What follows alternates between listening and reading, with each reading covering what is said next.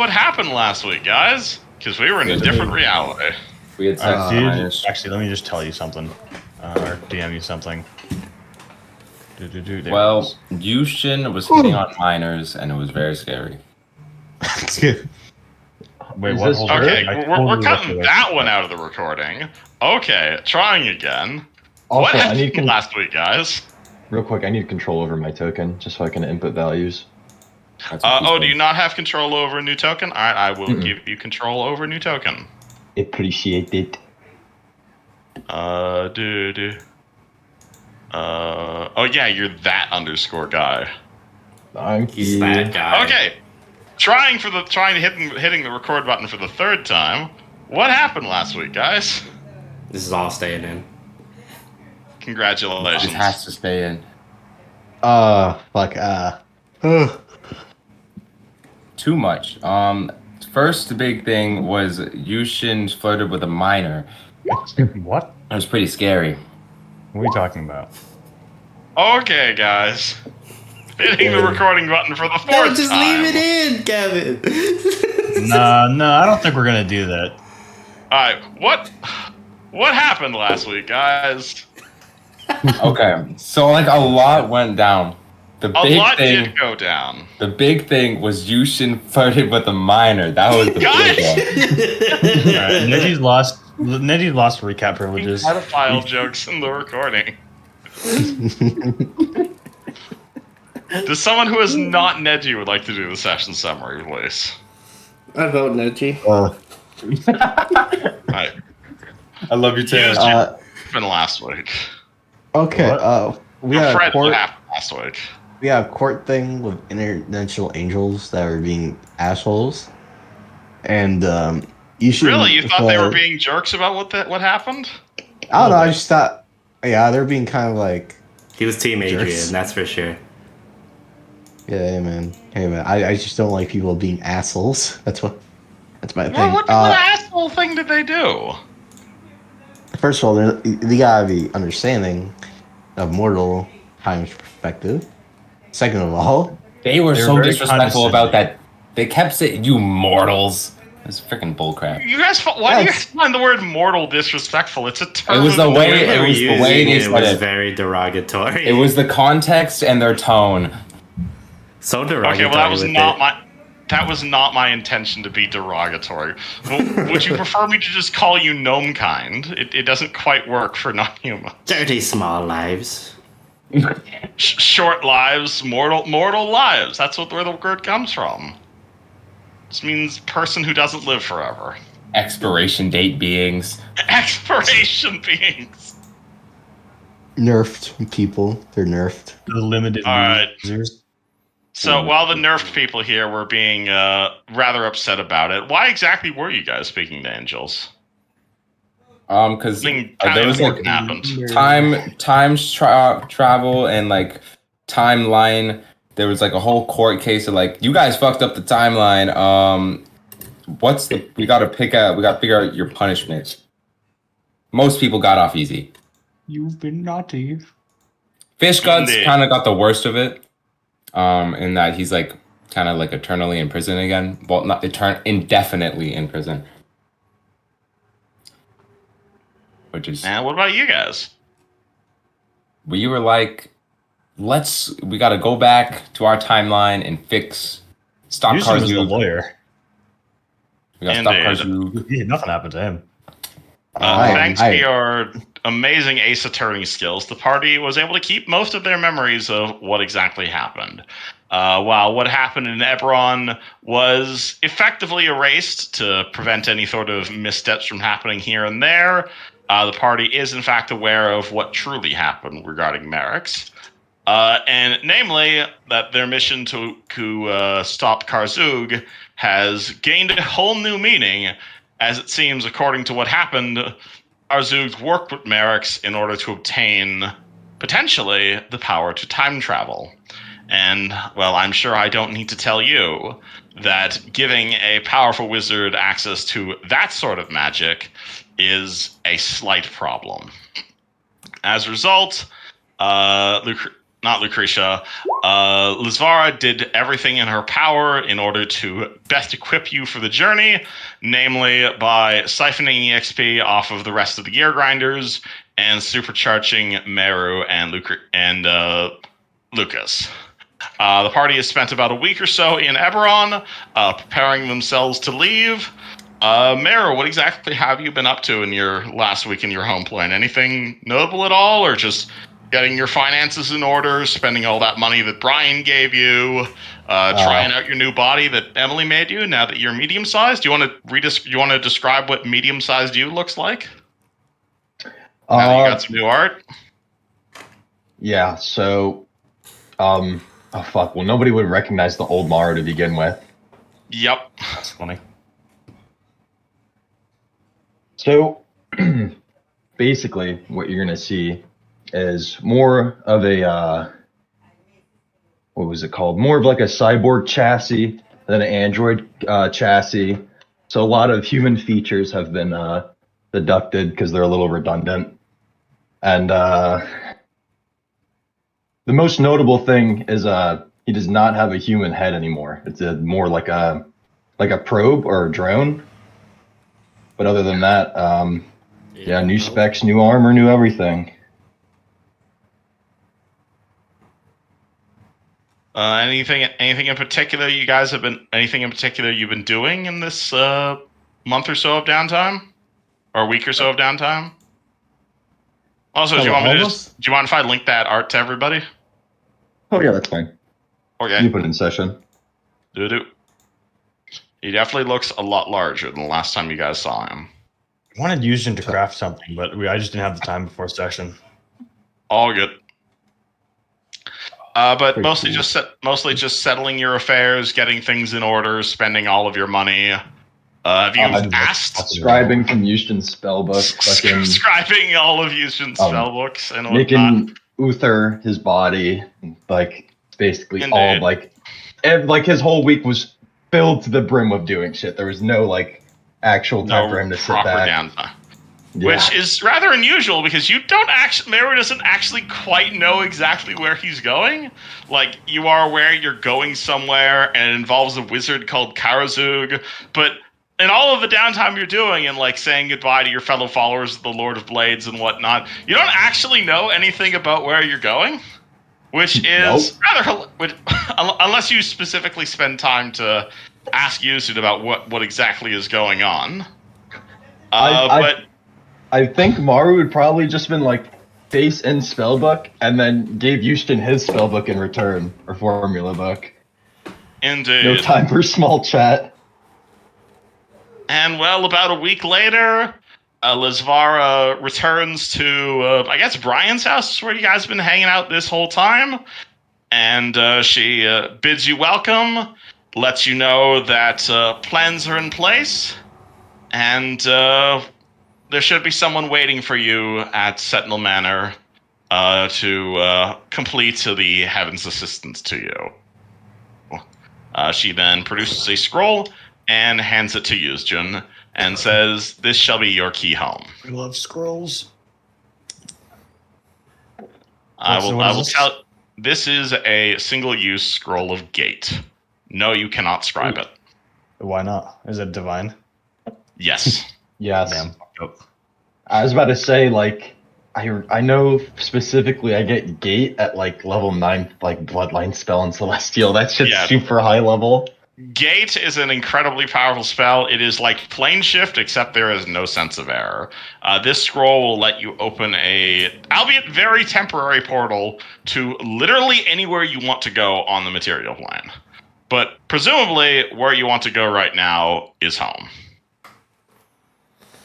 I might save this. I mean, if you really want to plane shift home, we can spend 4 months of you swimming through the Abystian Sea.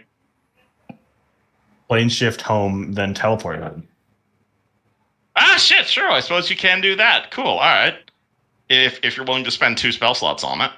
And I might as well. This is, like, fairly useful. All right, cool. She will say, all right, well, in that case, enjoy the scroll, and I hope to see you late. I hope to see you survive. That would be very nice. I would like that. Yeah. All right. C roll 20. You should have new art for you to include your hit points and stuff into. Sir, Cool. yes, sir. All right. So using cast plane shift. Eugen puts his old body in the lab. Indeed. But is that a yes? Yeah.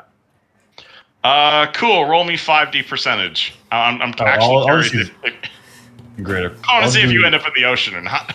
Okay, I'll do greater teleport to avoid that second part. Fine. Alright. You still have to roll the 5d10 for where you end up on the material plane, though. Yes, sir. 5D percent. Don't you mean 5D percentile? Oh, yeah, 5d percentile. That's what I meant. Or 5d 100. Which is weird, because I don't know... Oh, I see. Because you do end up, like, several miles off of your actual destination. Several hundred. You end up several hundred miles. All right, what's 300 miles from Sandpoint? You guys did it. Oh yeah, party ends up just on the outskirts of Corvosa. At which point you then immediately cast Greater Teleport to head back to Sentinel Manor, I imagine. That's mad funny. Boom. Usually meets up with Elro right before he fucking goes back to Sentinel Manor. I mean, do you? But I imagine blast Greater Teleport, and again, I don't mean to railroad you or anything, but I assume you guys are trying to get back to Sentinel Manor. Is there a reason you want us to go there? I mean, does Yuzjin not want to go home, or No, he goes home. All right. Mostly because I want to ask, hey, Fred, what's this place look like? Because, someone here hasn't been here before. Two people. Oh, wait. Yeah, one. Yeah, technically one. Yeah, you're right. What? Well, didn't we go here in the old campaign? Well, funny you mentioned that. Where does Meru find himself now? It looks kind of familiar to him. Where am I? Fred, would you like to describe Sentinel Manor? I gotta try to remember. 'Cause we barely used it, I feel like. I mean, I can describe it if you don't want to. Sure. I think you're describing this as. Party teleports back home, and Meru suddenly gets some PTSD flashbacks because, oh god, this is that fucking hallway you were in again when you went through the goddamn bag portal. What the fuck? It's the exact same place. It's this gigantic manor house. It's honestly pretty recently constructed with relatively high quality timbers. You're in a fairly fancy looking main hallway, which again probably gives you PTSD flashbacks. There's a pretty large study, very large library. You're gonna see that goddamn bear. He does not seem to recognize you since you have a new body. There's that weird-ass snake lady going around. And standing in the main entrance to greet you, however, is a woman who looks to be a dead fucking ringer to that cyborg you blasted up in Eberron. Rather notably, she appears to be human as opposed to a robot. She has a quarterstaff. She is dressed like a wizard. Perhaps the most notable thing about her is that she does not have legs. You will see that she is mostly human up until around her knees, and it appears her legs have been severed at the knee.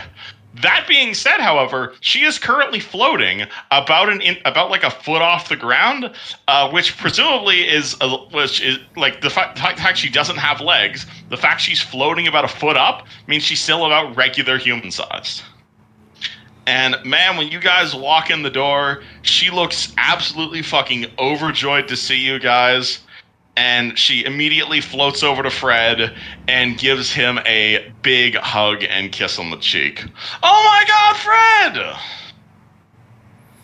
Fred! Floats over to you, massive hug. I've been gone for the betterment of a year, essentially. Holy fuck. Oh my god, you're not dead! I mean, oh my god, we all thought you were dead. I told you where we were going. I know, but a lot has happened, okay? You guys went to a rune forge and were like in a big crazy dungeon. They've just finished filling in the holes with the scribbler here in Sandpoint. Hold on, wait a second. Beth was in the Runeforge with you. Ah, shit. Okay, then not Beth. Lucretia is the one saying all of this. Okay. Lucretia is the one who runs over here and tells you about everything that's been happening in Sandpoint. Yeah, she kisses Fred too. She will. Oh yeah, Lucretia will also kiss Fred too, but in a slightly more romantic way than Beth does. Oh. You will see her. You'll see the back of her tail just kind of slightly curve around one of Fred's feet as she says, "Welcome home, big boy. You've got quite a things to go for you. We've got quite a few things to talk about. Most notably," and she gestures to Beth, and Beth gestures to the fact that she's floating, and she says, "I can walk now, ish." We gotta get you actual legs, not this spell kind of stuff. No, it's a spell. It's a scroll. I found it in Magnamar. It lets me float like normal people walk. It's called personal hovercraft. Amazing, isn't it? Huh. It's just like last time, you know? Yeah, I mean, it's not as fast as flying, obviously, but it also lasts a hell of a lot more than regular levitation. I don't think I'm going to be able to go into combat with this sort of thing, but it's a hell of a lot more convenient than taking a wheelchair everywhere, isn't it?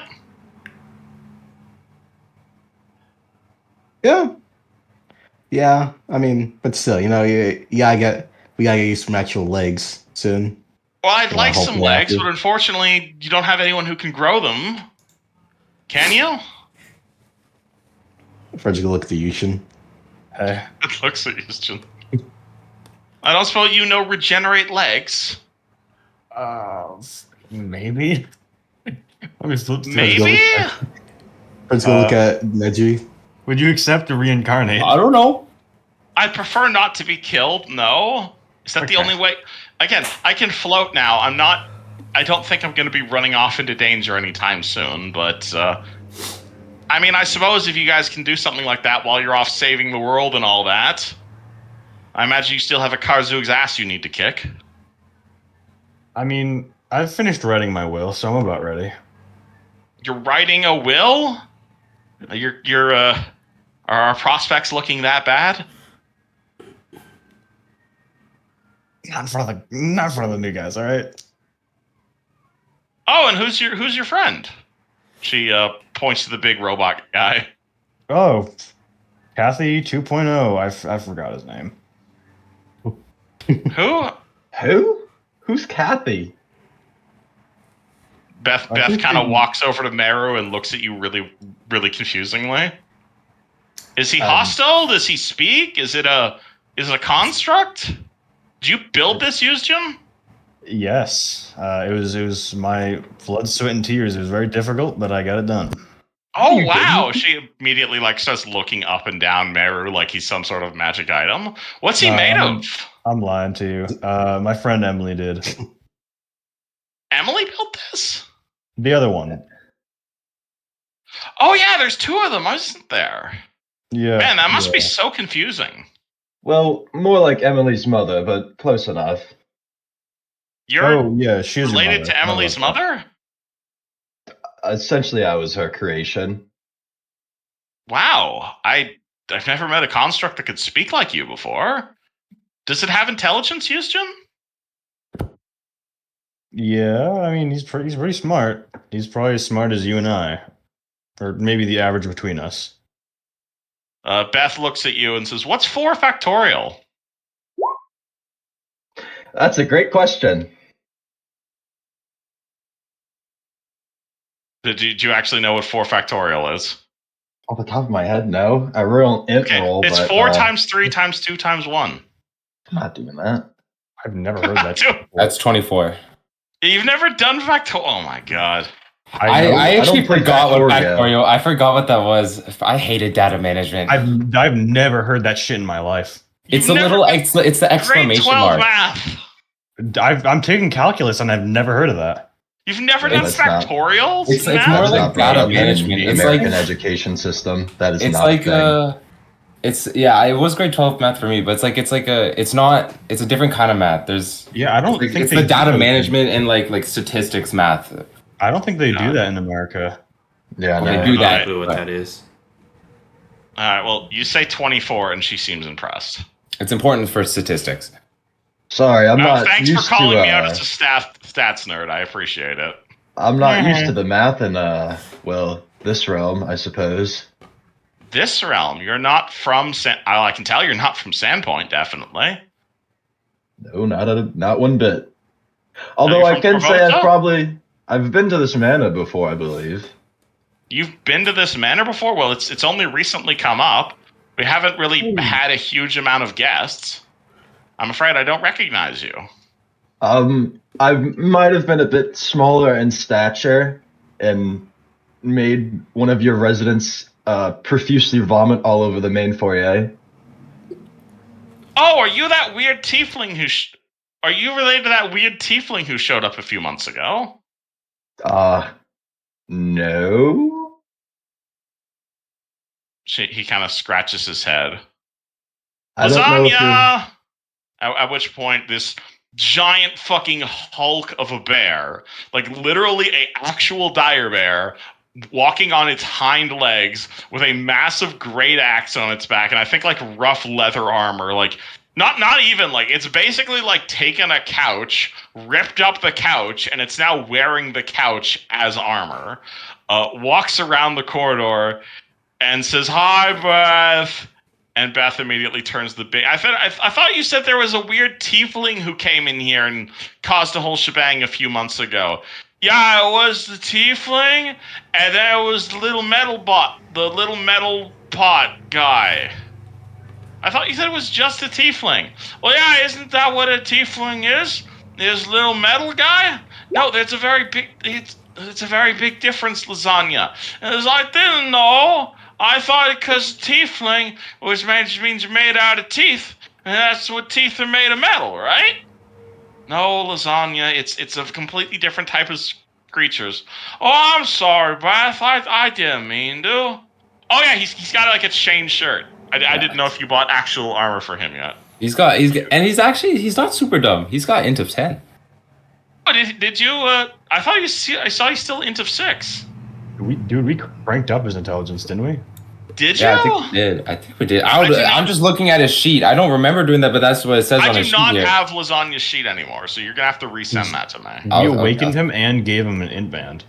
Yes, you did. I do remember you awakening him. I don't remember if he still had the int band or not. I do not have lasagna's sheet anymore. I'm sorry. I'll send it to you right now. All right. At which point, Lasagna then pulls out the headband of intelligence, puts it on his head, and says, "Oh, sorry, I misplaced this. I sat on it." And he starts talking like a normal person. Speak gnome. I love it. So yeah, I'm sorry about that. Sorry, it's been a while since I played this character, so it's Oh, no worries. No worries. As long as you're not actively hostile or a spy of Karazug. Believe me, we've had worse. We've got something a hell of a lot weirder than that sitting in the living room right now. But that's the second thing we're dealing with right here. More to the point, welcome home, everybody. Is there how was the trip? It was pretty good. Anything I need to know about, or? No, probably not. I'd say so. Are you just cutting me out of the loop? Are you, Jim? Well, I mean, which one? Is this Beth or Lucretia? Whichever one you want. Both. They're talking at the same time. Okay, this is Beth talking. Lucretia's hugging Fred. Well, I mean, a lot of it was just I was showing Fred and Neji around Eberron. It was pretty nice. That's what took you so long. Yes, I was looking for Gothic, but Gothic is where is Gothic? She's not with you anymore. Not reliable, as I was saying. That probably explains the letter we got from Kathy. What was that? And then she says immediately, Lucretia, can you go get them all? And she says, all right, and she slithers off. Beth looks at you guys like, don't worry, we got like 12 of them. I hope she's all right. Well, not all of them from Kathy, but quite a bit's happened since you guys are gone. I see. And like Lucretia comes back a few minutes later, and she's holding like this massive like pile of like mail and letters. All right. Oh. He stretches his arms out and he says, "All right, I'm gonna work through these. Fred, if you want to get everyone else settled in." Take your time. We've also got 2 visitors waiting for you in the living room. The woman here, she came with the Kathy letter, but she also said she had specific business with you. The other guy sounds like I didn't even want to talk to him because I don't want to go to hell. Is really long and short of it. Oh boy. He looks So like Gale. I have a feeling that's a you problem. All right. Am I gonna have to blow up one of them? If you are, can you at least take them outside? We haven't exactly fire treated the interior walls yet. Yeah, that's fair. At which point, Lucretia dumps a whole bunch of letters on you guys. See Discord. Why?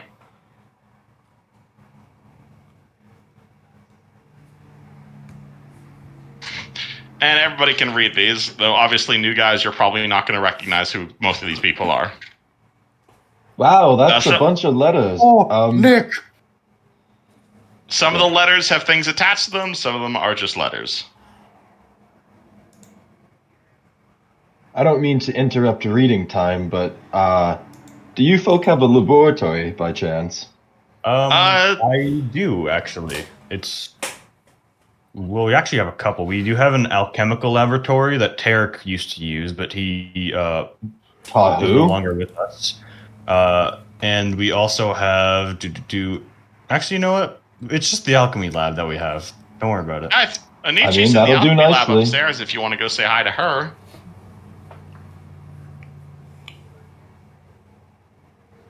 Hi to who? Anici, I'll introduce you. Sure. Right, and Beth leads you upstairs. And follows. I will continue this scene. I'm figure parties reading the big handout I sent them. You're good. Oh, I'm preparing spells. Oh yeah, also doing that. Oh, also, where's the no leg woman? Hello, Neji. Pleasure to see you as well. I have a name. Neji reaches his hand out and casts Regenerate. Neji can cast Regenerate? Yes. It's a 7th level cleric spell. Oh my god, because you're a cleric now. Holy shit, okay. Did not expect you to prepare that. Okay. You cast Regenerate on Beth. She looks on in horror. Not even horror, is in like shock as you see her entire like lower half of her body immediately grow back over the course of like several rounds. Or 2d10 rounds. She looks on in like abject potential terror, but then amazement as her legs grow back, at which point she immediately like gains about a foot in height as her hover spell's still in place, as she now begins to float about a foot off the ground as she turns to Neji and be like, "Oh my god, how the hell did you do that? My legs! I can walk again!" I'm just a really powerful druid, you know. You're fucking amazing is what you're doing. And she like reaches down to like pick you up. Oh, thank you. I'm not a child though. I am making you the best cake you have ever eaten. How can I ever repay you for this? You've given me my life back. I love cake. Then you are coming with me to the kitchen. Is she still levitating? Just a foot? Yes, she's still levitating. Alright. And unless you'd like to resist this, she literally grapples you and drags you to the pantry. She seems really happy. I won't upset her mood. She is ecstatic. You have given her life back. She generally did not expect to get her legs back ever again. But, you're willing to casually drop a 7th level spell like that. She immediately begins preparing a feast for you guys. She barges into the kitchen where everybody else is working and immediately begins preparing a mighty feast for the returning heroes. And I'll give you I'll give you some time to get through the letters. Bless you. Thank you. Oh, good. I knew, Neji, I knew you had some fucking spell like that. I ain't fucking knew you had some spell like that. I wasn't there. I wasn't that far into the spell list yet. It's always the same. It's like, I feel like you always have the fucking healing spell we always fucking need. He's pretty good at the spells. Swiss Army knife, man. Unfortunately, reading handouts do not make good VOD content. Unfortunately, but I had fun writing these. So, and well, I didn't write all of them. Oh, I'm reading one that I know you didn't write. I'm only on the second because I'm like trying to tune in and out of the conversation. I'll let you guys read. Did we tell Beth? Fred, we didn't tell Beth that we killed her fiance. No, you have not told Beth that. How are we gonna? You know, we'll we didn't kill her. We didn't kill her, dude. We didn't kill her. Oh, right. Sorry, my it's all mixed up with the other guy. What was his name? Yeah. We didn't kill her. Well, Kill him. I feel a lot less guilty now. Yeah, it's I feel a lot less not guilty. our problem. It's not our problem, dude. Don't worry. It was. You know, actually, never mind. I won't talk about that. Take I time. participate in killing Melgraven. Is all I'm saying. Alright. Alright. Oh, fuck. Oh, I'm not considering that. Oh, shit. Yes.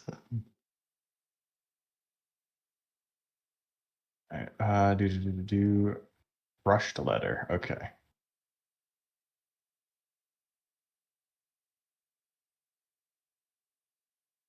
I love lasagna. I think we'll stick the other day. I put it in the vault. Lasagna is the best NPC. I love him so much. He reminds me of Mott.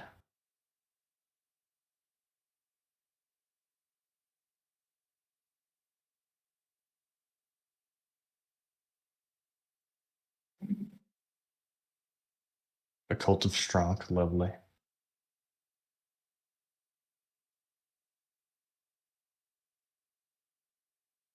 okay.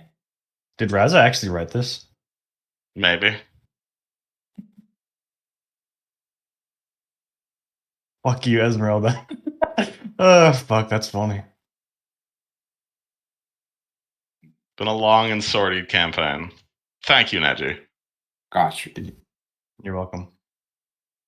Oh, wait, I just opened the same one again. Beer. I love beer. Beer.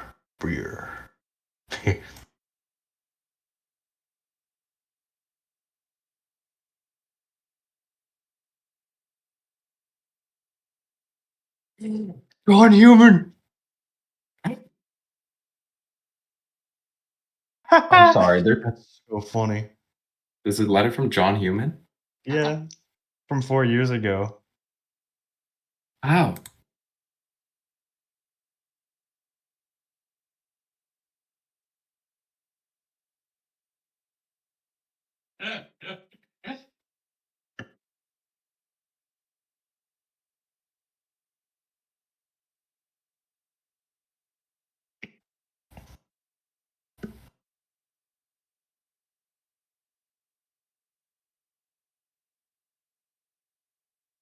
John Human is the greatest name in all of D&D history.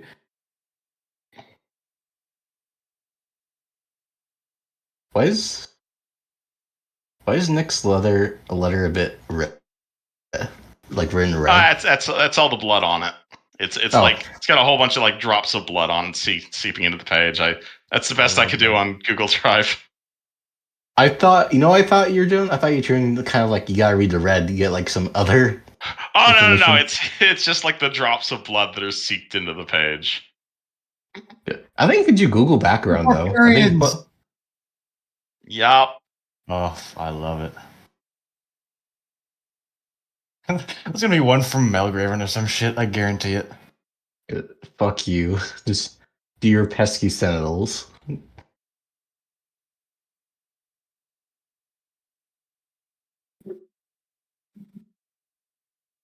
Oh, I like that. Did you want to? Let's see. Literal stone tablet. What? Oh, I that didn't one. think I finished. I didn't finish that one, unfortunately.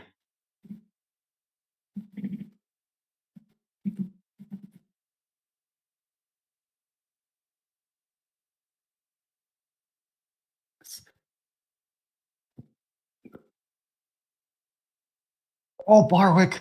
This is the best. That one is. I read that one. Is really sweet. Really, really sweet.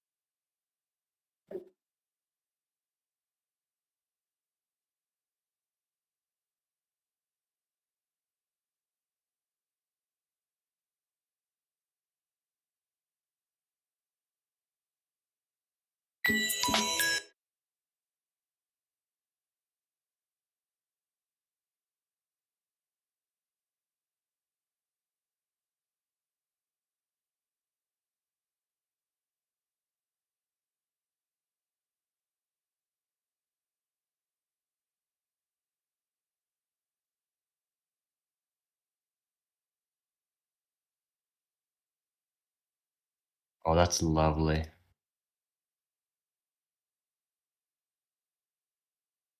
That makes me very happy. Right? It's really sweet. Yeah. Lovely guy. Hope his dog. As all this is happening, by Leviathan all the Bear means, has a beautiful fucking signature. he is the best. Lucretia definitely did not sign for him. But anywho, while the party is reading mail, Lucretia looks at Meru and kind of confused as to who you are. Meru, did I ever describe this character to you? Do you know who Lucretia is? Me? Yes. No. I have so many Okay, tabs she- open. All good. Take your time. So you are being escorted upstairs by a Lamia. She is about 9 feet long, maybe about 10 or so feet high. She's barely a medium creature at that. Everything from like the waist up is noblewoman. Everything from like the waist down is like bright green snake. I have hold on, I have some actual art of her. You know, Lucretia, a lot of people in Eberron would be into that kind of thing. Into what sort of thing? Snakes and stuff. Oh, don't get me started on it. My condition is a curse, thank you very much. Oh, do I've you been have like alive. your own fan club? Fan club. I was cursed to be in this form by my former master, Karazug. Who? Karazug, you know, who we're fighting against. I used to Yeah, serve him for about 10,000 years. I didn't quite get the memo on that. She looks at you like you're fucking insane. Shrugs. Let's agree to disagree. Whatever we're talking about.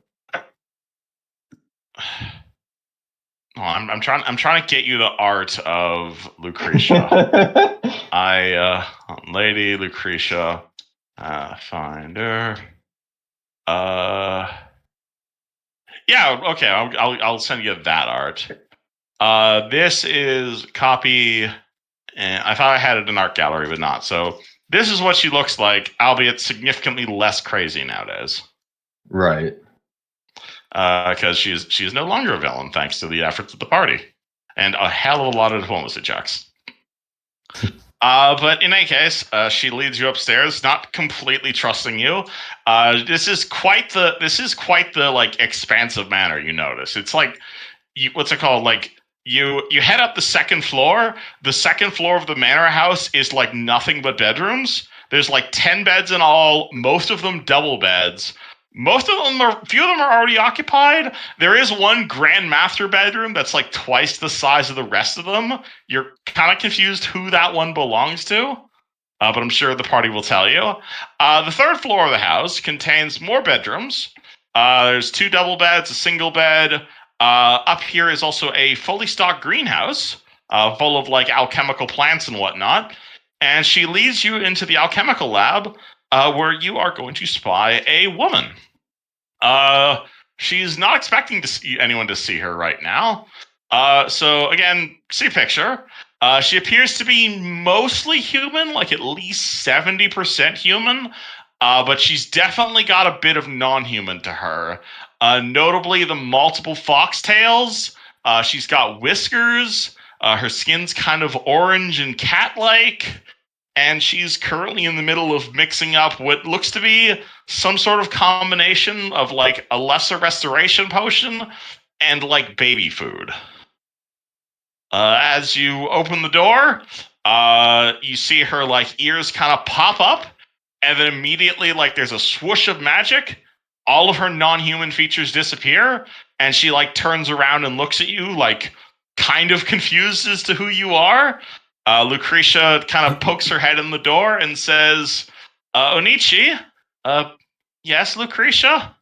This is Maru. He asked us to see where the alchemy lab was. Onichi says, who's Maru? And looks at you like really confused. Hello, well met. What do you seem to be cooking up in here? Lucretia, is this one of Eugen's pranks?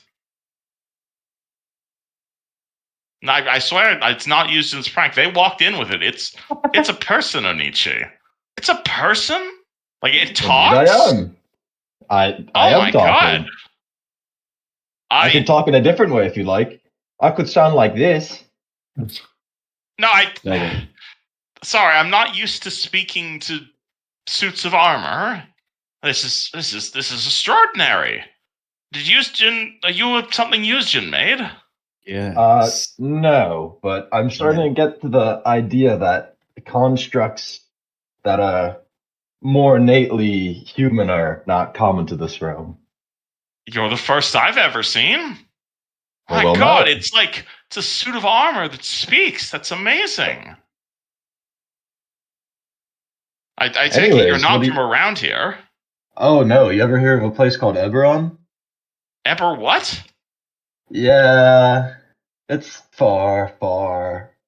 For reference, Maru, this is a conversation you're going to be having with basically everyone you meet in this universe. I'm like an oddity. Just letting you know. You are an extremely exotic race. I already know I'm a walking oddity. Well, you spent about 5 minutes explaining yourself to Onichi. Meanwhile, party, you've gone through the letters? Oh, yes. Yeah.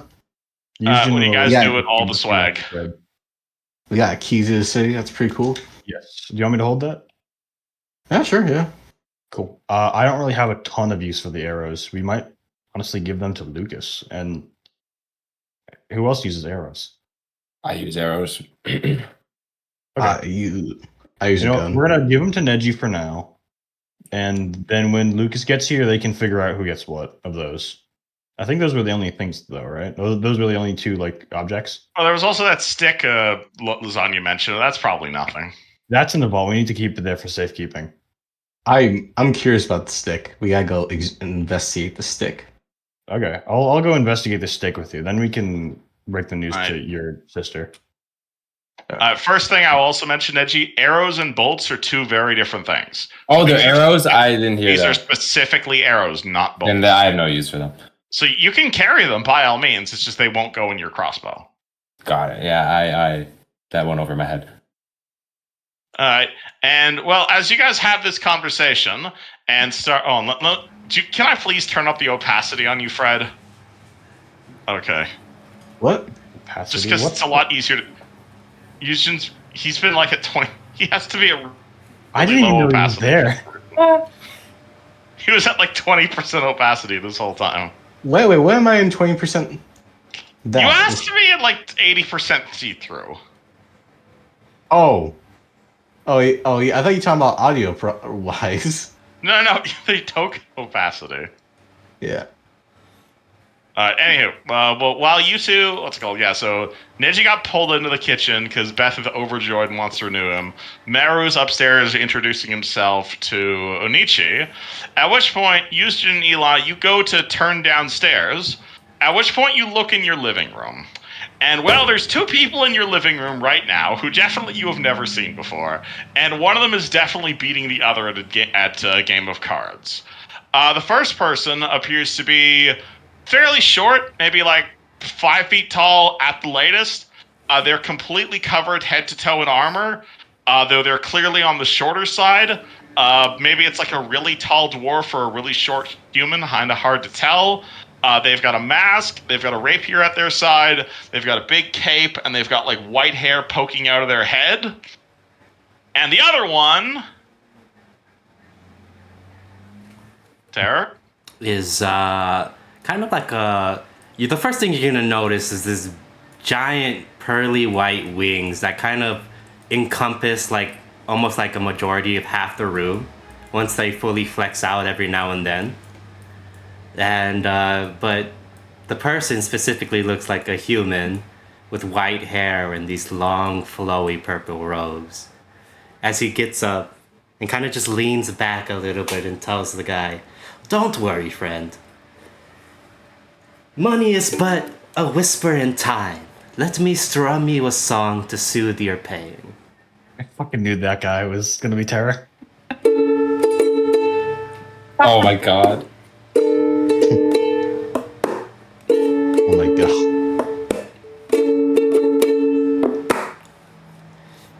Oh. Well, it looks like the heroes have arrived. Why don't we go meet them? The figure in armor does not say anything, but they just facepalm. I'm sorry. Who are you? He's beautiful. 1 second. Yeah, what's your name? Oh, I'm in the kitchen. The name's Dwayne Fontaine. How do you do? I've come Pleasure. from a very far land, but the land from the sky.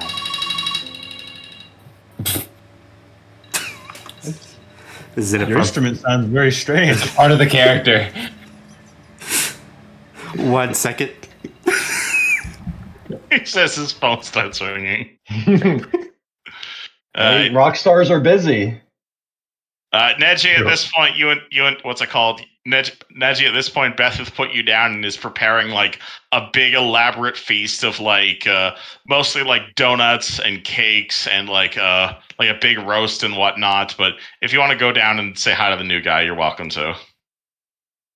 I'll stick with her for a bit. I can meet him later. All right, cool. Anything in particular you want her to cook for you? She is absolutely overjoyed to have legs again.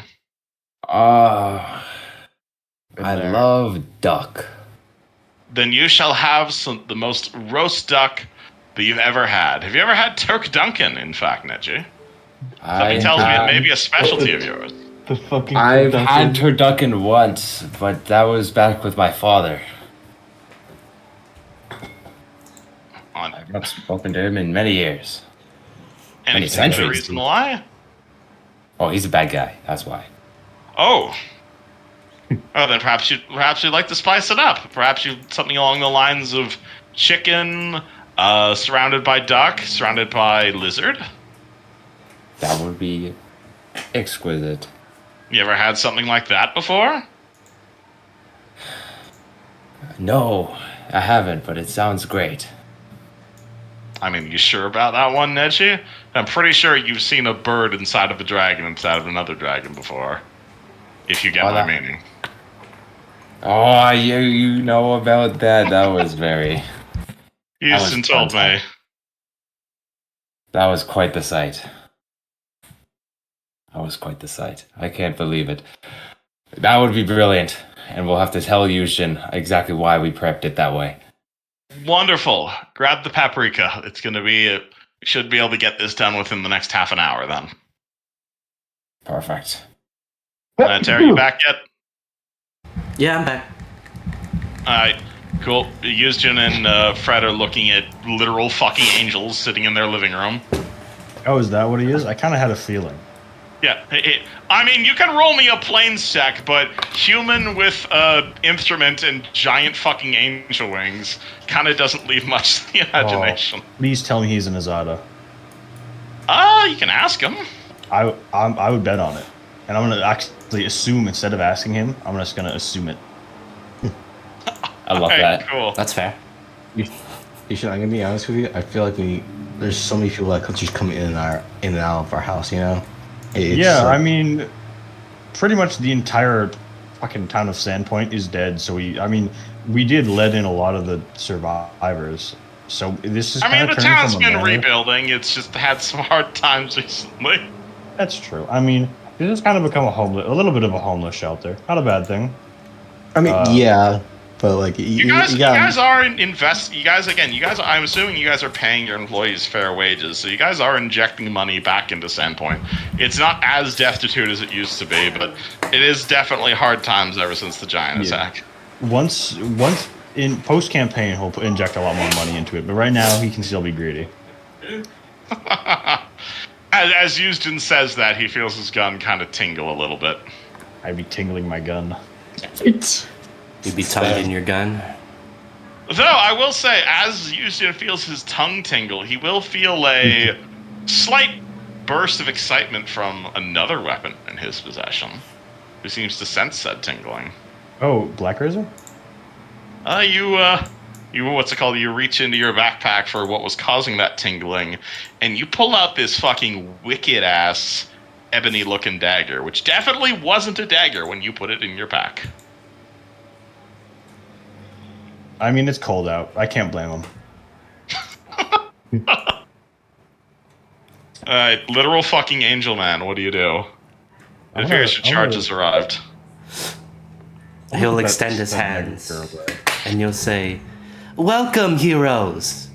I've come to aid you in your time of need." Well, I would love to welcome you right back into our home. I'm glad to have you. I have been sent by the heavens to aid the wayfaring heroes. And I hear you've returned from another realm. You could say that. Actually, no, that's exactly what it is. How long have you been here? Time is but a number. Someone as livid as me never truly keeps track. At this point, the other person in your living room pipes up and says, "He's been here for like a month, mooching off your fridge." The voice that comes out of her is definitely, or the voice that comes out of the other adventurer is definitely not masculine. It's definitely feminine. All right. Well, He came here after I got here. Well, it's a pleasure to have you. I assume you already have a room at this point. Have you just been sleeping on our couch? I do Does he not even sleep, sleep? so I just spend times in different areas of the house, strumming along. I mean, you can sleep if you want to. You just don't have to. I haven't really felt like sleeping here. It doesn't feel like home yet. Maybe at some point. Maybe in like a few thousand years. Yeah, maybe give or take. Well, nonetheless, it's good to meet you. This is Red, quote unquote Eli, for some reason. I'm Yuzjin of the Sentinels. Yes, I hear. You are the great goblin slayers. I feel like that's a bit of an understatement. Really? That's the thing you're are the goblins. Like 4 years ago, that's probably what they would have called us. But Well, the starting stepping stone always carries what future people hold. Yeah, but they've also done quite a bit since then, but fair. It's been a while since your orders are updated. Bro's a little out of the loop. Piracy. Of course, you've done other things. Well, yeah, okay, whatever. What about you? What's your goblin? My goblin? Yeah, what's your metaphorical goblin? You mean what I've done in my life? Yes. Where'd you start out? Where'd you come from? Oh, that's a question, ain't it? You This you is should why I be told you to write a backstory before you made your Backlog character. letter. Did you? you sh- Did you write a backstory? No.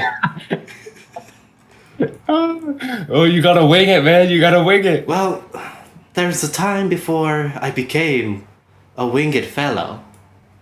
Would you like to hear that story? Yeah. Yeah. I love that. yeah. Well, let me. Tell me all the nitty gritty details. Hold Actually, on, let me step out here. Hold on, my wings are rushing. Okay, here we go. You know, you should make this place a little more spacious for wing-inclined peoples. Yeah, this guy has like a 10-foot wingspan, so like pretty much everywhere inside is a bit cramped for him.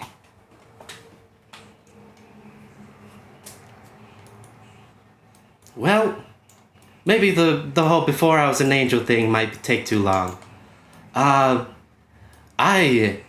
am what type of angel am I again? I don't remember the name. That's an in-character statement. You know what? I'm a type of angel In-character who protects heroes. And I have been doing this for a very long time. To be honest, So you there's don't probably cover- many great heroes in this realm who I've protected and kept alive. Although this is the first time that I've kept a metaphysical form. curious. What made you change up your methods? Oh, my boss told me to just show myself. She forced me to be honest. Interesting. What?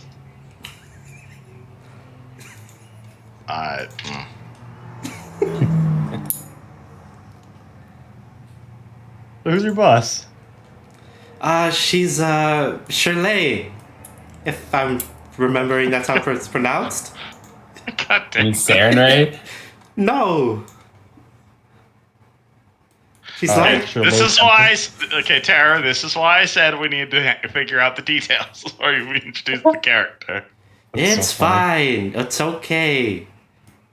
I follow Okay. Shirley. Your boss did not force you to be on the material plane, and you work for Shaylin. Shaylin. Very different. Alien. She Oh, I doesn't love like her. it when She's I one call of her my favorites. Shaylin. That's our little nickname I give her. You two are close then? Yes, very. I sing to her every night for the past millennia, actually. Curious. Mm-hmm. I didn't know she needed to sleep. Oh, she does from time to time. I find it not a useful act, but she does. Well, me and my friend Frederick here, we're going to check out a really cool stick we found, or our friend found. Come on. I could probably trust you. Are there others with you? I was told there was a big group. They, well, we're taking a bit. They're getting a moment of rest. They've had a busy last half year, I think. That one is Yeah. staining your carpet. I think you might want to take him to your restroom. Lucas is currently having explosive diarrhea in the bathroom. He's. There seems to be a trail going off in a direction. Jesus. You see Oh. Fred kind of like getting red. Oh my fucking god. Second time this that happened. carpet cost 1,000 gold pieces. As you guys are all having this conversation, you see the other figure that was sitting with the angel just kind of looking up at you guys curiously. Again, she's got like a full face mask, so you can't quite see what her expression is on her face. But you can definitely see she's like looking in your direction and potentially judging, but more curious. But she doesn't say anything. Who looks at me? Where is she? The person who you won 1,000 gold off at poker. Oh. Come, Lucretia. Wait, that's her name? No. Come. We must meet the rest of them. You didn't. Funny enough, you never. She never gave you her name when you guys were playing poker together. Oh. What's your name again? Try to go up. Are you the Sentinels? Yeah. Yeah. Yeah. Are you all of the Sentinels? No, well, actually, just about. Most of us are dead. Most of It's you quite are a tragedy. dead. That's well. not good news. No. I heard you guys were a lot more competent than that. That's rude. You don't realize who we're fighting, huh? Fighting? Well- It sounds to me you've just been gone for a vacation. What you were Well, telling that's not him. what killed us. We just haven't recruited anyone since. Not the point. It's mostly me and Fred. Nedy's been helping us out, though I haven't really asked him. I don't know if he's really like on board with the whole. I'll ask him later. Is he not officially a member of your party? I mean, official is a gray line, you know. I never really asked him about it. We've just been working together. He probably, yeah, I'd say so. Ah, I shall write this down. There is confusion amongst the party, distrust, and... I mean, I trust him. I actually I trust him quite greatly. It's just he's very vague, you know. He's very mysterious. He doesn't talk much about his motives. Does not trust his motives. Well, in that case, speaks the stranger, in the interest of being mysterious, it sounds like you've got a little bit of party administration to do. Kathy sent me here to talk to the Sentinels. Whenever you can tell me who those people are, I'd be happy to introduce myself. Yeah, it's me and him's contribution. And there's another guy, Neji. He I don't know where he is. He's a bit busy doing his own thing. But yeah, this is what he got, you know? Do you tend to run through members that quickly? You have no idea. It's complicated.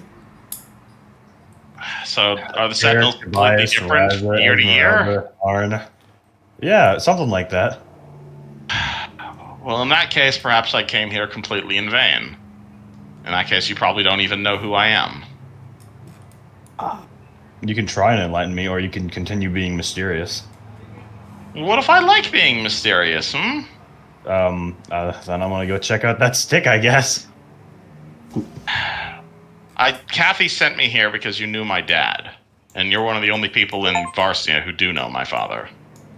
Your dad. Man, I know a lot. A core? You know four At dads? which point she looks up at you, kind of surprised at that, and says, "Lucky guess." I don't know a lot of people with living children.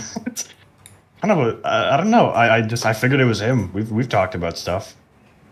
Really? Well, in that case, at which point she removes her mask, and you are going to see a rather interesting character who actually I have custom art for. Boop. Oh yeah, that's the one I remember.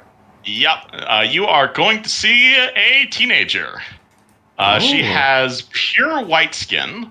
Almost like 15, 16 potentially in terms of age, like extremely young. That being said, she is like either completely on steroids or a gym nut because she's got bulging muscles. Hell yeah. She's got pure white skin. She's got blonde hair. She's got this fairly massive sword and like weapons and armor all over her body. She's definitely dressed like an adventurer type.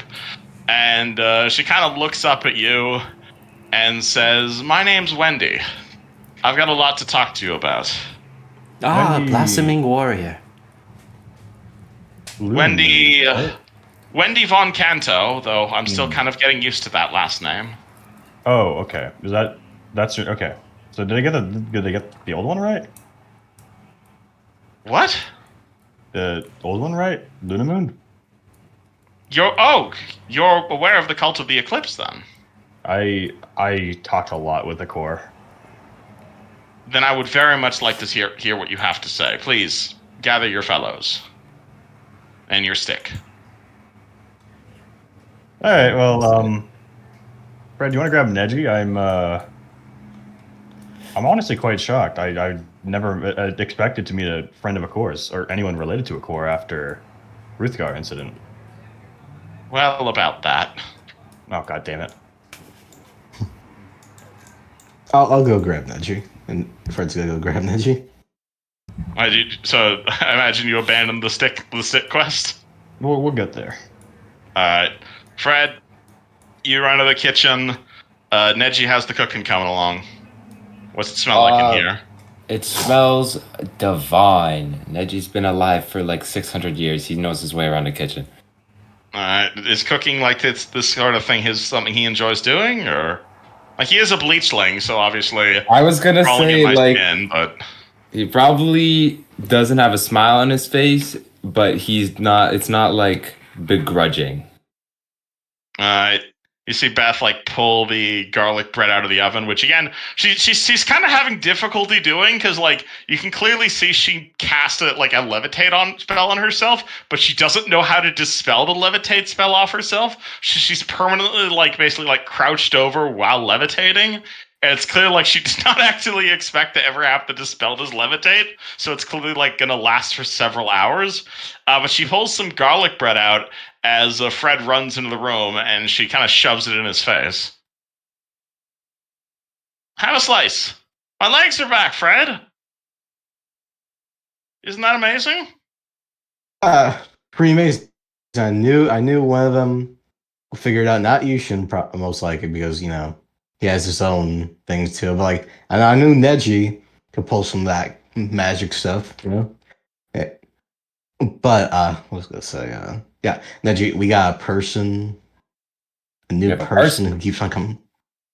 Yeah, 2 new people technically speaking, but there's one other person that's kind of interesting, so to speak. Implying apparently the NPC isn't interesting. Define interesting.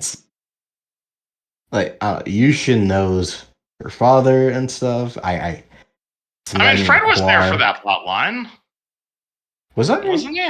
You were there for the core plot line. He was. It's just Yushin is canonically friends with a core.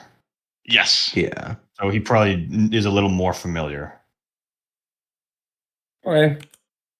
Would you be able to finish up in the kitchen? Free Neji plot line. Say again? I don't know. Do you need help? Do you still need help in the kitchen, or yes? But it sounds like you guys have it handled, or it sounds like you guys have something to do with. But if you all go running off on another adventure, make sure you have something to eat before you go.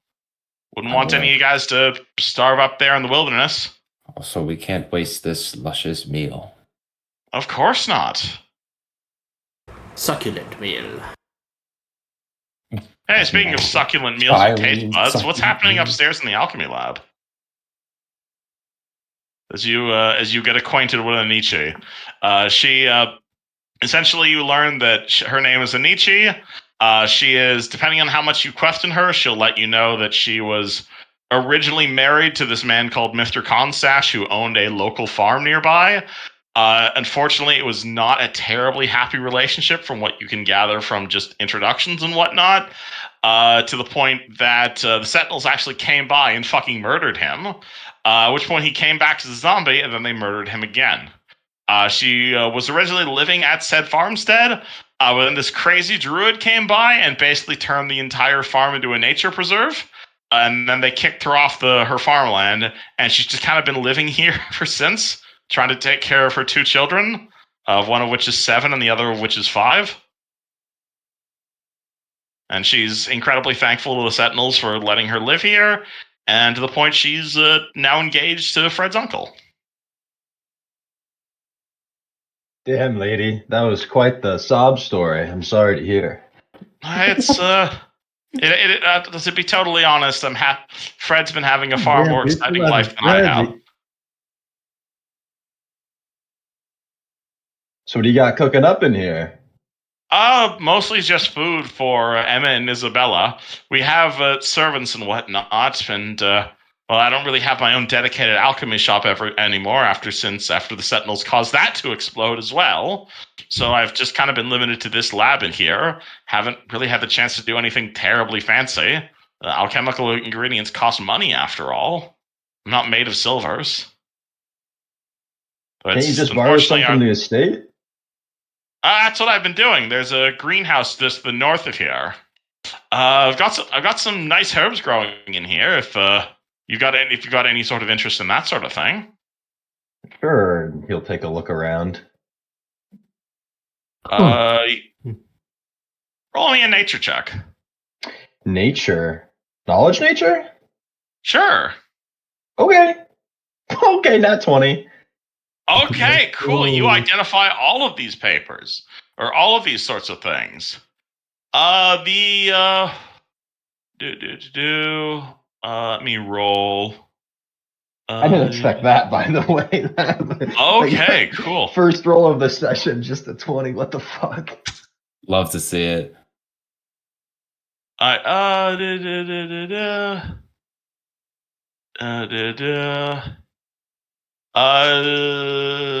me roll a d20 to see which of these plants is ready.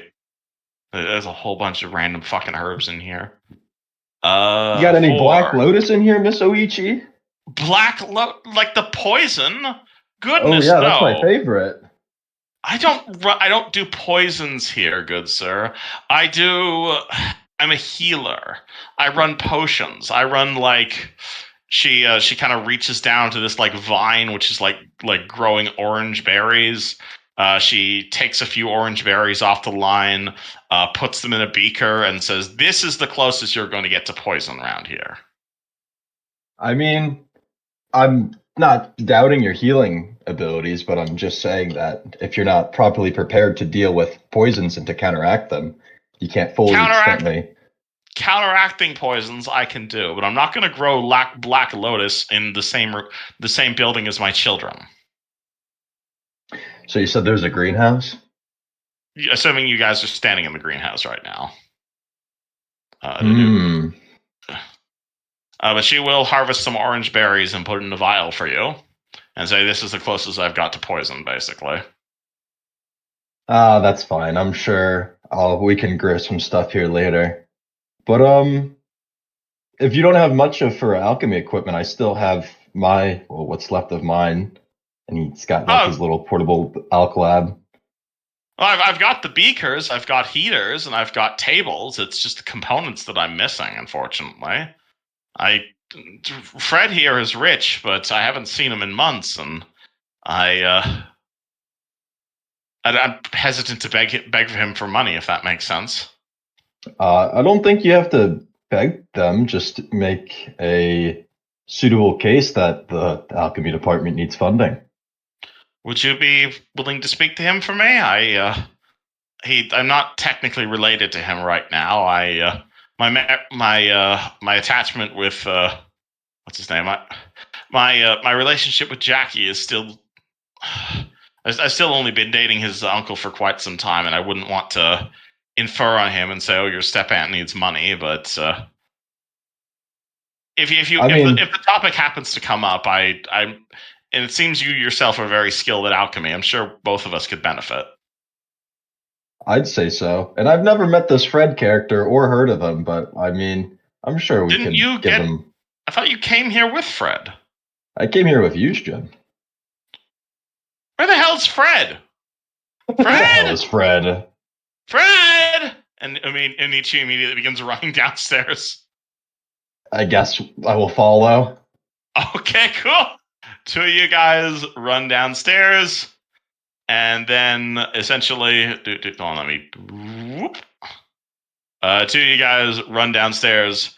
At which point you then immediately into Fred, who's just down at the bottom base of the stairs.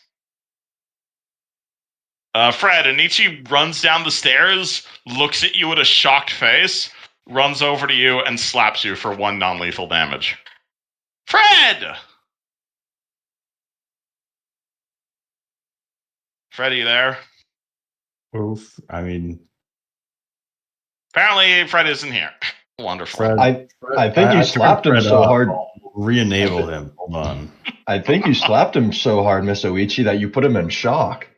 I haven't seen him for so long. Fred, are you okay? Shake, You shake, realize shake, shake, we're shake. off like saving the world. I didn't. That doesn't mean you can't write. You can't send a letter making sure you're okay. We were not in the same plane of existence. There's not a lot of. I don't care what a plane of existence is. I want to see my stepson. Remember that Eberron place I was talking about? Oh, wait, maybe I only talked to Lucretia about that. What's an Eberron? That's where we were. Are you guys playing role-playing games? This is real life.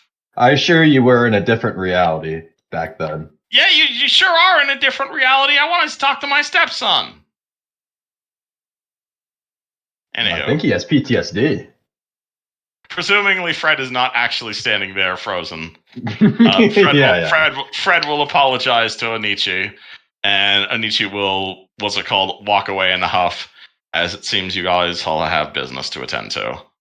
Assuming, of course, you guys want to hear this strange visitor out that no one but Yuzin recognizes. You guys don't have to talk to her if you don't want to. Sorry, say that last bit. You cut out. I said, assuming, of course, you guys want to hear this strange visitor out, because by all means, I do not want to force you guys to talk to her. The one before that. That no one but Yuzin recognizes. Oh, I mean, Yuzin absolutely wants to talk to her, even if it's just like in Eterna or something. Mm-hmm. This is kind of a big deal for him. Yes, it is. Oh, hey, Yuzin, what's with the 14-year-old? Is she 14? She looks to be like definitely younger than Emily. Maybe 17 at the oldest. Kind of hard to pin an age down for her because again, she's like covered in cuts across her face. She's got like steroid level muscles. Like it definitely does not look like a child. She's jacked for her age. She is this is not how teenagers are supposed to look. Excuse me, child, but I think it's a mystery. How old are you? Can you all sit down, please? What if I like standing? Or walks over to the couch and places his buttocks upon it. There are, in fact, multiple couches in this room, if you'll notice. Lovely. There we go. All right. She says, I'm about 15 or so. Though, honestly, for the actual years, I've kind of stopped counting after a while. Years to me don't really matter as much as they used to. Do you not? There's no need to be shy. I'm only 5 myself. You're 5. Almost a half centuries now. old. I'm Okay. like 600. I think it's clear to say that for all of us non-humans, age doesn't matter as much as it used to. Mm-hmm. No, not really. She says, looking very human. Would you like to elaborate? Yuzin, remind me, because he knows, like, about, of course, like, family tree. You are aware that Quar's family tree is complicated at best. Yeah. It's even more complicated than his own. Does he remember, like, wasn't she supposed to be human, as far as he knows? Wendy will say, the reason I'm 15, and part of the reason that you used in here and the Sentinels are some of the only people who know of my father is, unfortunately, to put it bluntly, I am the reason for my father's death. 15 years ago, my mother killed my father to produce me. I would not go as far as to say she birthed me as much as I would say she produced me. She manufactured I know how you feel. me. Wait, hold on. When was the last time you spoke to a core? I have not. That was part of the reason I contacted Kathy in the first place. I was under the impression she had contacts with the Sentinels and could put me in contact with my father. I was under the impression that he has been dead for the last 15 years, and it was only through Kathy that I learned that he has returned, albeit in undead form. That's part of the reason I came this way. As soon as I am finished with you, I intend to head north. I would like to meet him, in fact. That's why I said I'm not really used to calling myself Wendy Von Canto. It's just kind of been Wendy for the most part. I don't really have a last name. I do not wish to live my mother's last name because I am not hers, and I do not wish to give my father's last name because I have yet to meet him. Also, he has been dead for 15 years. How much do you know about your family tree? I know only what my mother told me. I know my father was a very powerful wizard, and I know that is the reason that mom or mother selected him for breeding. I am aware he was killed to produce me, and I am aware that my mother manufactured me to serve as her successor. And it is only thanks to the Church of Sarenrae that I did not produce, that I am not that same successor. I am aware he is dead, but I am also aware, thanks to Kathy, that I have you to thank for the reason he is not enslaved by Ulanor.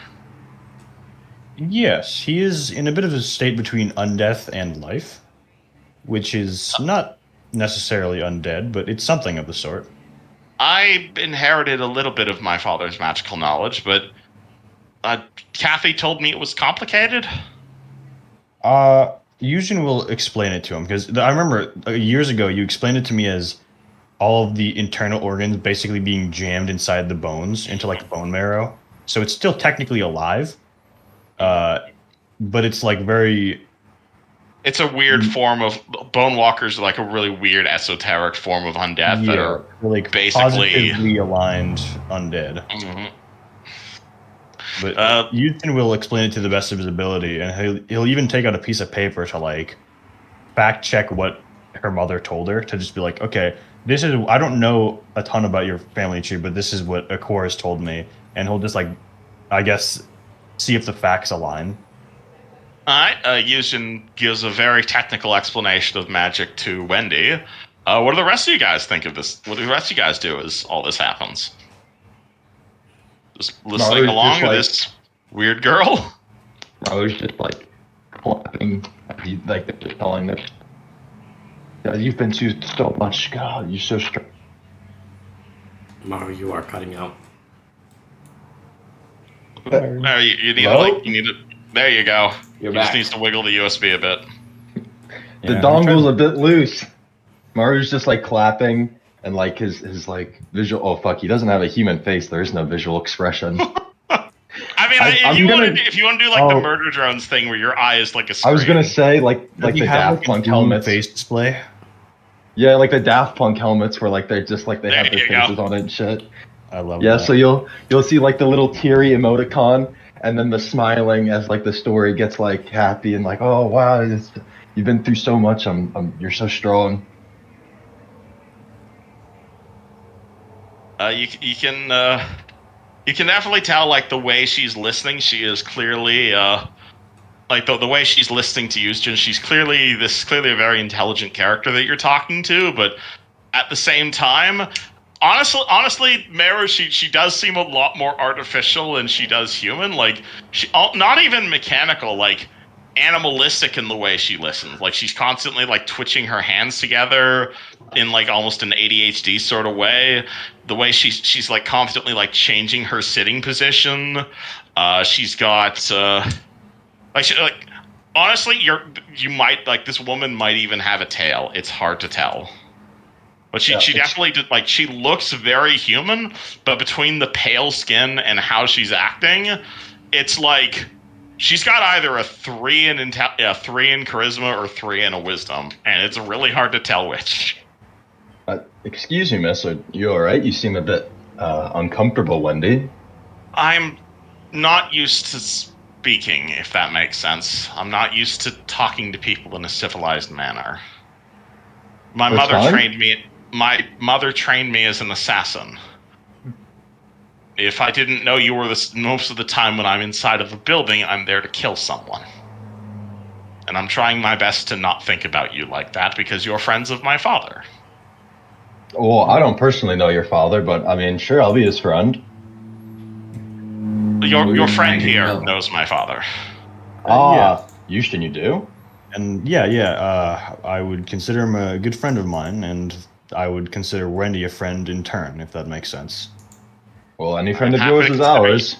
I am happy to consider you my allies. As Luciano comes from the bathroom. Perfect timing. Alrighty. Oh, and you're also the assassin. Perfect. All right. That's so, funny. hey, Lucas. How you doing?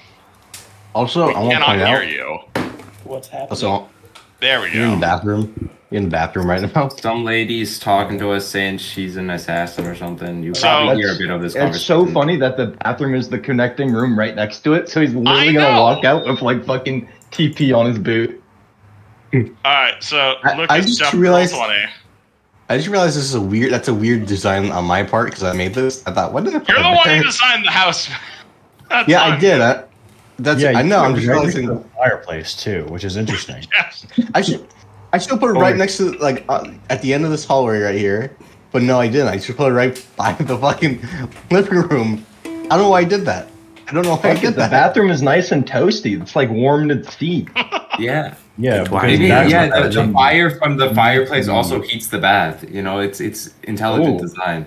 See? Also, the fireplace is fueled by the bathroom. Ooh, How's the fireplace? Wait, like it? Are we burning Hydro- shit right now? hydroponics. Yeah. Oh. Yeah. So does the house just smell like Wait, shit? is it not a wood burning fire? Yeah. Does the house just completely smell like shit? No. Anywho. There's just a giant scented candle. Can in the room. Dwayne hear Yeah, I don't mind that. Lucy approaching? So we're getting to that. So Lucas, you came through a portal. You didn't really have a chance to look around, but this manor looked real familiar for you for some random reason. Hard to tell. Ran to the bathroom, horrible explosive diarrhea for like an hour. You come out, and you will see most of the party sitting around a living room with two changes. The first obvious thing that you notice in the room is what's it called? One, Maru has a new body. He definitely looks a little bit different. He's got like an eyeball brain. Actually, do you want to re-describe yourself for Lucas? Yeah, so Maru's no longer small sized. He upgraded to the medium class. So he's about like 5 foot. Oh, I gotta update the height on the sheet too. Well, I'll do that in a second. But yeah, he removed his face plating completely just for a like a neuroocular hub. So have you ever seen those like Daft Punk helmets where they like change their expressions and shit like on their face plating? Fuck, let me grab a picture of it. And his Yes, you'll. Talking about? And there's also another new entrance to the party. You'll see a human angel with long white hair and purple robes. As he notices fucking Lucy approaching, he starts getting his theme music ready. The He says fucking he pulls fanfare out as a soon as he guitar. leaves the bathroom. Yeah, I'll come out waving my arm saying, "You do not want to go in there." Also, the third person in the room as Lucas leaves the bathroom is you are going to see a teenager, about maybe 16 at lowest, maybe 17 at the highest. She is dressed in a very similar manner to how you're dressed, actually, in like chain armor, very adventurer sort of looking, rapier at her side. And as the two of you lock gazes, you immediately like both reach for your knives in like the exact sort of like way you do when you were like, if both of you guys were like immediately, it's like that situation in like TF2 where two invisible spies bop into each other at the same time. Like you both immediately know that you're the exact same class. All right. Well, we fucking doing this? What's going on here? Glad for you to join us, fellow human. Come, Luciano, take a seat. I'm a half elf. I'll have you know. Maru, you got a fucking glow up, man. You're looking great. Right? Like the new look? I do. Well, I don't even know how many things I'm half something. There's definitely quarter orc in there somewhere. What's half Asimir? Look, I'm a Quarter? blender. That's what my race is blender. You're unique. That's what you are. You're a I'm three-dimensional a software. fucking freak. I'm a horrible software project that my mother created. That's what I am. No, I I've think heard good things about You know, Blender. a reincarnate could fix that. you do not look like a freak to me, child. Thank you. I appreciate your help. If you were of the Sarenrae Church, I'm sure I'd help you. They're part of the reason I am the way I am right now. But the Eternal, Saren I am who? sure the Eternal Rose offers the same sorts of blessings. Thank you. Saren who? Eternal what? She's one of the goddesses from this. I almost spoke in the TK voice. She's one of the goddesses on this plane. Quite the popular. You don't know who actually. Sarenrae is? I'm They're not not- really from around here. Nor is my friend sitting next to me. Emily, or not you Emily. get have you ever heard the name Eberron? No. You know about different planes? I'm aware different planes exist. I'm afraid I don't get to explore them as freely as the walking deities that you do. Well, we'll have a family trip when I retire. Maybe. Hold on. Fucking, where's my notes? Oh, okay. Eberron is. I mean, it's just another plane. I mean, I won't oversaturate the details, I suppose, but different gods, different cultures, different everything, really. No gods, Uh, I think, right? Well, kind of. Well, No, No, afterlife. no, The there's- he movies. holds up like quotation marks. Gods. It's kind of weird how it works there. What I Wendy understood will- was that Wendy their will gods don't really unhook her, influence the people like they do here. Wendy will unhook her holy symbol, which is a fairly fancy-looking symbol, all things considered. It's let me get you a picture of Sarenrae's holy symbol. She will, so she will pull out a pendant, and it resembles this. It's like an orangey bronze pendant, and it resembles this woman with giant angel arms. And she will take it off, and she will throw it in Meru and Lux's direction. Huh? It is, Thanks. If nothing else, it's clearly a very valuable pendant. But it appears to be a holy symbol of this deity that everyone's talking to. What, we could just talk to a god with this thing? It's not that simple, but I tap it and say hello. How's it work? And he Happens. looks at it. that's actually part of the reason I came to speak to you, Sentinels, in the first place. Not necessarily your planning or traveling, but because Kathy told me that all of you were incredibly powerful and incredibly competent. And, well, for lack of a better term, I'd like to ask for your help and or employment. And, well, Be kind of busy. the rest of my family. If you are busy, but Beth told me you are willing to pay for information related to Zin Shalast. I look Oh. at Yushin. Are we not? That actually sounds incredibly helpful. Is that a part of Karzug? That's where he fucking lives, bro. That's like his house. Karzu? I didn't know what it was called. I keep hearing that name. He's the demigod wizard guy that we have to kill. He's like the embodiment of greed. He's a prick. He's got a lot of powerful items that seem very cool. What's his If- ring if- shtick? If all of you are busy, I'd completely understand. It's I'm willing to look for someone else who can help me with this, but given your connection with my father, I hoping you will can help happily me. I will happily bring you to a core in exchange. You could bring me to my father? How? Magic. Teleport. He's on this could- plane. You can teleport that? Doesn't he live far to the north of here? Yeah. You'd do that for me. Absolutely. Of course I would. He's a very important friend of mine.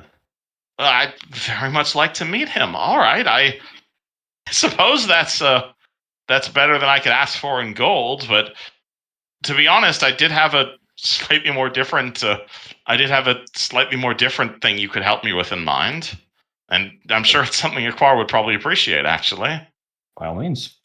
because walking up north I can do, but well, the information I was willing to sell you, I didn't go looking for it because it had the word Zin Shalat on it.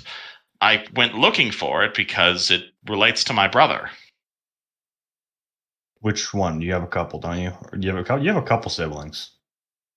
As far as I'm aware, when my mother killed Aquar, she did so immediately. I am 15 years old, meaning I am the youngest of Aquar's children. For the longest time, I was aware the reason that my mother killed Aquar is because she did not want such a powerful archmage copulating or creating any rivals to my power. And for the longest time, I understood that to be true, because Aquar was, at least in life, a very reclusive person who did not interact with anyone else. And obviously, he did not have any more children with my mother after my mother killed her. So, for the longest time, I was aware that I was under the impression that I was Aquar's only child. Recently, it has come to my attention, however, that Aquar did have another relationship. About 20 years ago, in the city of Corvosa, which resulted in a half-brother. I would like to track this half-brother down. Unfortunately, I can't do it alone.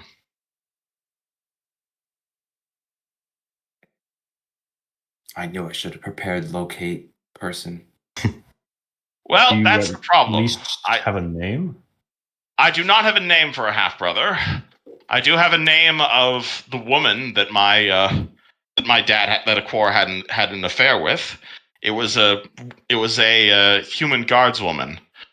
Her name I didn't even get the name. You didn't even give me the goddamn name.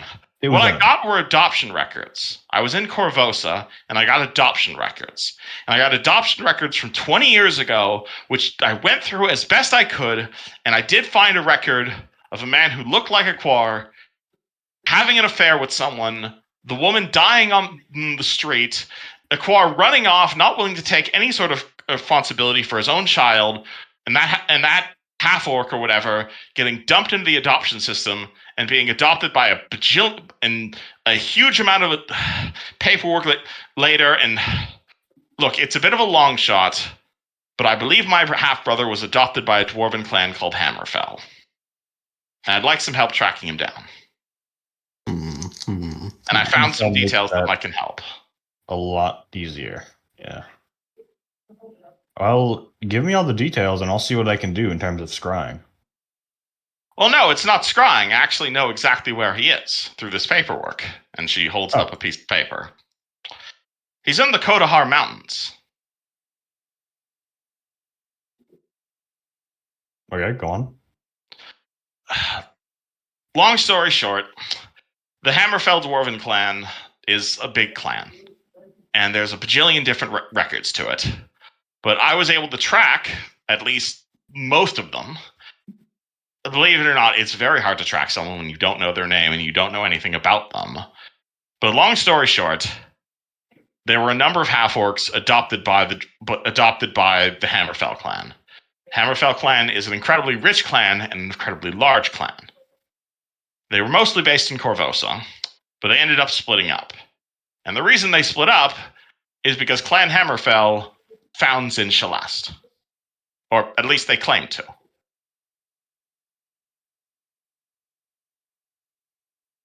Yes.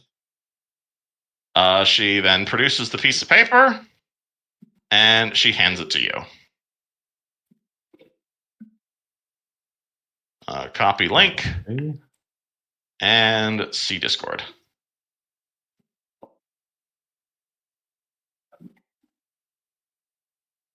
That's a lot of names and places you said. Believe you me, it's very hard to track someone if you don't know anything about them. But this is the best lead I found. Oh, I do have that.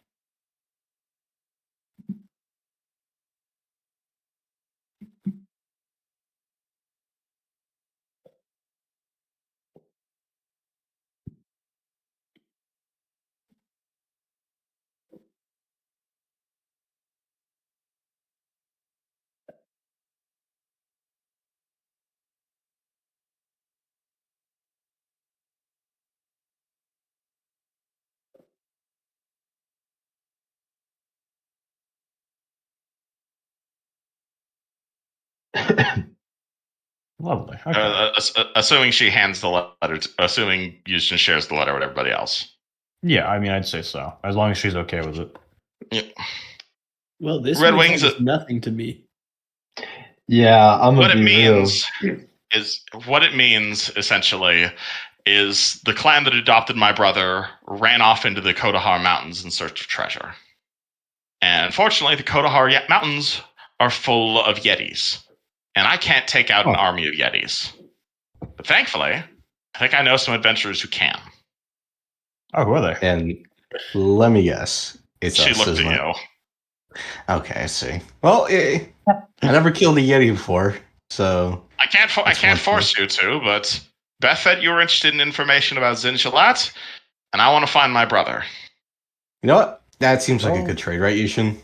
I mean, Akor would probably have my head if I let his only daughter die, so I think this would be in my interest anyway. By all means, if you'd rather pay me in transport, I'd be happy to use your magical. I'd be happy to take a teleport spell exchange. God knows I'd like to meet my father. We have a hell of a lot to catch up on, but believe you me, I'd rather bring my father, both of us. I'm not even sure he's aware that he has living children. That is true. I think it would be best to start with the Yetis anyway. If you have to do it either way, I'd rather be able to watch over. I don't necessarily know, and this is a hell of a long shot. I don't even know if my brother is even alive, is with Hammerfell, or is up in the Kodahar Mountains, but who knows what he could be up to now? He could be getting thrown out of a window and plummeting hundreds of feet. It just makes me worried sick is what it does. And if you can find any trace of him, I'd be highly appreciative. Absolutely. I wish I could give you more. Did you want to come with us, or would you rather stay here while we? I'd rather go up into the Kodahar Mountains myself. I'd rather track down these dwarves on my own, but believe you me, I tried. I'm not one for mountain climbing though. I tried my darndest, but my arms, they're just not good enough. I have been drinking bull strength potions for breakfast for weeks to try and get up these mountains. You look like you wouldn't struggle with that. She what's it called? She kind of like pulls up her chain shirt, and you're gonna see like her right arm is like horrifically misshapen. Like she's got like a gigantic bicep. She's got like a giant like chunk taken out of her tricep. The middle of her arm is like as skinny as all hell, and then her hand is like bulging. Ah, yes. If you didn't remember, I'm a mutant freak. Blame my insane mother. How much do you weigh? She stands up, jumps up and down. Normal human weights, as far as I'm aware, about 180. You'll probably fit in a bag of holding then, right, Fred? You intend to smuggle me up the Kodahar Mountains? I'd be happy to come with you, but I assure you I'm not any good in a fight against a Yeti. We're going to find your brother, man. If you'll have me. Yeah, absolutely. Fred, do you still have space in the bag? If there's food in there, I'll come with you. Absolutely. Air, yes. Food, that's kind of like, yeah, we'll pick up food along the way, but well, yeah, we can worry about that later. Yeah, I've heard plenty of stories of adventurers suffocating and starving to death inside of bags of holding, but I trust you all. Wouldn't want that to be where my story ended. I've spent a fair amount of time in Fred's bag of holding as well. Just keep your head stuck out and don't let the lid close, You spend time inside of a bag of holding? It's a lot easier to not get shot at when half of your body is in an interdimensional space. You are aware the blinking spell exists. There's a couple. Okay. It's going to be pretty uncomfortable, but you'd be surprised. Probably going to... All right, I suppose. Whose bag am I stepping into? Well, I mean, these fellows have just gotten home from an adventure of their own, so I imagine we should give them a week. Oh, of and course. give a sample there, but There's no rush, of course. I've been trying to track down my brother for at least a year at this point. I'm sure another few weeks wouldn't hurt. I honestly feel pretty good. Is your brother a person of importance? I know almost nothing about him, other than he has orc blood in him, and he probably doesn't even know the significance of his heritage. All I know is he was adopted into a clan called Hammerfell. And that he's probably up in the Kodahar Mountains. Is the Hammerfell important? They're a massive dwarven clan. Their notable interests include mining, gem cutting, standard dwarven fare. Fairly wealthy clan, all things considered. I'm rather happy for him. I just wish he knew I wish he knew a thing about his heritage, is all.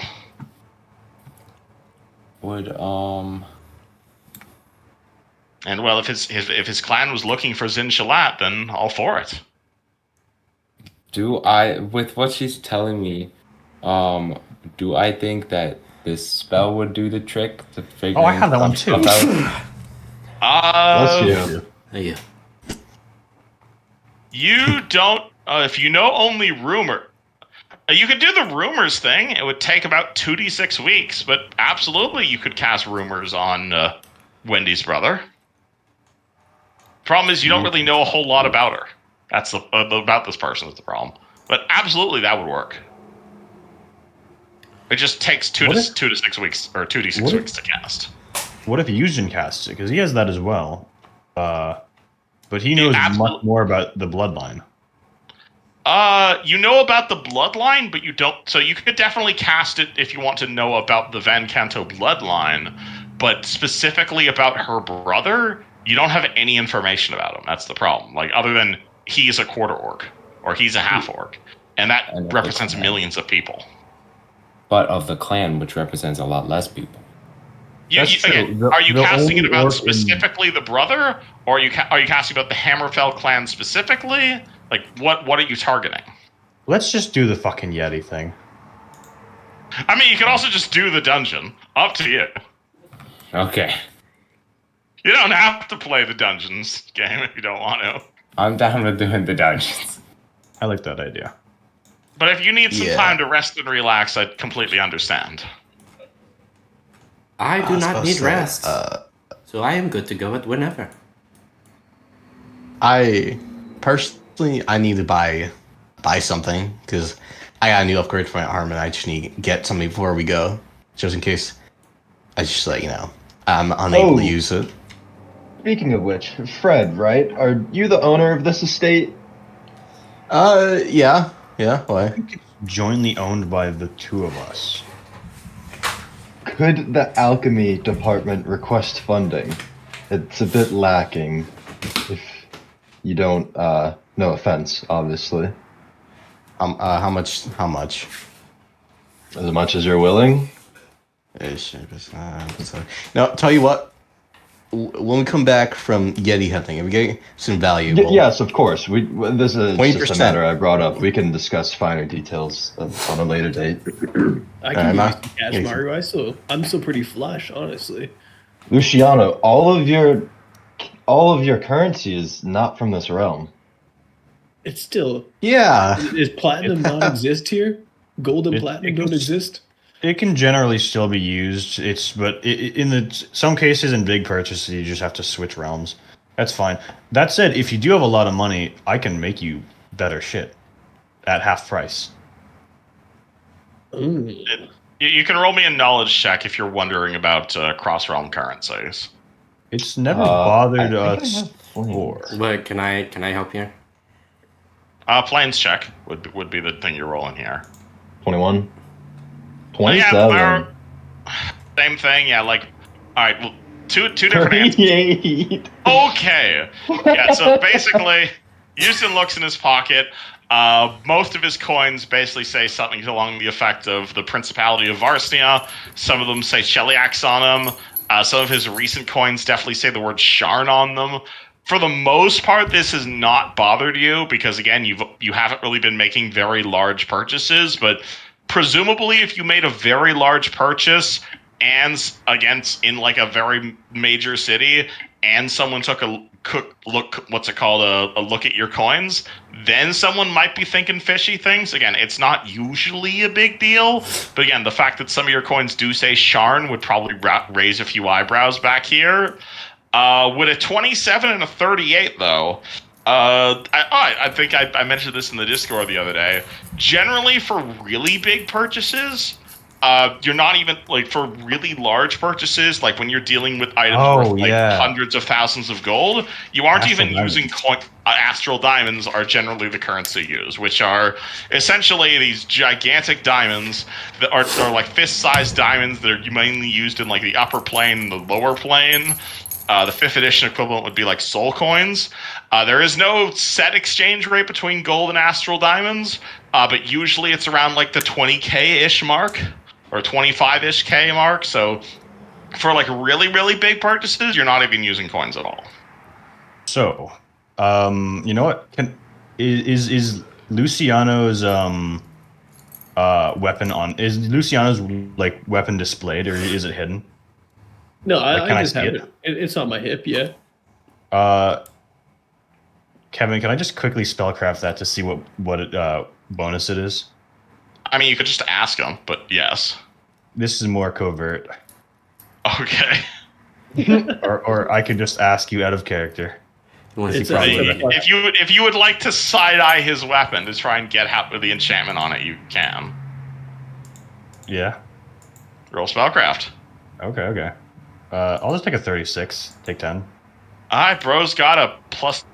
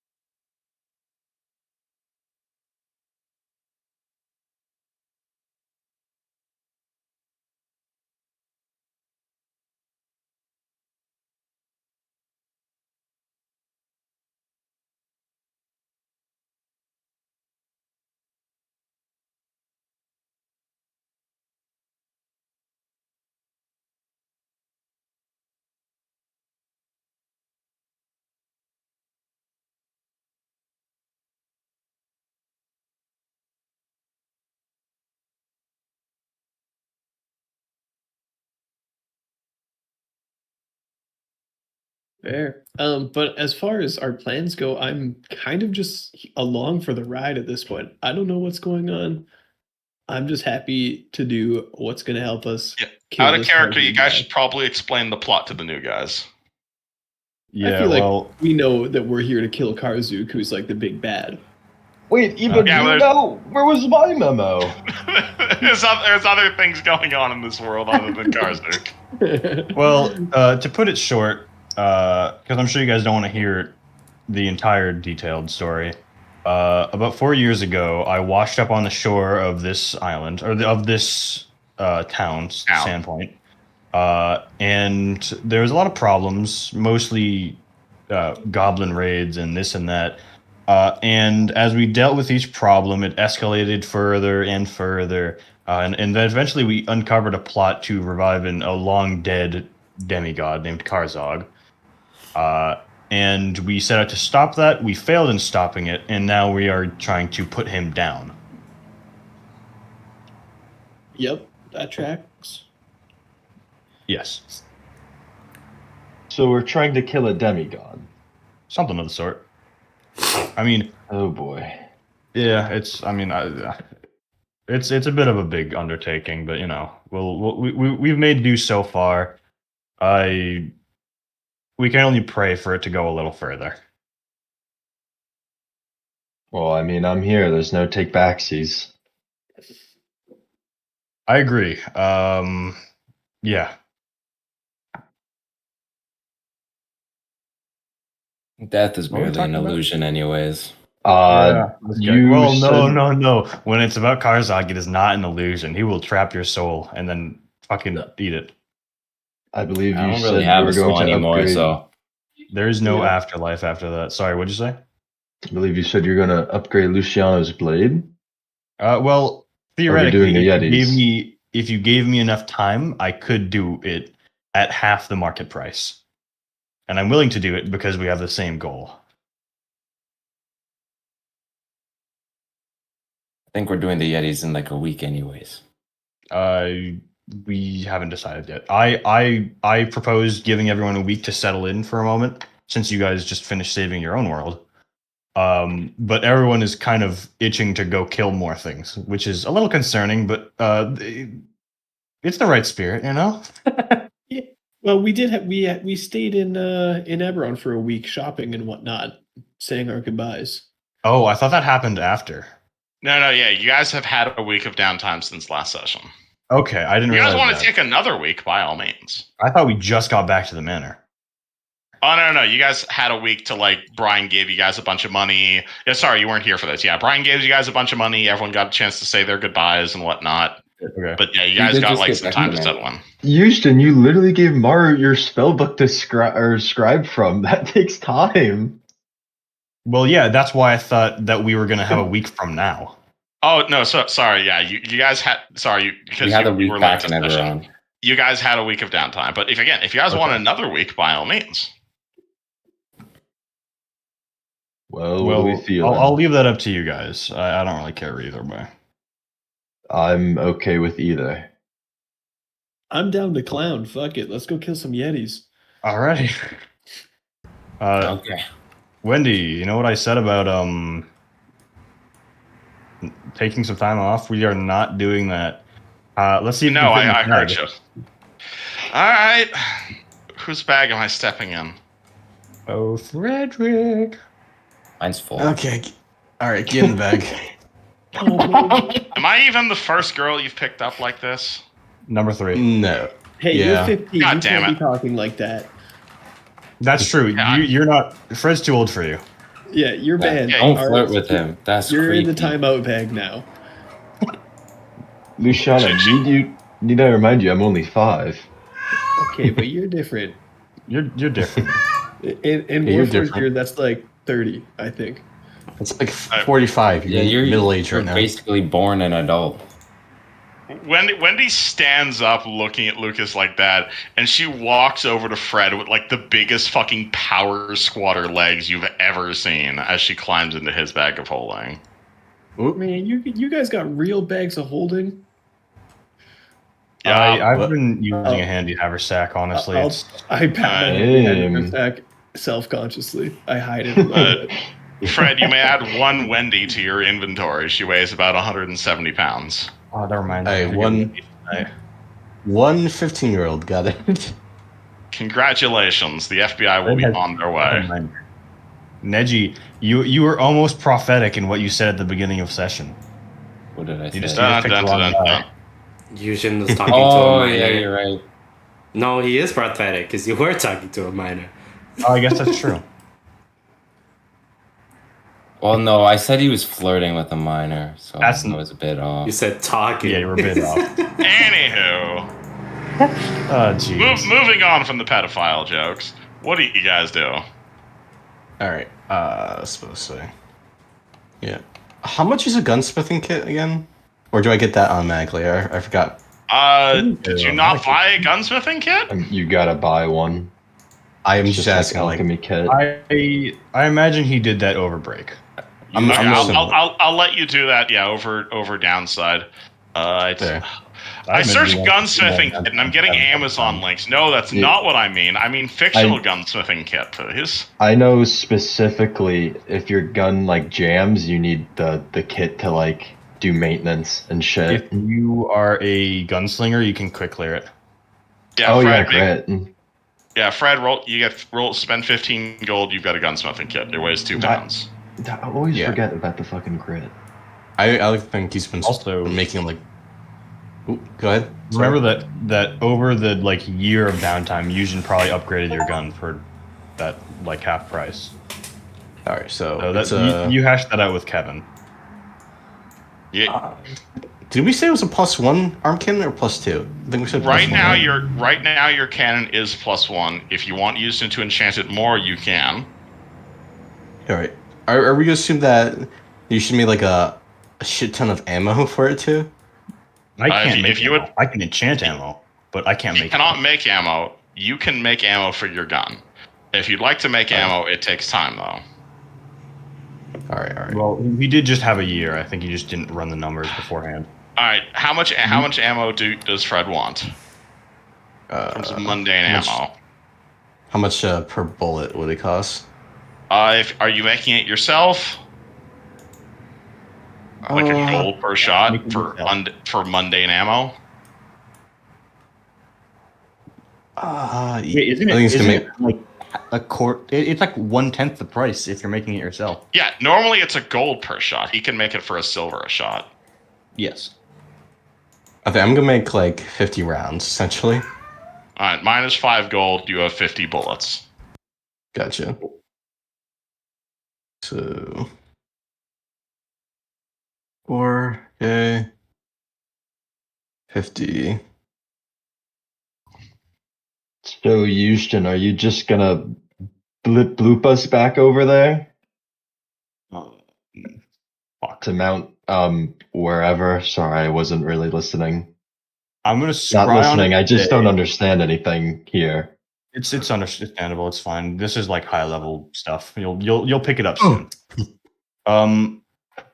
But I think today Yujin is just gonna scry on that and look for a good place to like spawn into, and then the next morning we'll teleport there. Scry on what Sounds good. exactly? A person or a location? Didn't Wendy tell us the location?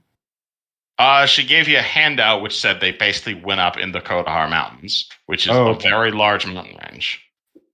Can I technically just say I want to scry the Hammerfell? The clan, it's like hundreds of people. Yeah, but logistically, I would likely get their approximate spot in the in the mountains. But you don't know if you cast scrying on who though? Do I need a specific individual of the Hammerfell? Hammerfell is a clan name that represents 300 different people. I'd let you scry on an individual Hammerfell member if you know their name. Isn't that letter have the guy's name on it?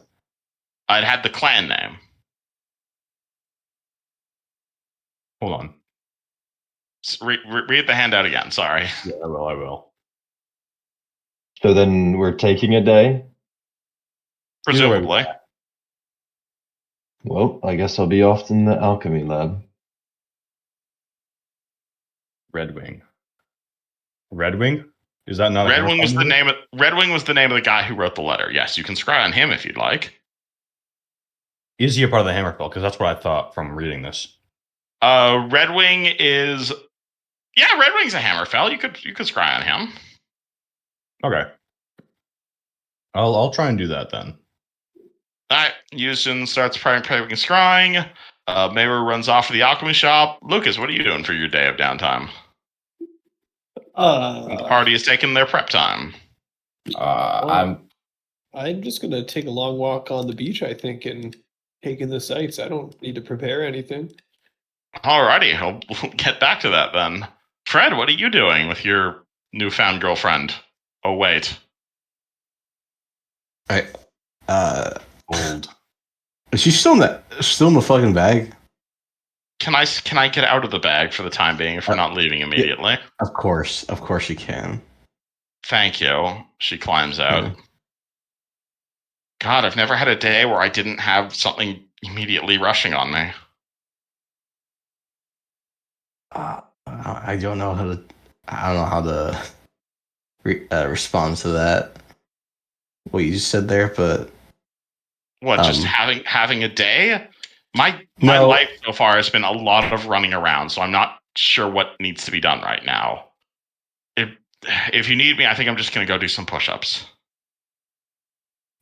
Yeah, I think you should just take 5 for the rest of the day. Really, it's just until. All right, I'm gonna you take have- 10 then. She says in a very competitive way and runs after Lucas. Okay. You're Damn. not sure she understands what take 5 means. Yeah, I mean, at least she's just relaxing, I guess. You see her like basically start doing laps around the building. I'm gonna stop her because she does her she does her own stuff. I'm not gonna fucking interfere with that. Okay. Do you do anything else, Fred? Did we say what the capacity of like my arm cannon is, or no? Well, what's that? Just It's. I believe it's just the one. I'm gonna go to one the bathroom. capacity, right? Good. And then you have to reload it. Okay, But you do gotcha. have your rapid reload fate, so. Gotcha. I think I'm gonna talk to Onichi about more funding for the alchemy department. Alright, you head up to the alchemy shop to talk to Anichi, Dwayne, and Neji. I would like to ask you, Shin, how much diamond dust do you have?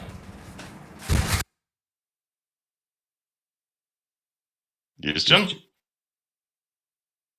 He's dead. We will I think get so, back to that please. when Houston gets back. Dwayne, what are you Yeah. up to? I'm gonna be honest, I don't think Dwayne really knows what the hell he can do around here. If anything, he might Just chill on the couch. Yeah. Hey, you want to do another game of cards? Fuck it, got nothing better to do. I'm gonna win my money back is what I'm gonna do. All right. Sounds like a fun time. Alright, cool. And that's what the party does for the rest of the day. Alright, so to resolve this in order, Ben, what's it called? Lucas, you go for a run around the city. Let me get you the full Sandpoint map so you can learn your way around this place. Varsity map. Sandpoint, that's what I want. Let me move. Where did I put the party sticker? Yeah, so Lucas starts running around, and it is immediately apparent that you ain't Neveron anymore. Because you are in a very different sort of city. You are in some sort of coastal town, and the party is mostly based on this island over here. The island itself, it's about a mile or so, or half mile or so around. Not even half mile. Like it's a fairly small island. All things it's about the size of about maybe like maybe twice the size of the church. But it appears the party owns the vast majority of the island. You run across a bridge, you pass by the old light, which is this big old collapsed lighthouse of sorts. There's a bunch of people living inside of it, mostly homeless people, all things considered. As you start running around the city, it's definitely clear the city has seen better days. There's a whole lot of crushed houses, there's a whole lot of destroyed streets. The church itself, well, there's a very large cathedral over there. It appears to be fairly recently constructed, though there is a big, large chunk that's been taken out of it, as if someone threw like a giant Minecraft boulder at it. Regardless, it appears to be standing strong, and honestly, all things considered, this town does appear to be fairly cheerful. Like, as you're running down the street, people are like waving hello to you. There's like some freshly baked bread at the bakery. There's a number of taverns around here with all sorts of fun things to do. You maybe run into like the occasional goblin down by the beaches or whatever that you can maybe like stretch your legs and stab. Not gonna roll initiative for a single level 1 goblin, but all things considered, this town has definitely seen better days. But like at the same time, it's recovering. It's getting better. And the people here are definitely optimistic about the future. There are many sights to see and many places to be. There is a whole bunch of people different buildings you can visit in Sandpoint. I have interiors and descriptions for every single one of them, because this is this town that we spent the entire first half of the campaign in. If there's anywhere in particular you'd like to go. But all things considered, Sandpoint is a fairly sleepy town that's definitely had its fair share of controversies, but the people have taken it in stride, and they're hopeful for a better future. Cool. Do I have a weird accent here? Does everybody sound different to me? That's a There's question. Funny enough, everyone here also seems to be speaking common. You might definitely have more of a city slicker accent, and but like when people open their mouths and they speak to you, they're speaking to you in the exact same language that you spoke back in Eberron. It might definitely sound different, and there's definitely I'd definitely say there's like a different plan of your accent, but that might also just be to the fact that you're from Sharn, which is like a big city, and this is much more of like a rural country sort of like yokel sort of place. Cool. That's not to say you don't have difficulty interacting with people. Like, if you start randomly talking about shit like Warforged or like psionics or like the Dragonmarked houses, people are gonna have no fucking idea what you're talking about. But it seems all the humans throughout the D&D multiverse speak the same language. Man, I wonder why that is. Definitely has nothing to do with Vecna or anything weird like that. Okay. Well, yeah, I think I'm just gonna spend my evening sampling the local cuisine. I'll hit the bakery, I'll hit the tavern, I'll grab a drink and eat some food, see how it is, see if it's different. Nice. It's very rustic, local sort of charm like this. There's a local bakery, and they're baking up some like new apple scones. There's a number of taverns hereby. There's like the Hogfish Tavern, which is like the local sort of place, which has like farmers. Funny enough, there is a tavern over on the south side of town called the Rusty Dragon. It definitely looks like a sort of adventurer sort of place. It's got this big Rusty Dragon statue out front. The owner appears to be No, it would be that guy. The owner of the Rusty Dragon is a human. He introduces himself as John Wilkes Booth and says he'd be happy to serve you some of the local cuisine.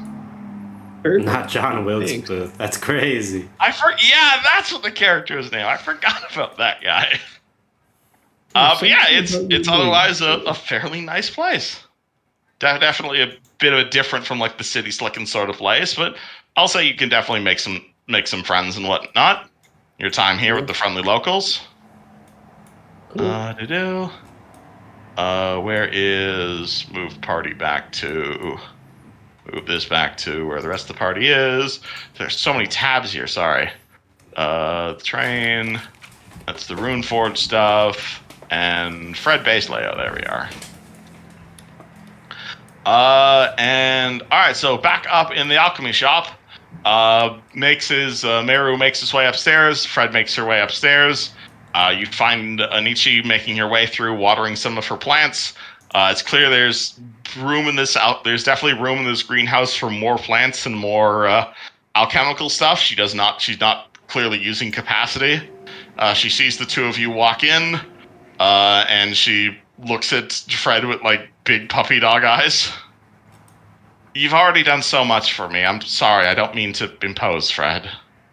All right. Okay, what do you need specifically? You need a new distillery thing, or what? I'm not exactly good at alchemy, but just plants, things to grind up.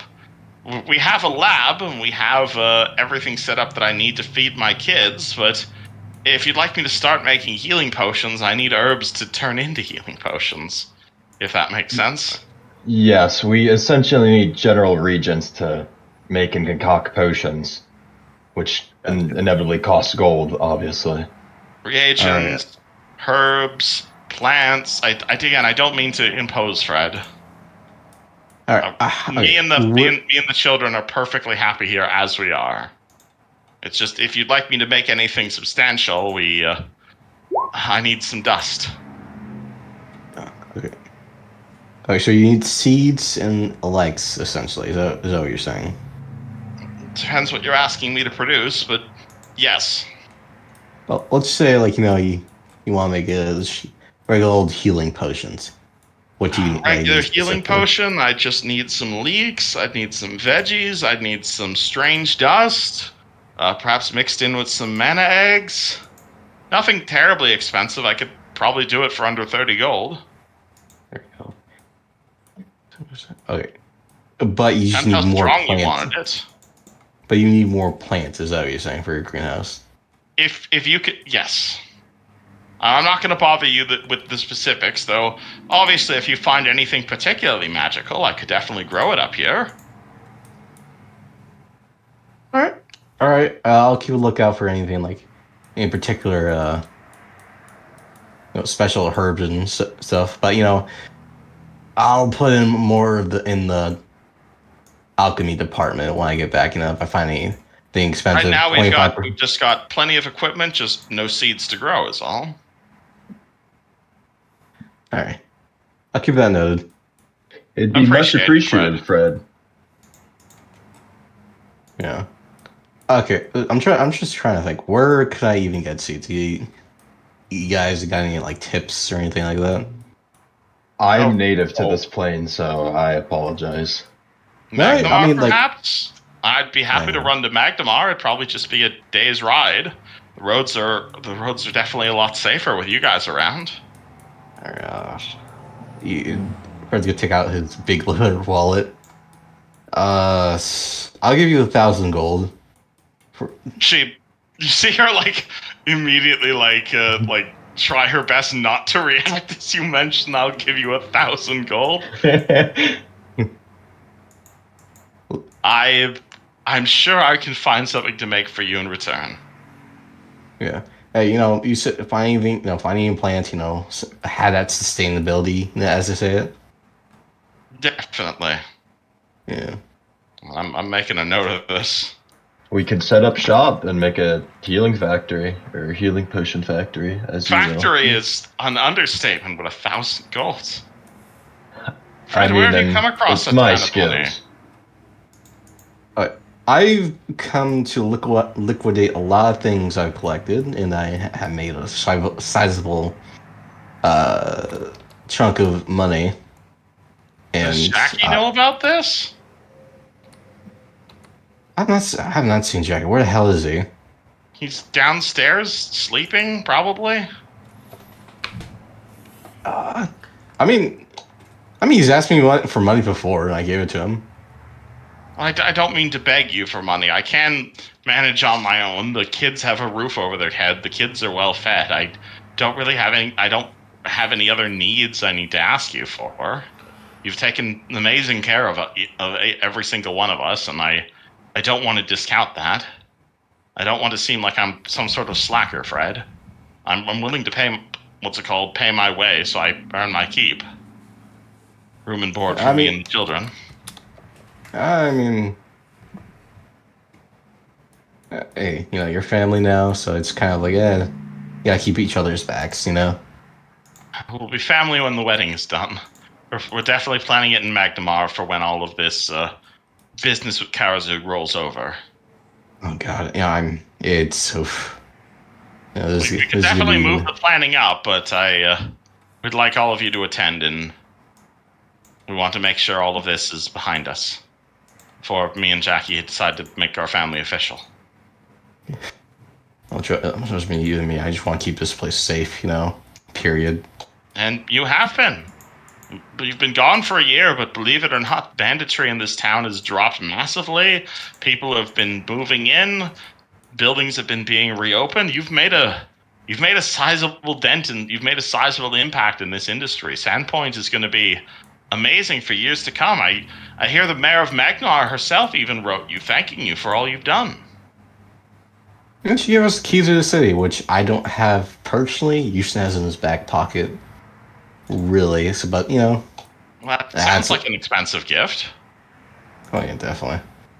Yeah, I feel like Houston's been pumping a lot in the local economy, so it's really been helping a lot. But after all this Karzug stuff is done, I can tell there's gonna be a massive payout, as I say, if we do kill him. So watch for big renovations for Sandpoint.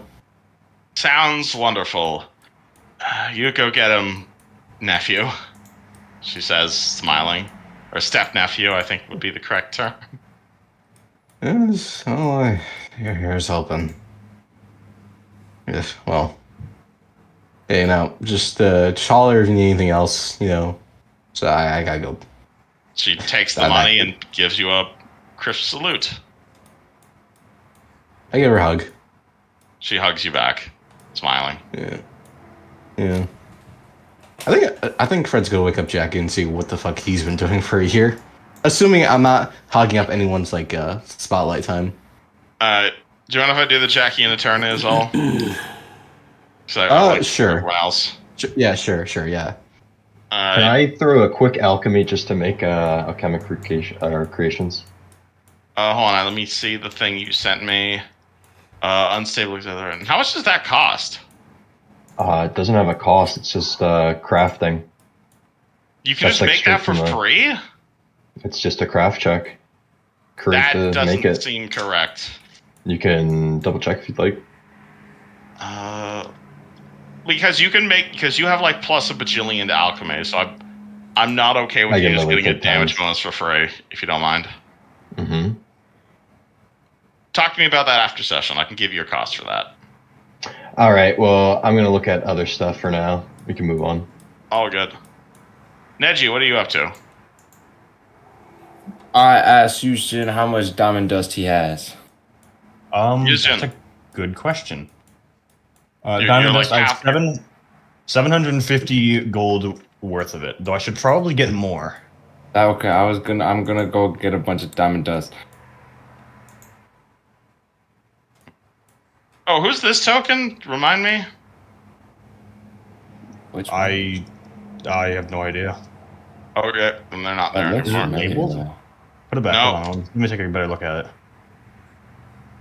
That was Baldur's token, so I'm very confused. How did that get there? I don't know. That's so strange. It was that headless woman. We buried Baldur in the walls. Yes. Also, second use, Jin, you want me you keeping this for any reason, or? Yeah, we'll bury him in. He goes in the closet. He goes in the closet. Oh, where'd he go? I put him on the damn layer. Lovely.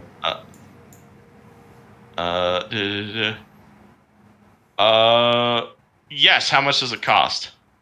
Like I said, it just has a craft DC. Doesn't say cost. That's doesn't seem correct. If you're making from the alchemic. It's straight from the alchemical page. I can send it to you. Yeah, I'll read it. I'll read it afterwards. Usually those things have costs associated to it. All good, no worries. I was Steven. But all right, Nechi, you ask him for diamond dust.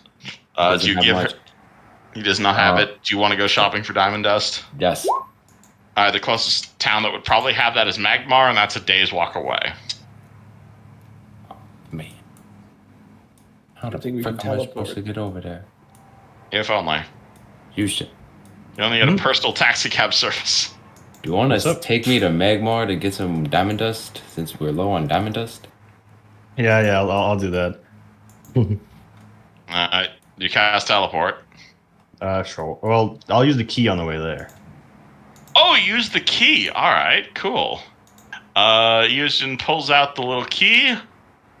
He what's it called? He looks at the key. It's about fist size. It's like this small golden key, and there's like a little red button on it. That's cute.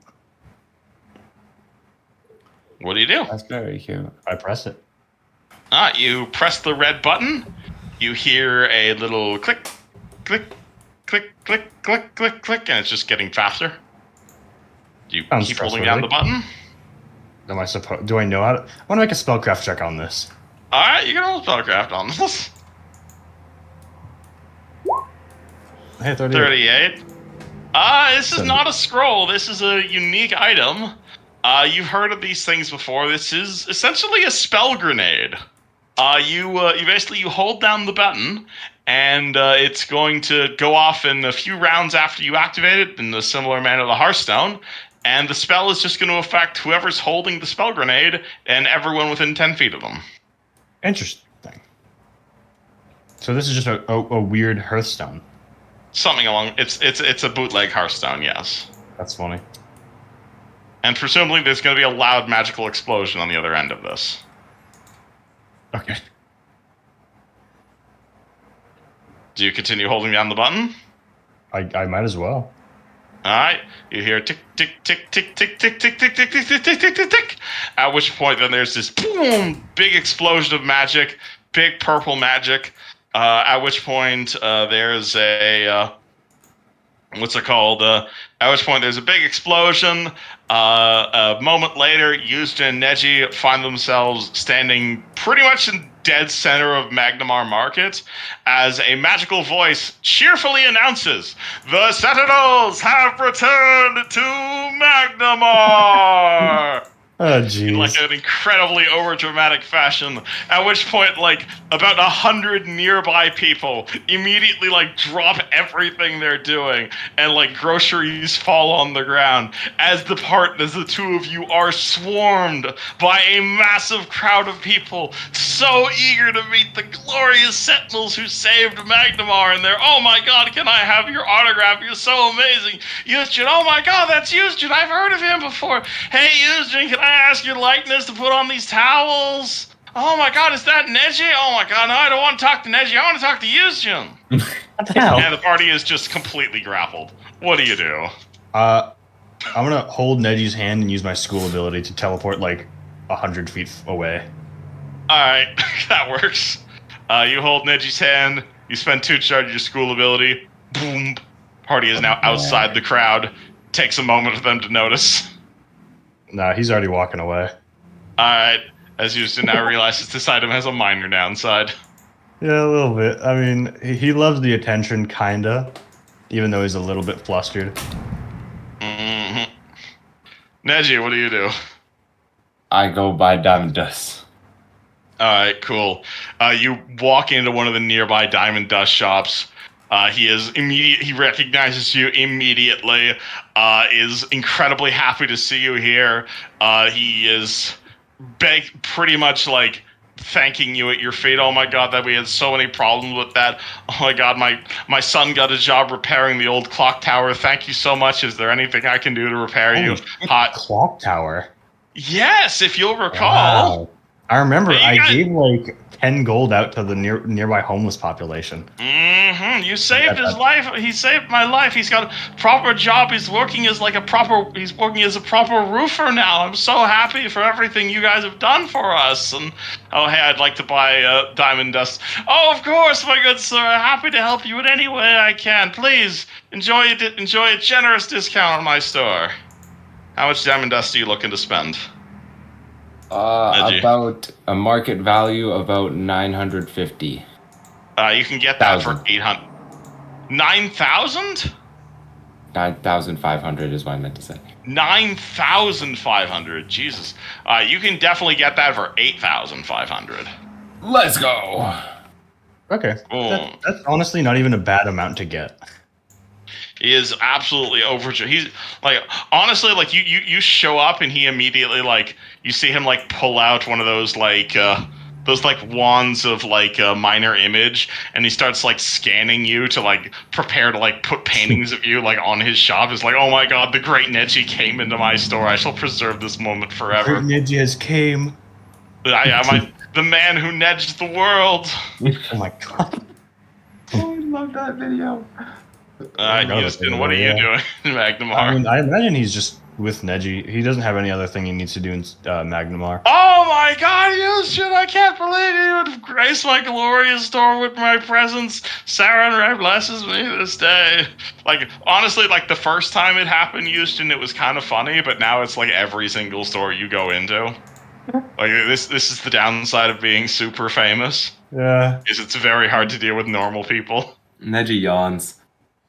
Yeah, this guy is like taking like still life photos of you, basically.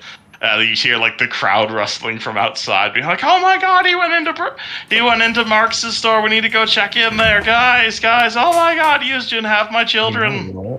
I will get like a couple hundred gold of scribing materials. You just want to buy how much inscribing? Maybe like actually no, I might be crafting a bunch of items, so I think honestly, I'm gonna get like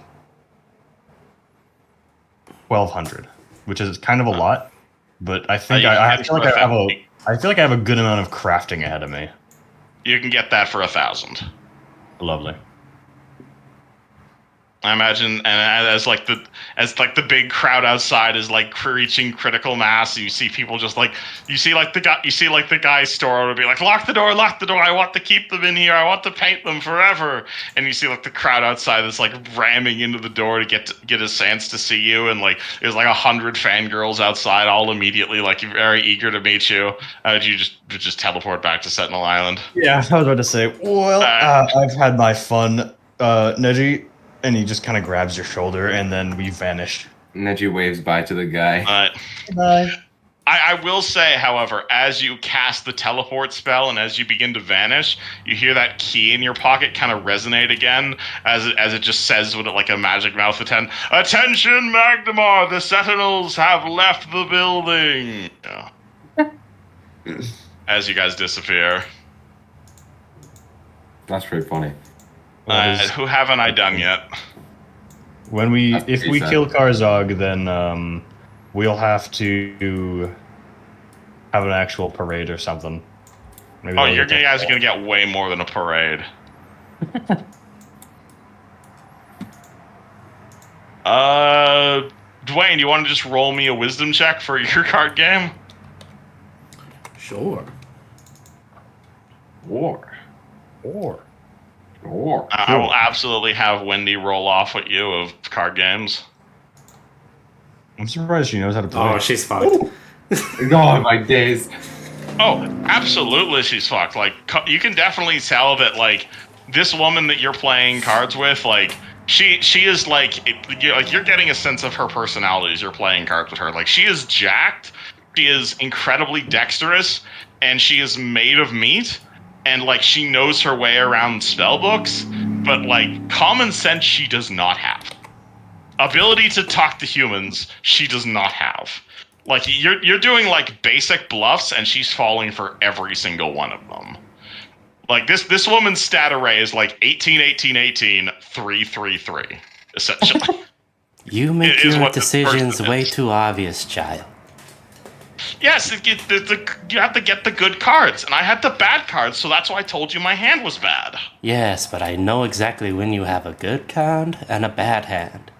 It's good to learn how to hide your emotions. Why? Normally if I talk to someone like this, I'd just kill them. It makes it easy for others to judge their actions. Why do I care how people judge my actions? Well, depending on how you look, it's how they will react. Yeah, most of the time it's them screaming in horror. I love that an angel came down from the heavens and is now teaching the child with a broken home how to gamble. Yup. Great role model.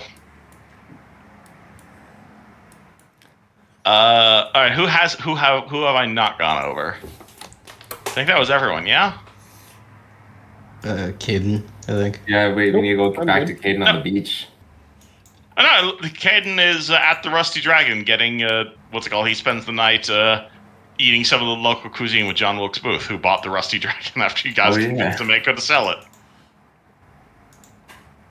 Oh, yeah, no, this is actually John Wilkes Booth II, because the original John Wilkes Booth was killed in the, was killed by the Skinsaw cult. Yeah, the Skinsaw cult. So this is actually his son, John Wilkes Booth. He took the name of his father in honor of his memory. He's actually a pretty good chef. He just doesn't like going to the local theater. That's funny. Nice. All right, day passes, and I get to hit my sleep macro. Boop. Everybody heal all your level plus con modifier. Heal a point of ability damage if you have it. Those of you who prepare spells, which is quite a lot of you guys now, actually. This was nostalgic to do, Kevin. I just want you to know. I got you. I already sent you my list for tomorrow. Yeah. 4K. You want to prepare your list of extracts, and Yep, it's done. Yeah, I guess Fred does not prepare spells anymore. That One glitter night ender you stand. gave me, Maru, that just sticks around forever. Nope, I got to give you another one. It goes inert after I re-prepare. Okay. A new dose. I mean, if you just ask him for it, he'll give it to you. Yeah. I'd be like, Maru, I tried to drink this and nothing happened. Well, yeah, it expired. Oh. That's Oh wait, have a about year a has day. passed. We're all a year older. Oh my god, I didn't even clock that. Yes, Yeah. plus 1 year, plus 1 year to all the original Sentinels. Now, granted, age matters a little bit more to the humans than the 600-year-old gnome, but plus 1 year is plus 1 year. Yes, very true. We'll usually be middle-aged by the time this campaign ends, so that'd be cool. How old is Yuzhin right now? That's a good question. He's like 26 or something, I think. Human middle age isn't 26. He's Yeah, 29. He's 29? Oh, wait, no, I think I did my math wrong. Yeah, I did my math wrong. He is 27. Wait, no, Yeah. he's 28. Yeah, human I mean, I middle guess age is 35. It technically depends on what month it is, but we're not going to get into that. It is currently the winter month, actually. If you're curious, you look outside. It is Rova. It is like October-ish. It is definitely not quite snowing outside, but given you guys are going to be heading into the mountains. Oh yeah, you also wanted to cast scry. You also wanted to scry on Bitches. what's his name? Yeah, I didn't want to interrupt you while you were going through everyone's stuff, but that is definitely something he did. All right, cool. The guy who wrote the Wendy letter, yes? Yeah, the Wendbirch letters. Red Wing Hammerfell. What is he up to right now? You are going to see. You're going to cast scrying. I'm not even going to roll a will save. This guy's a commoner. You are going to scry on Red Wing Hammerfell. You are going to see a plump little dwarf. He is sitting at his desk. Fucking plump. He is in the middle of drinking a glorious thing. He looks fairly rich because he is a Hammerfell. He's got like a nice red jacket on. He's got some like big diamond rings. You see he's like in the middle of talking with someone. They're clearly in like a big city. Looks to be in like Corvosa of sort. And he's like, yeah, have you been hearing about all that stuff happening at the academy? Crazy, right? Yeah, I can't even believe it. Have you heard some of the things that are happening over there? Man, it's crazy. And they have a very long conversation about stuff that I'm sure you're aware of now, Yuzhin, but I'm not. Oh yeah. So Yuzhin learns all the stuff that I can't tell him. That's so funny though. But yeah, you can definitely tell that this Red Wing guy, he is not associated with anything at all. He's just a random Hammerfell who lives in Corvosa and probably works as like a local newspaper reporter. He is having a happy day. Lovely. Party reconvenes for breakfast. You'll see Beth has made you guys a pretty impressive feast, all things considered. You guys had like this amazing Turk Dunkin' for lunch that she's in a great mood after what happened to Neji curing her legs. And as you guys all reconvene, what is the party looking like? Houston is pretty happy with the food. He thanks her very strongly, and then pats Neji on the back and calls him his favorite gnome. Neji gives a slight smile to that. Maru's gonna favorite politely decline the food and instead ingest his mutagen and also this. Mutagen. Mutagen and orchard drop. Yummy. Luciano is picking away slowly, wearing sunglasses. He got into him a bit too hard at the tavern last night. Yeah, that's what she's gonna make, you guys. She's gonna make these like this recipe I found the other day. These like garlic parmesan like chicken skewers. So you make them like kebabs. Oh, you're making me hungry, boy. I work in food, bro. Like chicken skewers with like garlic parmesan sauce on them. Damn, dinner for breakfast. I love it. Oh, you know what that kind of reminds me of? When I was in Ireland, we had these fucking like cheesy garlic fries. One of the best fucking fries and like appetizers I've ever had in my life. I can send you the recipe if you want to make them. They're not terribly difficult. I wish I could if I just didn't live in a fucking dorm. If you didn't, I mean, you got a barbecue in there somewhere. I guess don't not have a in the dorm. barbecue. Actually, I guess probably not in the dorm. No. Do you have We had a shared do you have barbecue that microwave? you could like sign up to use at my dorm. It was pretty cool. Oh, okay. So that Orchards drop. So that costs you 500 gold a cast, but it gives you +2 to saves for the day. That's pretty good. Wait, what is it?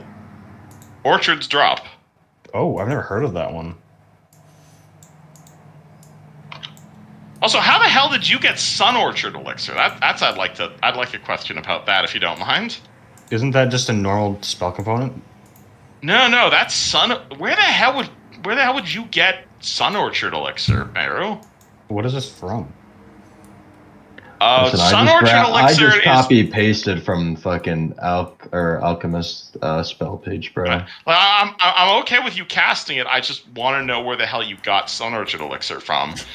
Sun Orchard Elixir is the stuff from Thuvia where like you drink it and it gives you eternal life. Oh, what the fuck? It's like 500,000 gold a dose.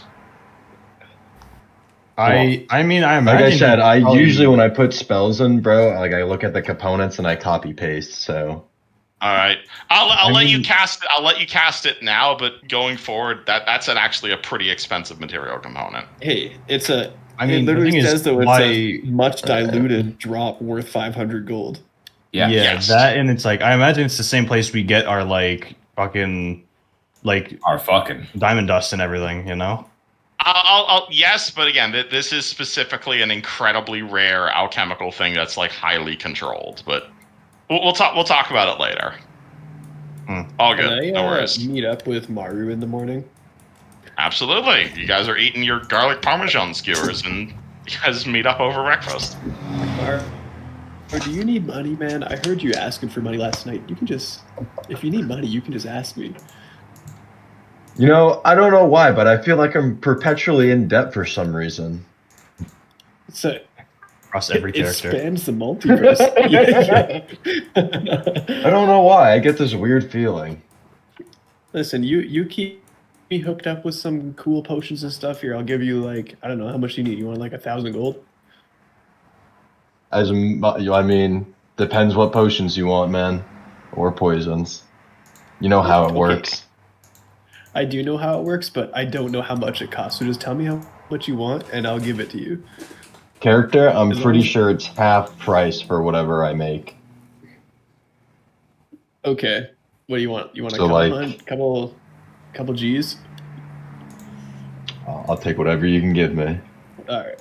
I'll give you. I'll reach into my fucking overflowing handy haversack of platinum. I'll give you 200.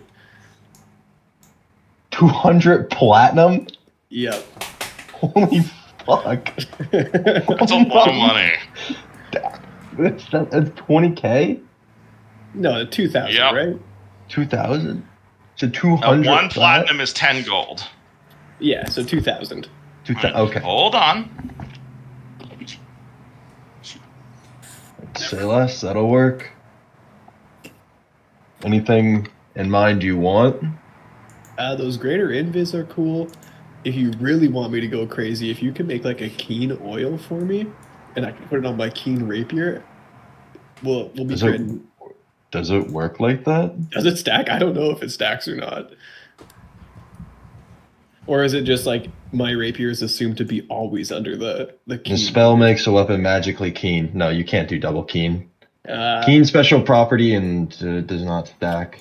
And multiple effects that increases a weapon's threat range don't stack. You can put can't shocking burst on it.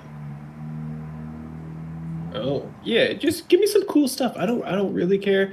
As long, I just want you to be armed to the gills in various concoctions. Say less.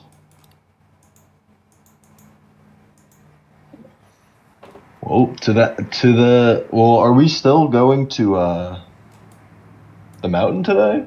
Yeah, I think we're going to the. Or is canyon. Houston still scrying? I mean, scrying I- takes like 10 minutes. I heard him doing weird things in his room last night, so I think he already did that. You know, I've been fuck.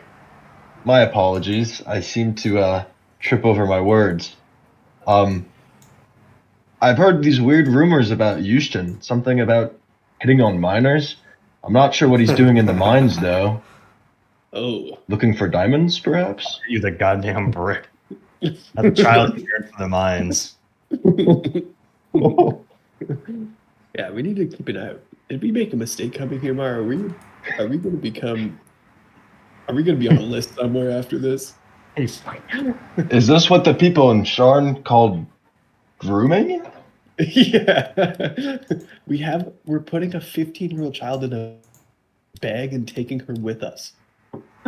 Oh, I didn't think about that. You see, I don't really think about those things to begin with, because the whole, well, not exactly flesh thing, but you know, now that you mention it, does seem kind of odd, doesn't it? Yeah, a little bit, but you know what? We came to this manor and they put a child in a sack. Yeah, you know. Oh, We might have to have a talk with them. I've been meaning to ask you, are you like double the weight now, or did you get some more lightweight adamantine put on you? Do you want to still try to pick me up? I don't think I'm gonna. I don't think I can pick you up even if you were lighter, but I can try. I can lift 300 pounds off the ground. You feel you're 3/10 of the way of picking him up. Yeah. Okay. Yep. Maybe you should. I mean, just because my stature changes doesn't mean, you know. Mary's a skinny queen. God, I hope these floorboards are fucking reinforced. Yeah, that's what I was saying. Stay off. Considering there's like a fucking colossal bear just walking around. Yeah, I hope you There is one of those. I hope you guys couldn't hear all that. Thank you. I didn't hear anything. No, you muted. Wonderful. Okay. So hold on. Where were we? You guys all done your downtimes and whatnot? Ready to go do adventuring stuff? Yep. Yes. Cool. What do you guys do? We put the girl in the bag and walk to the mountains. You, Wendy I don't know what climbs walk, back actually. We have a Wendy, wizard. Wendy climbs back into the bag. You guys just start walking to the Kodahar Mountains? Because that's several months away. I think that's up to our wizard. I will teleport us. Don't you worry. Would you guys like me to pull up a map of Arsnia? Well, we tried on that guy, and he's kind of the only lead we had, and he gave us nothing. So Here is a map of Arsnia. So yeah, I think we just gotta like start fucking looking. Alright, so if you'll recall, Sandpoint is right down here. Magnemar's over here. Turtlebacks over here. Where you guys were with where you guys were when you guys were dealing with McMurdian was like over here-ish. And the Kodahar Mountains are all the way up there. Thank you for the cloud effects. We need clouds. But yeah, the Kodahar Mountains are basically these gigantic mountain range that basically forms the border, like across the Stovell Plateau with the Hold of Belkazin, which is like the orc camp, which is like the big orc country. Interesting. Quite. It is a very large mountain range. It is very much impassable. Or not impassable necessarily, because again, you guys are very high-level characters. But yeah, basically, if you guys head straight north, you head up to, like, Viking Town. If you guys head straight west, it's Orc Town. Or straight east, it's Orc Town. I'd be orking it. I love orcs. So we're looking. So for suffice it to say, the Kodahar Mountains are not a very inhabited place. The party token is still in the Rune Forge. You guys should be able to. You can move that around if you'd like. Here we go. Yeah, so you guys are all the way down. Though that Just being move said, down. Houston, you guys I are won't be aware there for that you long. guys could always go back to the mountain range. You could go back to the Rune Forge. I think the consensus decided no. All right, where are you guys going? Kodar Mountains is a large place to search. Yes, that is the downside. It is known as the Shoanti, as the world's roof. It is among some of the highest mountain ranges in the Inner Sea region. It is not a very happy place. Tends to be full of yeti, crag spiders, dragons, wendigo, fair few stone giants. Should we? I consider- have art I can give you of what it's like up there. Is it all but- cold? Because we might benefit from buying cold equipment. I think Eugen already has some, but I have some. It is also October, but yes, mountains tend to be fairly cold. Well, It also gets Eugen, pretty high, so altitude sickness is also. are we something you just guys might looking want for to the consider about. location of this camp? Like As where far the- as I'm where the- aware, Wendy will I strike asked- up. They made a bunch of. They were down in the last anyone saw of these people. They were down in Corvosa. You can head over to Corvosa since you guys could apparently teleport across dimensions. You guys could certainly ask around in Corvosa what happened. That would be a bit of a detour, though. But as far as I'm aware, they found the way to Zinshalat, and that's how they were able to get investors to go back up in the mountain range. Don't we know the way into Zenshalat? No. I'm asking Eugen. Haven't we been there? not a god. I mean, that's what we spent a year trying to find, and we had no leads. Then where was that dungeon? This we were is in? your lead. Where that succubus was? We don't talk about the succubus. We don't talk about. How did we something. get into that place? I thought that's where Karzu was. That was in a different set of mountains. That was in was it the no? It was like the far west of the Kodar. But when Yeah, I that was asked the- you what that was the Rune Zenshalat was, you Forge. said that's where Karzuk is, and we already went where Karzuk was. No. No, you guys Well- went up to the Rune Forge. Okay. Different location. Eugen So- doesn't like being wrong, but he can't really say that he wasn't wrong here. Also Well, true.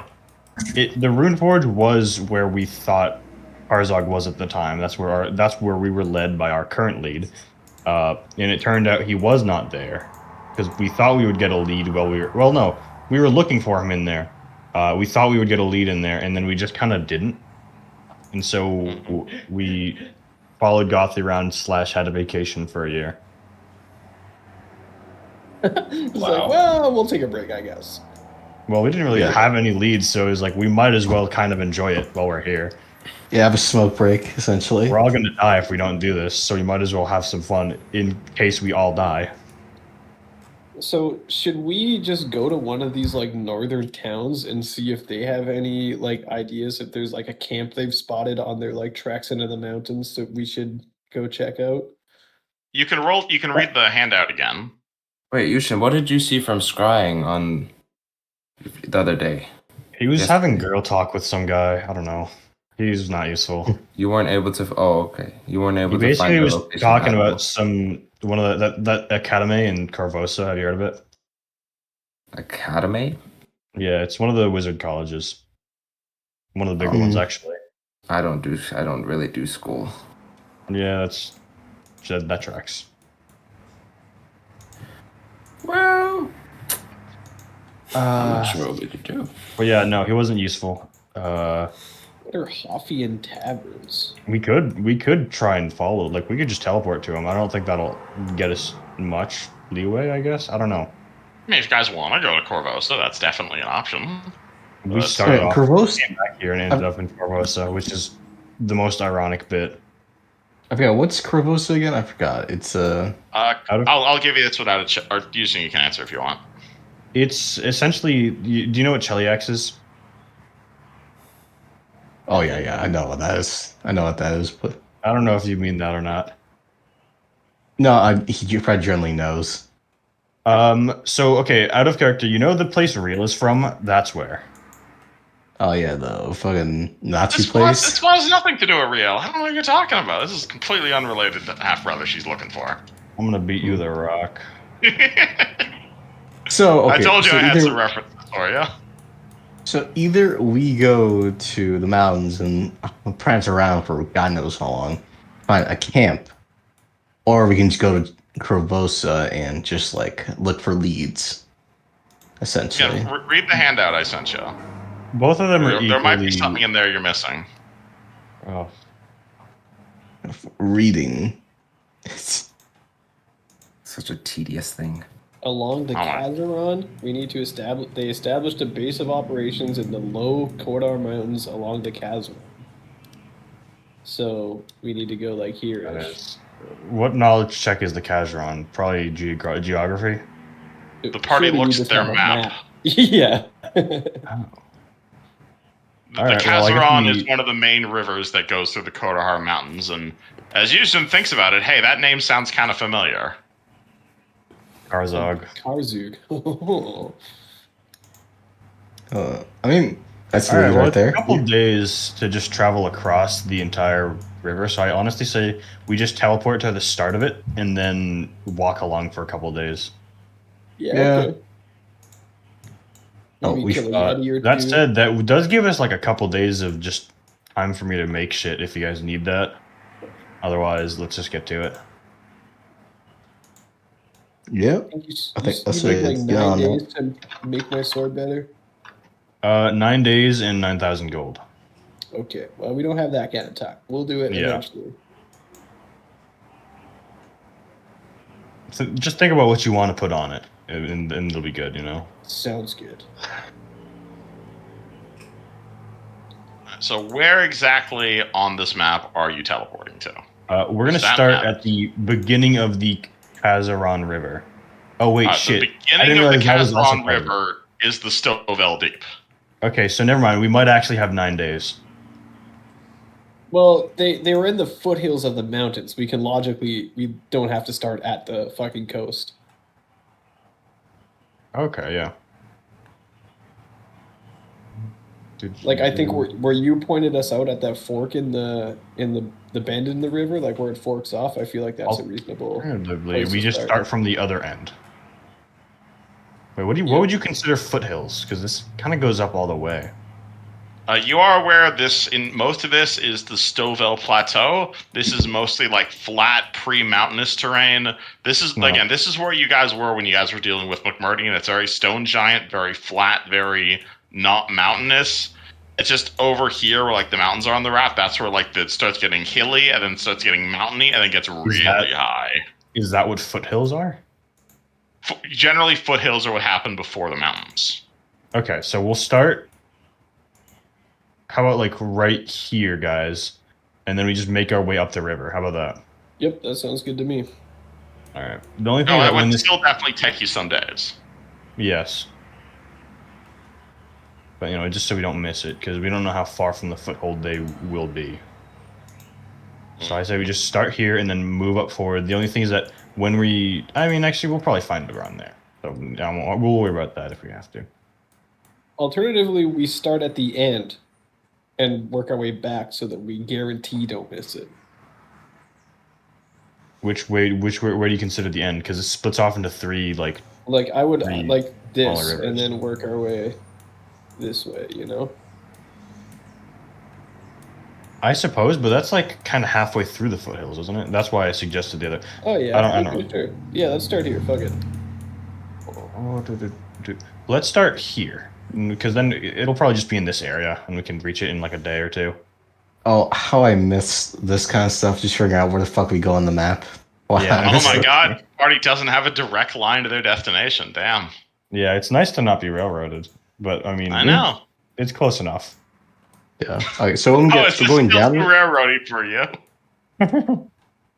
So let I'm me not get straight. telling We're you going where the down. fucking you're going. Anyway, So let me get straight. We're going downriver, right? Yes. Okay. Yes. Okay. Sounds like a solid plan. Oh, baby! Do we need anything for this place? Like, mountainous area? Well, rocky. besides the cold gear I recommended, not really. I got cold gear. Don't worry about that. Can I just? Do we need Well, Is my do we need cape oxygen winterized? things? I don't know. I don't Unless think you those exist, specifically Fred. bought a winter cape, no. Oh, can I just buy a snowsuit? Do you want just like a regular like cold winter outfit, or do you want like snowshoes and everything? I'm not using the snowshoes.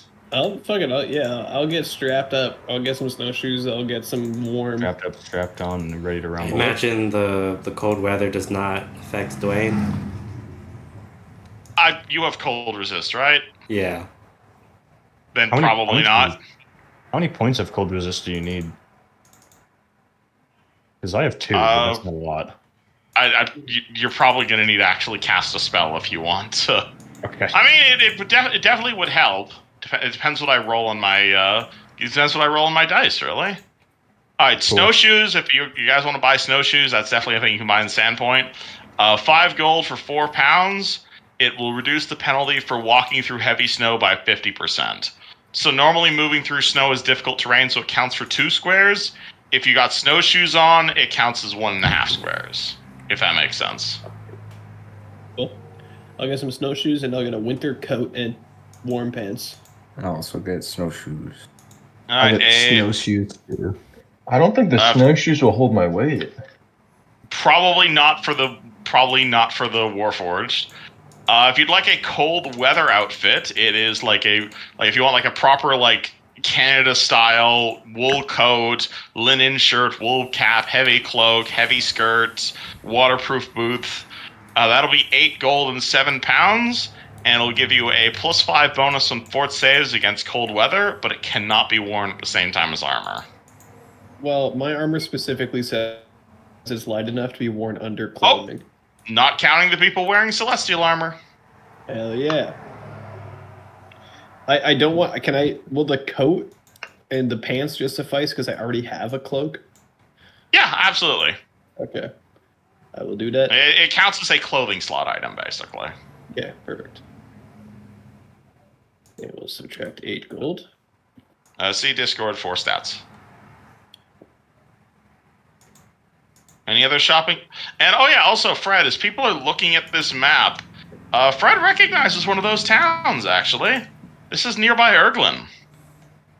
Don't suppose you remember that. I'm sorry, can you remind me? Erglin?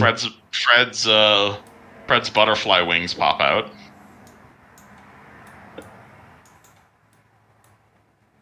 Oh, is it Desna related? No, you remember that thing you did? Where you saved the entire town of Erglin? That was an Erglin? Yes! That was up here in the center. That's right near where you guys are going. Okay. That thing you never told the rest of the party I told about? Lucian, yeah, I own land now. Fuck. Well, Fred's gonna point to Erglin on them. That's a funny name, Erglin. Anyways, it just okay. If we need to stay someplace, we can stay at this place called Erglin. Is Fred a Duke now? Is he technically a Duke? I'm sorry. It's been a long time. I know. I don't think the formalities are there, but you're definitely recognized as a hero. Potentially even like mayor over what you did. Yeah. Yeah, if we need to rest up somewhere, I'm pretty well known in Erglin for stuff I did what was that, 2 years ago now? In game? 2.5 years ago, about that. Yeah. That's how you got your wings. Yeah. So if you want to teleport to Erglin, it might be better, more secure if you don't want to be stranded in the mountains, Houston, or.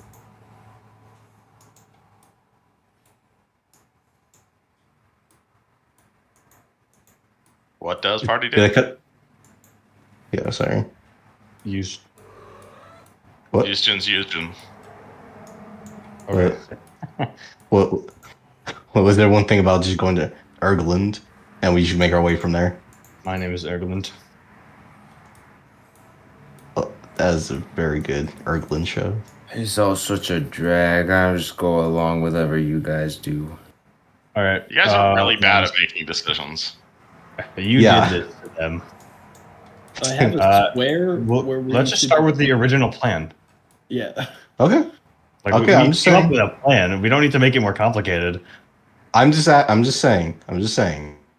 I proposed it. I put it on the table. It's fine. We're extremely powerful. We can survive So a you're cold. so you're pointing to that spot on the map, and you're casting teleport. Or All right, cool. This is maybe not necessarily the purple box. If that's what you mean. Like right here, a little before. can you mark it on the map? That's why, because this matters. All right, Yeah, there. there. So like a fair bit into the mountain. Right, so we don't miss it. Can you bring everyone with a standard teleport? Because you have a big party now. Teleport. Greater teleport. Cool. Okay. When I say teleport, I generally mean greater teleport because I don't like getting. Just because that's a 7th level spell slot, so that's a bigger thing. Yes. Alright, cool. You cast Greater Teleport. You have no chance of arriving off target. You don't even need to have seen your destination. So essentially, party teleports, and the party disappears from Sandpoint, unless there was any other final shopping you guys wanted to do. No, I'm good. I don't have the money to do that. Would you like a Fred donation? No, it's all right. It's all right. All right.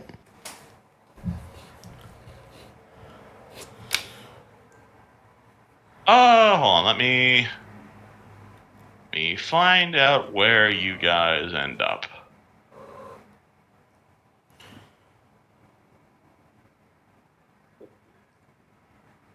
Looking through my notes. So, party disappears magically from Sandpoint, and they find themselves in some nice-looking foothills. You guys look around. You are going to see the foothills around you next to the Karzong River. It is a tapestry of green and brown with the occasional rocky outcrop.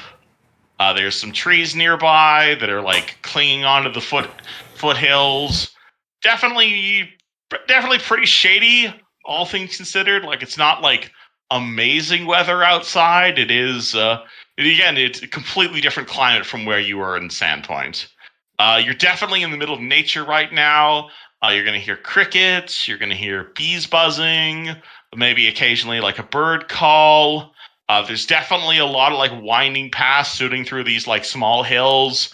There is a rushing river next to you that's running through clear mountain water. Maybe the occasional fish splashing up through it. As you guys get closer to the riverbank, you can definitely see or rather like looking up to the north as you like follow the river down from the mountains. The hillsides are definitely getting a lot steeper if you go north. The vegetation's becoming a little bit denser. The trees start to get a little bit taller, and it almost looks into like creating this sort of like canopy up there. There's quite a lot of wildflowers around. It smells really nice. Like if you've ever been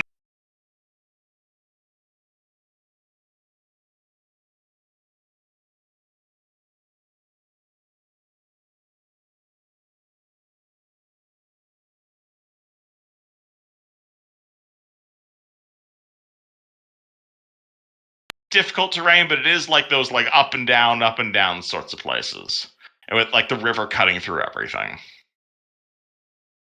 You guys find yourself in a place of serene natural beauty that probably makes Neji smile.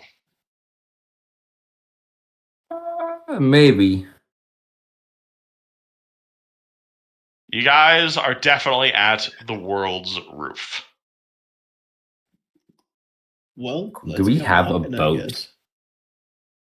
The water is That would've flowing been downhill. smart.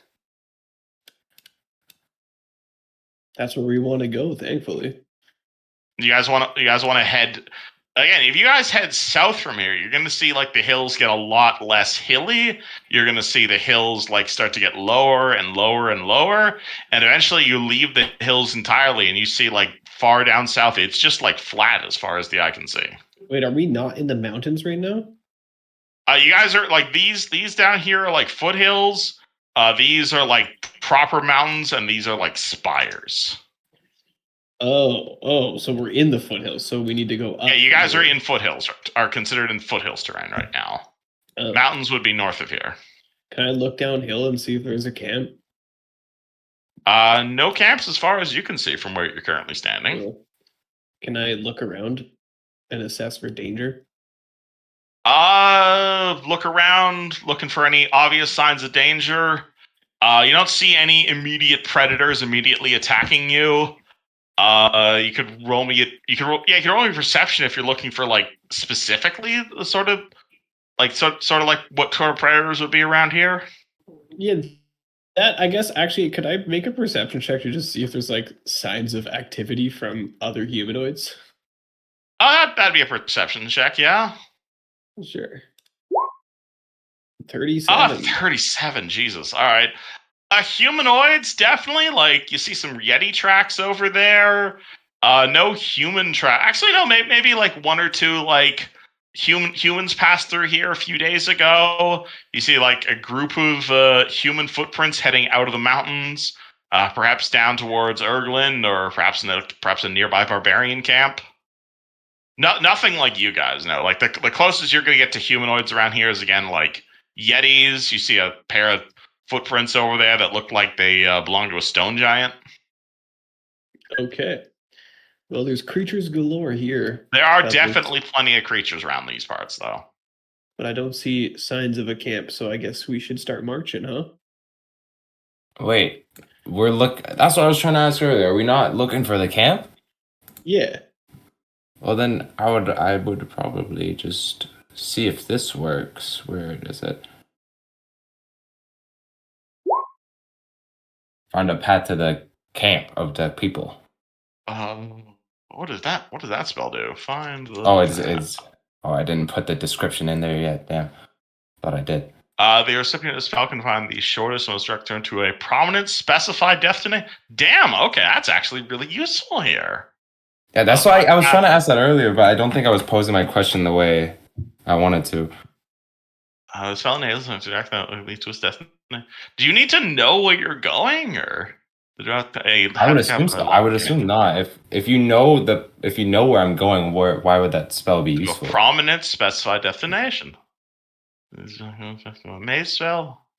Is damn, absolutely that works. Okay, that's actually perfect for you guys. All right, so basically, you cast Find the Path, and like you know that spell in Skyrim Clairvoyance where you like cast it and it creates like an astral path directly in front of you. Basically, that's what you see. Like there's just immediately a path that appears directly in front of Neji. Not that everybody can lead it. It appears to lead straight up north up, following the Karazong River. Okay, this path will take us to the camp. I didn't realize we were looking for the camp. I thought we were looking for that guy, and he wasn't in the camp.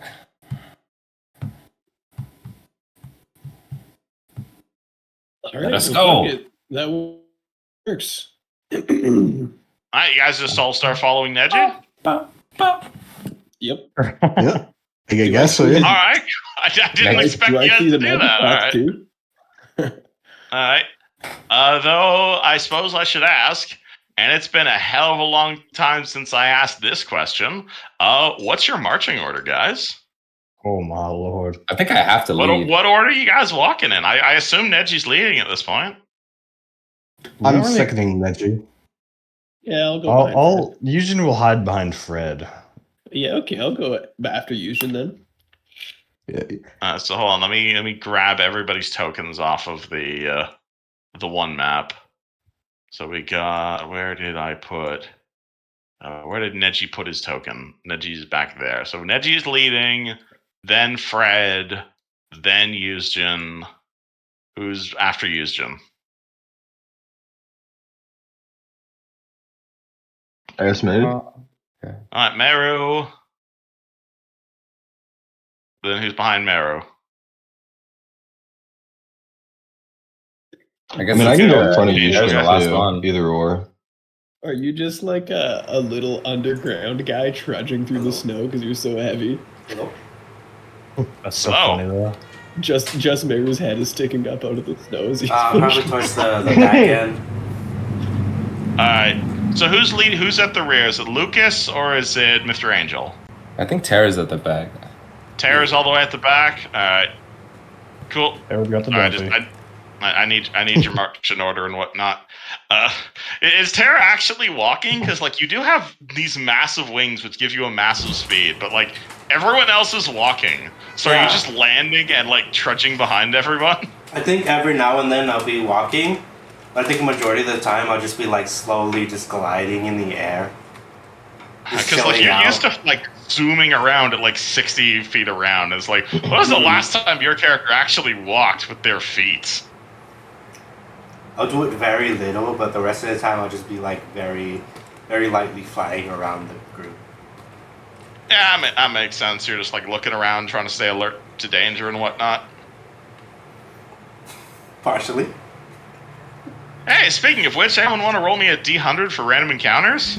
Yeah, I love it. I got It's been a while since I did this one. Yes. I got this. Here comes the 100. 23. 23. Unfortunately, That's like- no random encounters for the first day. That's like 1/5 of 100 though. You're pretty close. True. I was pretty good, yeah. Closer to Speaking of which, 1/4. what is your guys' overland speed? Who's the slowest person in the party right now? I'm the slowest of the party, definitely. I got 30, I got 15. and then 15.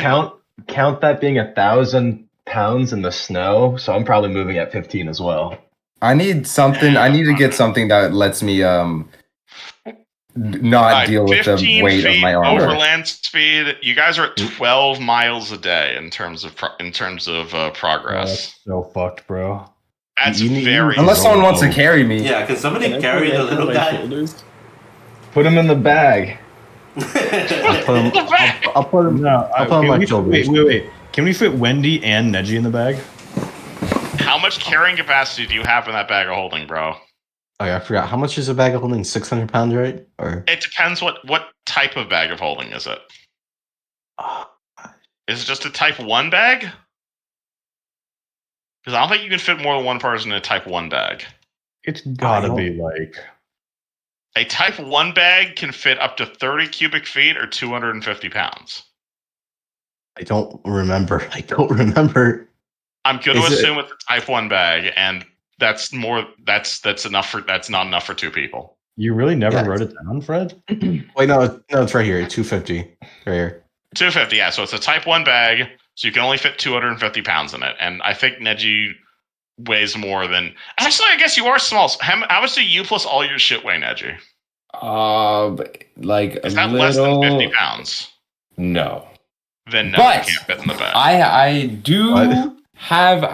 have a solution. I give Fred my bag and I jump in my bag. Jump in your own bag of holding. Oh my god. Yes. Putting fucking pack saddles on me. Goddamn. Do you put the bag of holding inside the bag of holding? Fred looks Wait, like no. a day of shopping No. with Lucretia. No. It's like it's on the sides essentially. You don't put them inside each other. You don't cross the beams, man. Don't cross the Last beams. time that happens, we lost PC. Oh my god. Okay, if Neji does this, Fred's gonna correct it. Said no, we don't do that here. I'm not gonna You jump in your bag. I get in your bag.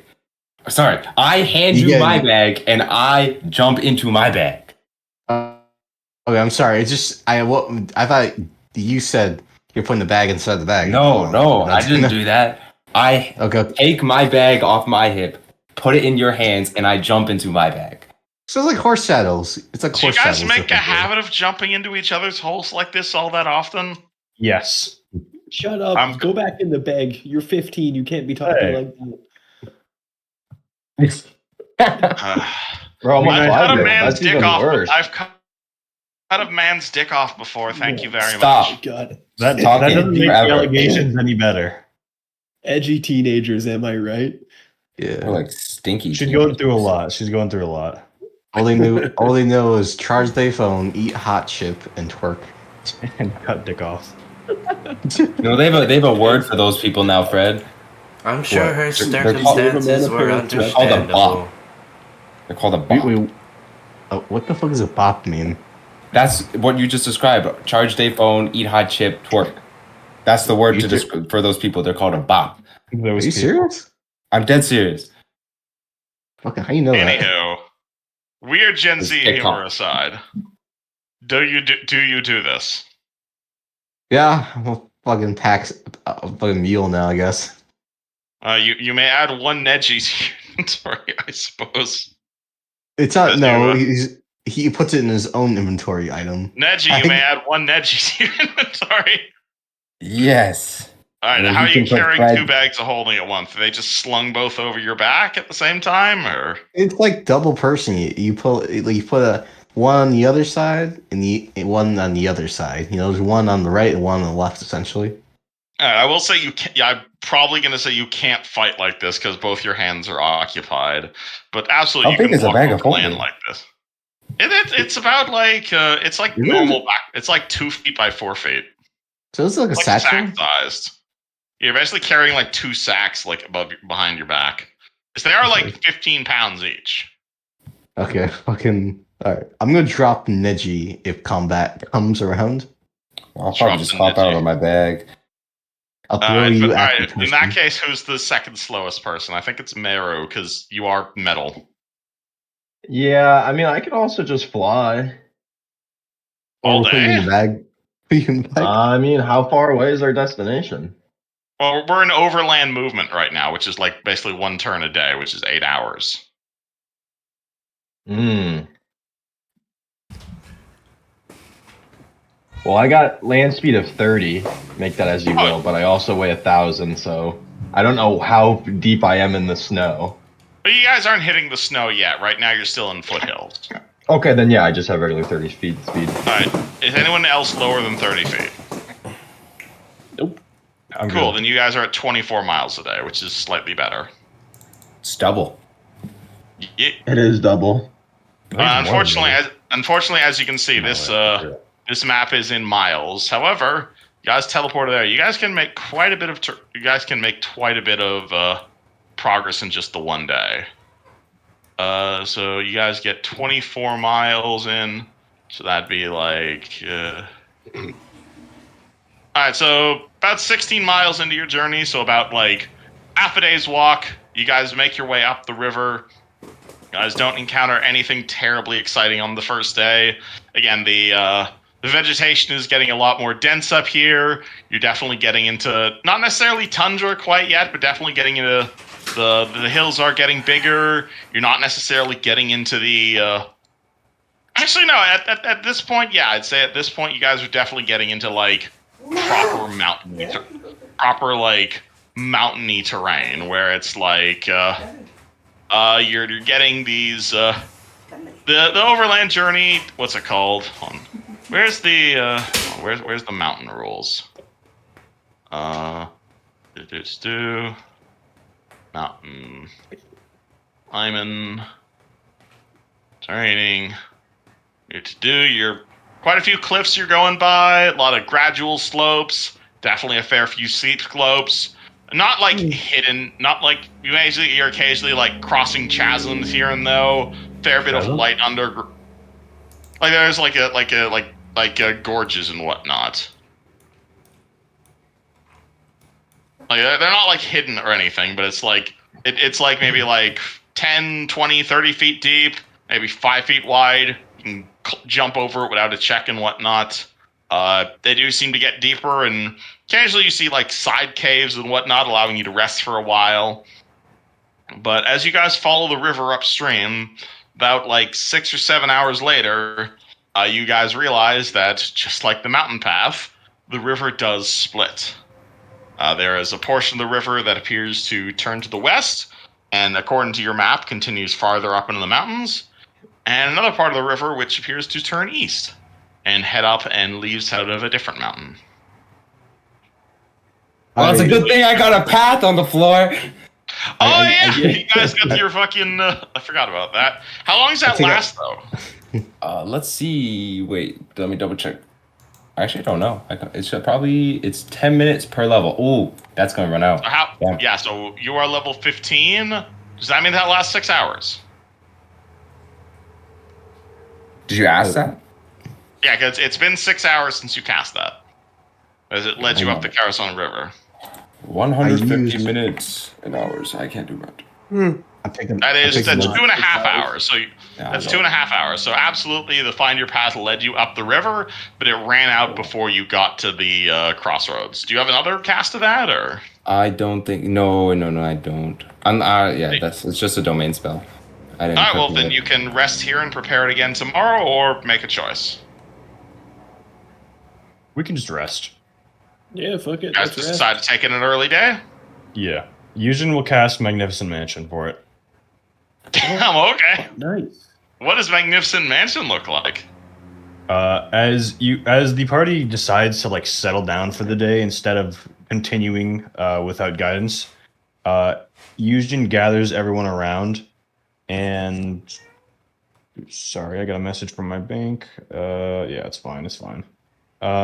He will pretty much gather everyone around, and as he starts to murmur something strange under his breath, you guys notice as a light, just kind of like the edges of like a square light up in front of you as it kind of like grows taller and taller and a little bit wider until it's a big kind of like monolith shaped rectangle in front of you, just the frame out of light, and then it turns into a door, which like a large grand door, which opens in front of you guys, and inside you see a massive like regal mansion.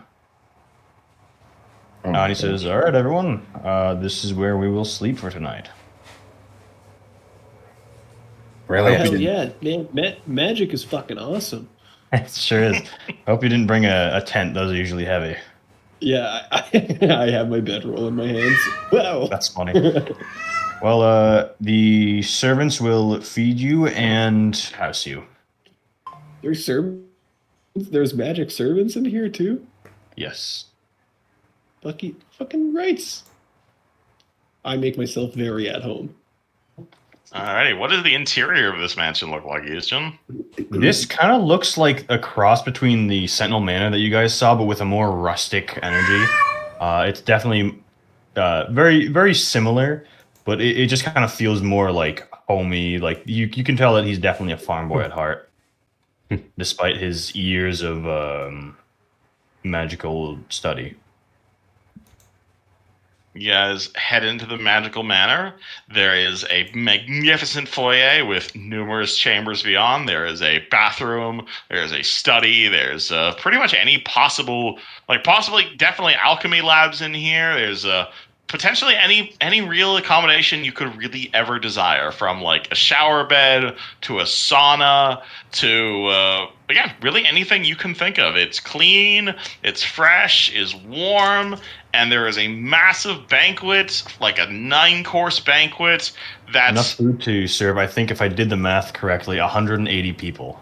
Yeah, way too much food than you guys could ever possibly ever eat. And it is all magically conjured and delicious, with about a dozen servants waiting on your every need. I'm going straight to the alchemy lab. Boom. This spell has one purpose, which is to make resting feel like nobility. And I imagine you guys spend 8 hours inside the Magnificent Mansion? Indeed. Alright, cool. Guess you'd like to craft something? Yeah, I'm gonna do some alchemy. We're gonna try to make a shit ton of those, knowing what's up ahead. That is a good idea. And can I take a 10, which gives me 45? Absolutely, you can. Cool. How many of these can I produce? You can make, I think it's, these are potions, yeah? Yeah, level 1 potions. Yeah, so you can make a level 1 potion in like 2 hours at this point. Though at a 40, you could probably make this in an hour, honestly. So if you've got the money to make 8 of these, I'd let you take the money to make 8 of these, because you don't sleep the way normal people do. No. Let's say, guys, we technically have this space for 30 hours total. So if we ever need to just like take extra time, then we can totally do that.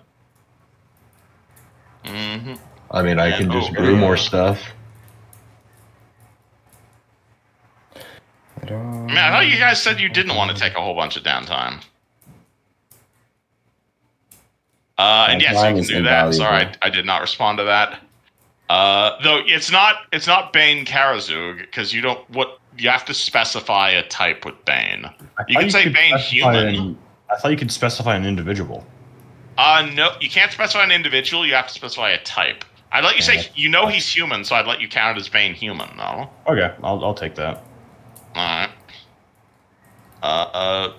But yeah, otherwise, everyone, you guys have a magnificent mansion. Nothing terribly affects you while you're in the mansion.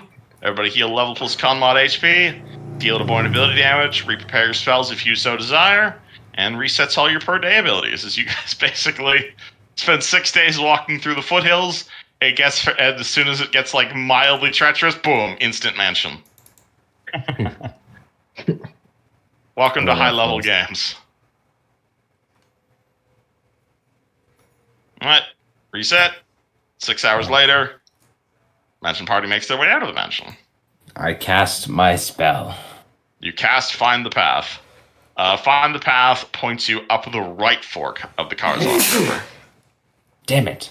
There's gonna be another fork later. Mari's gonna hand out feather step potions to everyone who wants to take one. Feather stuff? Feather step? Oh, feather step. What does this do? What caster level did you make these at? I don't know. I don't know. Probably max, I guess. At my caster level. It costs a lot more if you're making them at math caster level, because it's 50 times level spell times caster level is your cost. So if you want to make them at level... So basically, the cost to make a potion is 50 times caster level times spell level. Damn, I don't get no discount for making them myself.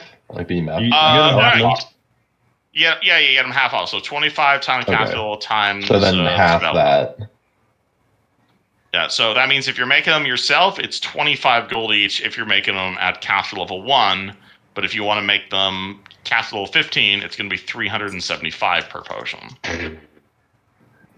Jesus. Yeah, so that's why I asked what caster level you made them at, if that matters. I guess caster level. I guess to 6, get it up to an hour. And there's 6 of us, right? So then I'll only make 6. Yep. So caster level 6, so that'd be 25 times 6. That is 150 gold per. And then half that? No. Or did you already half it? It'd be 300. Okay, so 150 and then 6. Yeah. Yo, this crafting potion shit's fucking expensive. Yeah, 900 gold you just spent. Mm-hmm. But you will hand out feather step potions to everyone. Do you explain what this does? It negates difficult terrain. It's only gonna last an hour though. Yeah. What caster level? If you wanted better, fund me more. What caster level is it? 6. 6, gotcha. Thank you.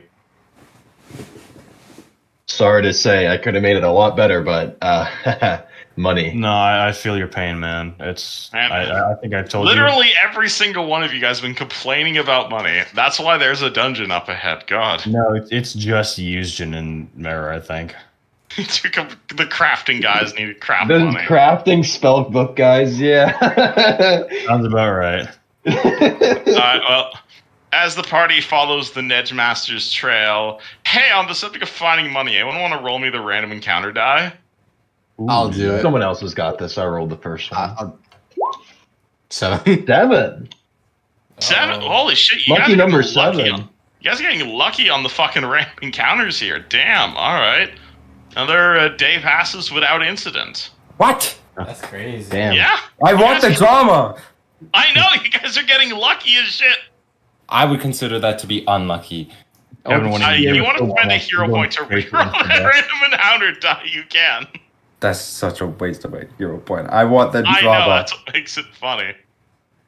Now, again, speaking of which, Caden, we're at max hero points considering we leveled up a fuck ton, which is You 3. should spend those. So just note those. Just note that. Oh, Do you want- I was using them as I leveled on bad HP rolls, knowing that I would be maxed out. I could have done that too. Oh my god. You can Yeah, spend no, on any roll. Well, how do you think he yeah. even has such good like HP rolls? A lot of them are hero pointed. Honestly, like as you guys are getting lucky on like the random encounters, but like that's not to say you guys aren't having encounters up here. I just want to emphasize that. It's just like you guys are definitely like encountering the occasional like group of goblins.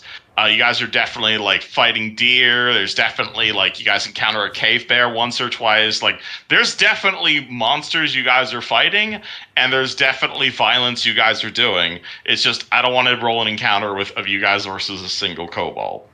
Like you guys are definitely getting like this place is definitely rugged. This place is definitely foreboding, and like yeah, for all of like the hot shit Wendy talks, like you guys can clearly see why she didn't do all of this herself. Like she if she was coming up here herself, she would have been slaughtered. You guys are definitely like making your way through here. You guys are making your way across the Stovell Plateau. Like you guys fight like a whole bunch of giant eagles. You guys run into a bunch of gargoyles the next day. Most interesting thing you guys... Though, actually, I will say, roll me... not even roll a perception check. As you guys are making your way up these mountains, you will pass a corpse of something that looks mighty familiar to you, Jim, which is you will pass the corpse of a rune-forged giant. The giant is rune-forged? Or a rune a rune slave. Okay. That makes more sense. You'll pass the corpse of a dead one. And by familiar, how familiar? I mean, I'm pretty sure you know how rune slaves were made, and involve a particular cauldron. Does it look recent?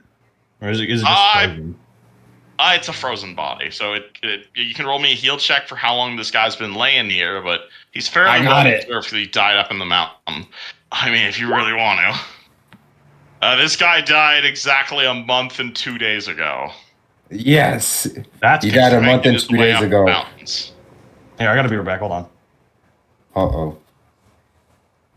But otherwise, the Nedgemeister leads the way up there. So again, you guys are definitely... And again, you're not in like high mountains there, but you guys are definitely climbing up. You guys are increasing in altitude. Has anyone here ever been like... has anyone here ever actually been mountain climbing before? Or? Yep. Yes. So you know what it means about like getting acclimatized, making your way up through like the alpine meadows. You're definitely in... not like proper mountain climbing. I haven't done it. That's like you gotta be trained for that. What I'm talking. I've done hiking. I've done mountain hiking. I actually went up a volcano one time. Right now, you guys are in like mountain hiking terrain, but like up ahead is like the Rockies, or honestly, not even like the Appalachians. Like Kodahar Mountain is the Rocky Mountains. To give you guys like an analogy, because everyone here, I did hike on the Rockies. All right, then that is exactly how you're feeling. Okay. You're definitely having like. Are we seeing any slopes that we can fall right off the mountain? Dude, is there 6 snowboarding spots? Oh, absolutely, plenty of 6 snowboarding spots everywhere here. Do I whip out my board? Nice. I don't have a board. But you guys are around like 3,000, or you guys are basically like 2,000 to 3,000 feet, to put things in perspective. Is where you are right now. And thanks to your incredible luck and Neji's Find Your Pass spell, a few hours later, you find something interesting. Guys are climbing through the Kodahar Mountains. Do I have a map of this place? Are we in difficult terrain yet? You are definitely in difficult terrain right now. I suggest we drink those potions, lads. I'm gonna drink mine right away. I'm gonna assume everybody just drinks theirs. Chug. Yes. Sure. Well, it's an hour of resisting the difficult terrain. I don't know if that accounts somehow to your travel mile thing. Oh yeah, it'll definitely shave a few hours off your travel time. Like it's around like 11 in the morning or so when you Gotcha. guys reach your destination.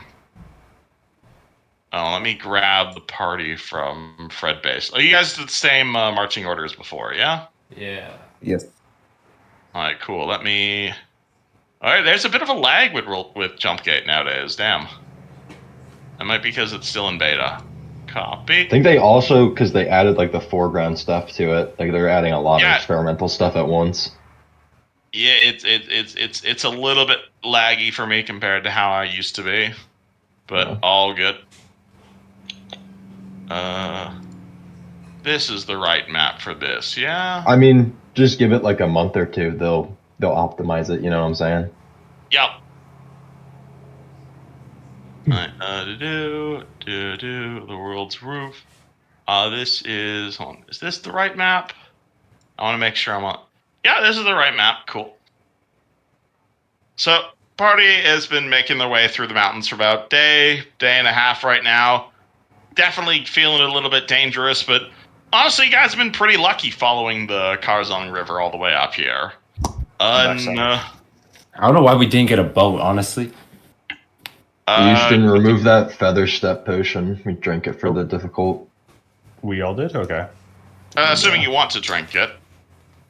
But basically, yeah. So you're in basically every single square that's outside at this point is basically difficult terrain. Oh, damn.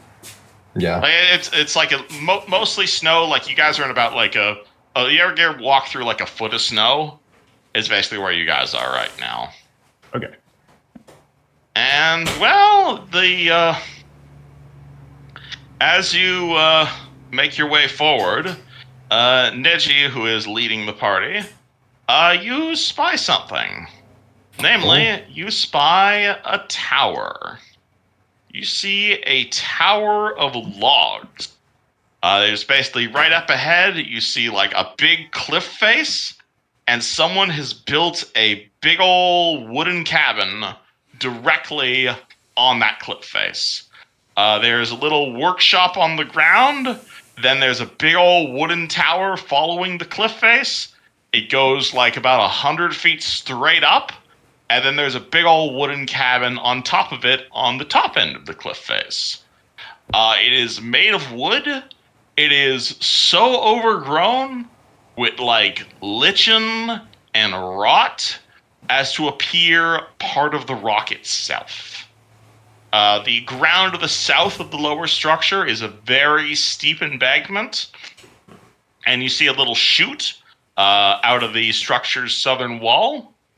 At the base of the big old tower, you're going to see a big pile of black sand that kind of spreads out in a deposit strained by years of erosion.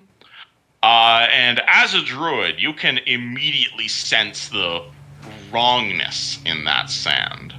Well, everywhere here, or as a nature cleric, you can immediately sense some like bad vibes from that sand, and really this whole place in general, with the exception of a single dead pine tree.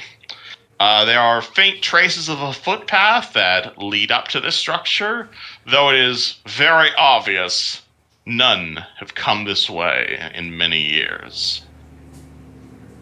Weird. I relay most of my findings to the party. This is the and I oddness have of it. a cool map I can move you guys to.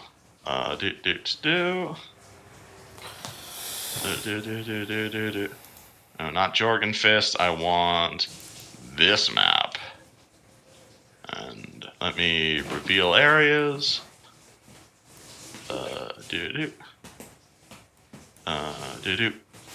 yeah, you're gonna see this old wood cabin next to this massive cliff.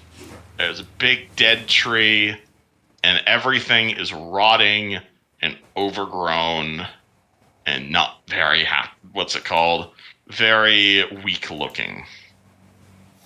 Interesting. You guys want me to go sneaky beaky check it out? Sure. I cast invisibility on Luciano.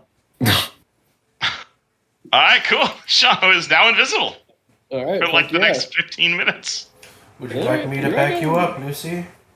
I'll come with you if you want backup. As I he mean, I'm pops an fucking invisible. All right, why don't we all just go fucking invisible? I don't have greater invisibility.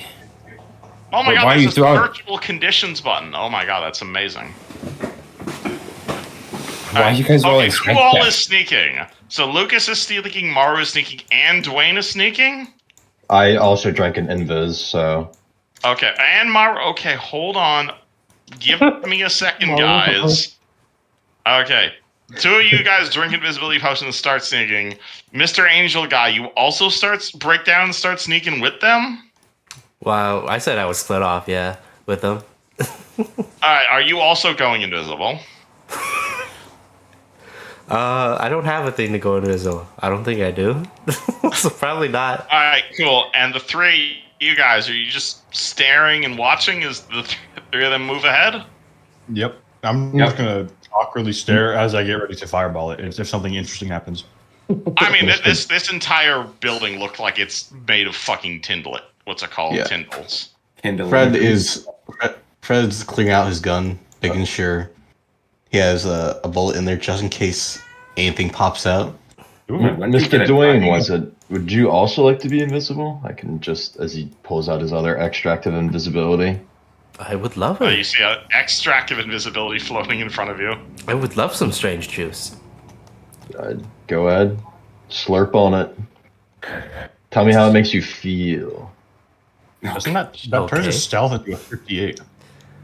Yeah. Yeah, because it's plus 20 if you're moving and invisible, and then plus 40 if you're not moving while invisible on your stealth. You guys don't need to roll stealth right yet. I'll let you know if you have to roll stealth. Tastes Don't like worry. cherry. Wonderful. Really? The 3 of them fucking disappear for the next 15 minutes. And everyone else stays as far away from this rotting building as possible. 3 of your invisible asses, however, you walk over to the building. Like I said, it is there's a big pile of like black sand in the snow here next to this. Really, most of the sand here is like stained with like weird black soot. The building in front of you is like it's a workshop of sorts. It's definitely and there's a dead tree over there. There's a small door here, larger door over here. The doors are kind of small, definitely like dwarf-sized doors, so they're like 3 feet or 3 or 4 feet high. Cool. What do you guys do? You guys walk over to the building. Nothing immediately explodes. I look Luciano. At the window. Oh, I was what? about to say we should check the small door, the window. Yeah, I'm gonna peek in the window. All right, I'll be behind you. Did I forget to prepare any fireballs? Where's a window? There does not appear to be any windows in the lower part of the building. Oh, You should try the wait, small is there a door. window on the second floor? Do we just want to open the door though? Peek through the hole. Fuck it. Is there a lock hole? Is there a peephole on the door? There are no peepholes on the door, and if there Is was there a a peephole on the window? door, it's gone. On the second floor. There are windows up on the second floor, and a second entrance up on the second floor. Do you just want to go up there?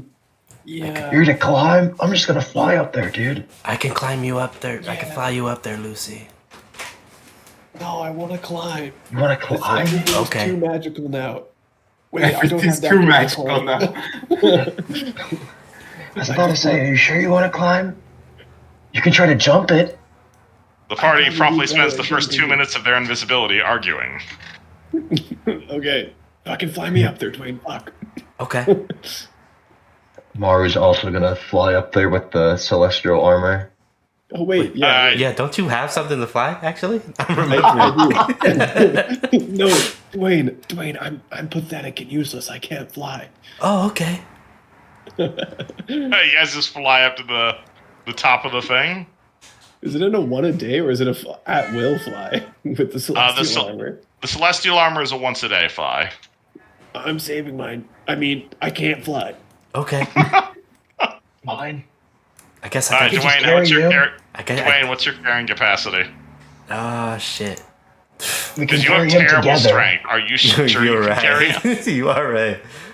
Wait, can we carry? If we're both flying, can we both carry Luciano? What's half your carrying capacity, and what's his half of his carrying capacity? Is this like heavy What do you load mean, or like half, like heavy, or like a lift off ground? It's your lift off ground. My lift off ground is 300. Mine is also 300. All right, Lucas? How much do you plus all your shit weigh? Is that less than 300? Wouldn't it be 600 between the two of them? No, because each of them are carrying half of you. Yeah, so wouldn't it be 600? So wouldn't it be? Yeah.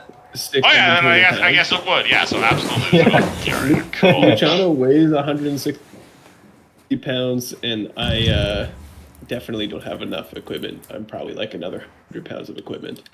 Oh, okay. Then, yeah. All right, cool. So you guys fly all the way up to the. So you guys fly 60 feet straight up. There appears to be a top of this cabin of sorts. There appears to be a front entrance to the cabin. The rest of it kind of leans over the side of the cliff face, especially where like the big pillar in the center is. But you just drop down on the front porch, or We take a peek. Is there anything there to make sure that we don't set anything off? looking at the front porch itself is. You're going to see a rough porch with crudely crafted handrails that extends out of the front of the cabin. There's a short stair that descends to the ground at the north end. The eaves of the overhanging roof are covered with dozens of animal skulls, including bears, deer skulls, and various other animals. The posts supporting the overhang and the outside edge of the handrail itself are hung with racks of antlers. There's a stone chimney rising next to the door next to the porch, and you see a bunch of split logs that have been set on the raised porch as like furniture. Wait, are we on the second floor? You guys have flown up and are now above the building. Oh, all right, fucking. Should we go through the chimney like Santa? What's Who the Santa? hell's Santa? He's a mythical deity. Can't believe you've never heard of him. I've heard of him. From Eberron or from here? No, he comes from a very. He's an Hey, excellent original host. Sentinels, can you guys roll me perception checks real quick? Oh, I'm Alright. good at those. OG Sentinels, while you guys just stand Yo, what the around. fuck is that roll? 9. Hold on. Oh, get shit on Neji. Hold on. Let me roll. Let me roll. Let me see. And I even All have right, a all right. bonus Make way, to you. ladies and gents. Are you allowed to roll a perception check? God damn it. OG Sentinel. Dude, we suck. 25. All right, well, Neji and Fred don't hear it. But as you guys are just kind of standing there doing nothing, Houston hears a mournful, drawn-out shrieking sound. It's very muffled, as if very far away, but it sounds like a dying moose. Huh. You can roll me a planes check if you'd like. Oh, fuck off. Is there no one of Feelings those fucking people have. hounds? Yeah, 33. So, that sounds pretty supernatural to use, Jim. Go on. That's Does all. everybody hear the moose? With a 33? I think only Just you can heard it. Houston. He can definitely tell that is some supernatural, perhaps some sort of outsider of sorts. But that's all What? I'm gonna say. Brother in Christ. With a 33? It's like, yeah, that's probably not normal. Like, what is this shit? All right. That's a good Hey. question. You know, guys, I got an idea. Let's go follow them. Just no reason, you know? Yushin, you all will always confuse me with your logic, but I will follow you. He walks over. I don't know where we Over are, there. but we're somewhere.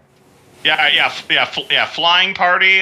Hold on. Let me draw the outside of the above ground. About to say thank you. You kind of just sent us into the abyss. All we know. Yeah. Sorry. Oh, sorry. no. You're good. No, you're good. You're good. Fred, I got a secret 5th nugget. Oh, shit. huge. Wait, you bought Fuck Wendy's? the nugget. I love these employees, dude. They do this shit Dude, all the did you time. get the boot nugget? I did. That's huge. Holy Dubs. shit. Yeah, so if this makes sense, so it's like for those of you guys on the upward map, so like this over here is like more snow, and over here is kind of where like the cliff face is. So again, are you guys just landing on the front porch up there, or? Yeah, Can we land on top of this? I mean, you guys want to crash through the roof? I'm not trying to crash through it. I'm just trying to land. You I don't just think want the to look through a window. There are definitely windows around here. Like there's a window over there. There's a window over there. Let's look at a window and then land on Yeah. the fucking Yeah, I balcony. look through the window while invisible. Alright, hold on. So the 3 of you guys land there at the front of the building. Go walk over to the window. As you're walking over the window, can you guys 3 roll me a perception check real quick? Sure. I'm gonna let Luciano roll his first. 41. Damn it, Jesus. Yeah, like I said, I'm gonna let him roll his first. That's crazy. Dwayne is just humming to himself. All right, I The shadow doubt. rolls a 41. I doubt it's gonna sign up, but fuck it. 20. Alright, cool. Unfortunately, the 20 doesn't do it, but That's fine. I didn't expect it to. With the fucking 41. 41 though, as you guys are landing on the outside of this shack, and Lucas is making his way over to look on the window. He like even before he makes his way over to the window, really, you swore you saw something. Like as you guys were above the building, like there was something over there, like in front of the shack, like a weird humanoid shape in the distance, like staggering in the snow just at the edge of your vision. Oh, it's a fucking Wendigo. My favorite Wendigo what? cryptid. Out of character. Definitely, It's a you Wendigo. definitely saw something. A Wendy. with a You, fruit one, Luciano? I know I saw something. I thought Wendy Wendigo? was in the bag. Oh my god, I just hit. We got what you meant by the moose. Oh my god. Yeah. Now, I want you to know, kid. Like I think a week and a half ago, maybe, I texted Kevin saying, "All right, here's my bet. You're gonna throw Wendigos at us." Wait, are Wendigos Yeah, actually a Pathfinder thing? Wait, my guys, God. we can't say that. It's nighttime. We'll get cursed. oh yeah. Wendigo. Does Lucas just keep making his way I'll over say- the window, Guys. or? There's a fucking creepy thing. I saw it, but it's gone now. Is it in there? No, it was outside. Then maybe we should get inside. Maybe we should group up with our friends. Oh shit, So we we don't should. get Yeah, we should ambushed. probably warn the others. Yeah. All right. Well, I guess we fly back over there. Fly me back down there because I can't fly as previously established. I grab Luciano. And just as you grab Luciano, the party up here, you see a dwarven man. You will see him stagger out of the snow towards you. His eyes are wild with fear, his clothing in tatters, and blood dripping from several cuts on his exposed flesh. When he sees the 3 of you, Wait, you can see he us? cries out, Yes. "Run! Run for your lives! They're going to eat you!" He says, seeing without eyes, as the 3 of you guys can roll me a will save. Oh. Aren't they all invisible? Yes, they are invisible, and he sees you guys just fine. Ew. Because he ain't no regular dwarf. Wait, you still 34? They're bisexual. This is like a magical effect? This is definitely some magic. Is this mind Is this an effect thing? enchantment? This is not an enchantment, Is this but mind it is effect mind thing? affecting. So, 36 it is then. So 28? No, not wisdom. A will save. Oh. Ooh. So 32. Oh goodness, 2 of you guys failed. I love it. Why? All right, Let him take the natural 16 though. Yeah, because you did natural 15 plus the whiz bonus. I guess you did roll 16. All right, so that would be a 26 total. Yes. All right, 26 does it. Cool. Yes. All right, so Lucas, you have currently come to the conclusion that the part of the reason that Meru changed his body is he is in fact a cannibal, and he runs on blood now, and he is going to eat you. And this angel over here, he ain't an angel at all. He's actually a demon, specifically a cannibalistic demon, who has shape changed himself because he wants to eat you and drink your blood, because that's what demons do. Please react appropriately. Well, I lied. I can fly, and I'll fly away to other people. Boom. Wait, where are you going? Lucas just bolts in a different direction. Mario, you can't fucking use my blood for potions. Wait, can he even see him leave? Because they're all invisible. What are you talking about? Oh yeah, you're all invisible. So you just hear it. You just hear his voice getting quieter and quieter as he zooms away. You do not have a chance of falling off the cliff because you are flying. But as Luciano comes down, rest party. Are we in initiative? Mario, we're getting to that. We're getting to that. Gonna kill and eat us, guys. I don't know if that's true. There's something coming to kill and eat us. I don't know if Mario that's true. And Dwayne. I don't know. Mario and Dwayne. But we are about to be jumped by something in the distance. Oh, there's a creepy thing wandering around up there. Mm. I come out of invisibility. Guys, you need to protect me from those invisible maniacs. As we fly over invisible. All right, I prepare summon monster 8. You prepare a summon monster. All right, so basically you guys are making your way over to the lower part of the thing. Suddenly Lucas comes back down screaming at you guys, breaks invisibility. Other 2 invisible guys. Do you guys follow him once you see him break out of invisibility? I slowly reapproach like the group, and then I'll kind of like come in to go into like whisper to one of them. All right, Fred, you hear Invisible Man whispering next to you. Okay, something's been cast on him. The rest of the party, you don't know that. Oh, you don't know something's been cast on him. You are not aware. What's it called? You make a will save, so you know something happened, but you aren't out of character. You are not aware that magic happened, unless you specifically roll spellcraft. I believe he's at an age where he's starting to lose his mind. But he's young. That could also be true. Wait, how old is he? What do you guys do? You look at Luciano, who's like in his 20s. Yeah, I have both of my swords out and I'm stabbing the air. You see him just stabbing at the air looking for the invisible people. Mario's gonna pull up to Houston and whisper in his ear. So this weird guy just came up and shouted that something was gonna kill us, and now he's acting like this. I don't really understand it. Lucas, you want to roll perception check to hear these weird invisible people? Fuck. Hold on. I rolled. Oh no! Hey yo, I think I can beat that with the stealth. Roll stealth. Yeah. This is where you would roll stealth here, because this is an opposed I'm roll. too messy. Yep. There is no invisible. Fucking clean. Lucas doesn't know. You might feel that something's different here, but you're not able to tell that Meru is next to you. Yeah. Time to die. Rest of party, what do you do?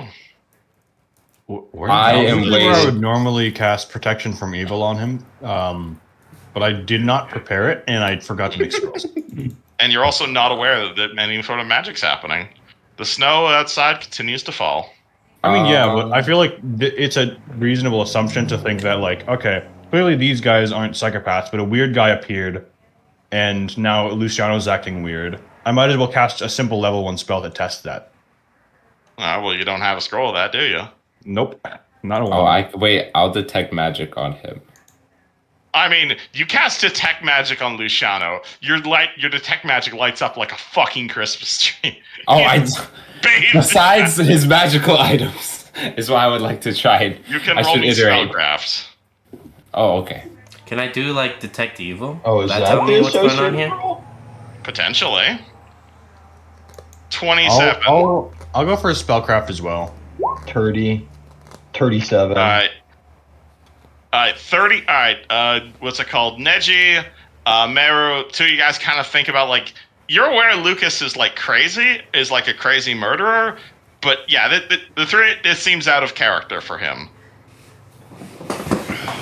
I'm not able to give you, like, the pinpoint, because also Yuzjin didn't see what happened, but, yeah, there's definitely some magic fuckery going on.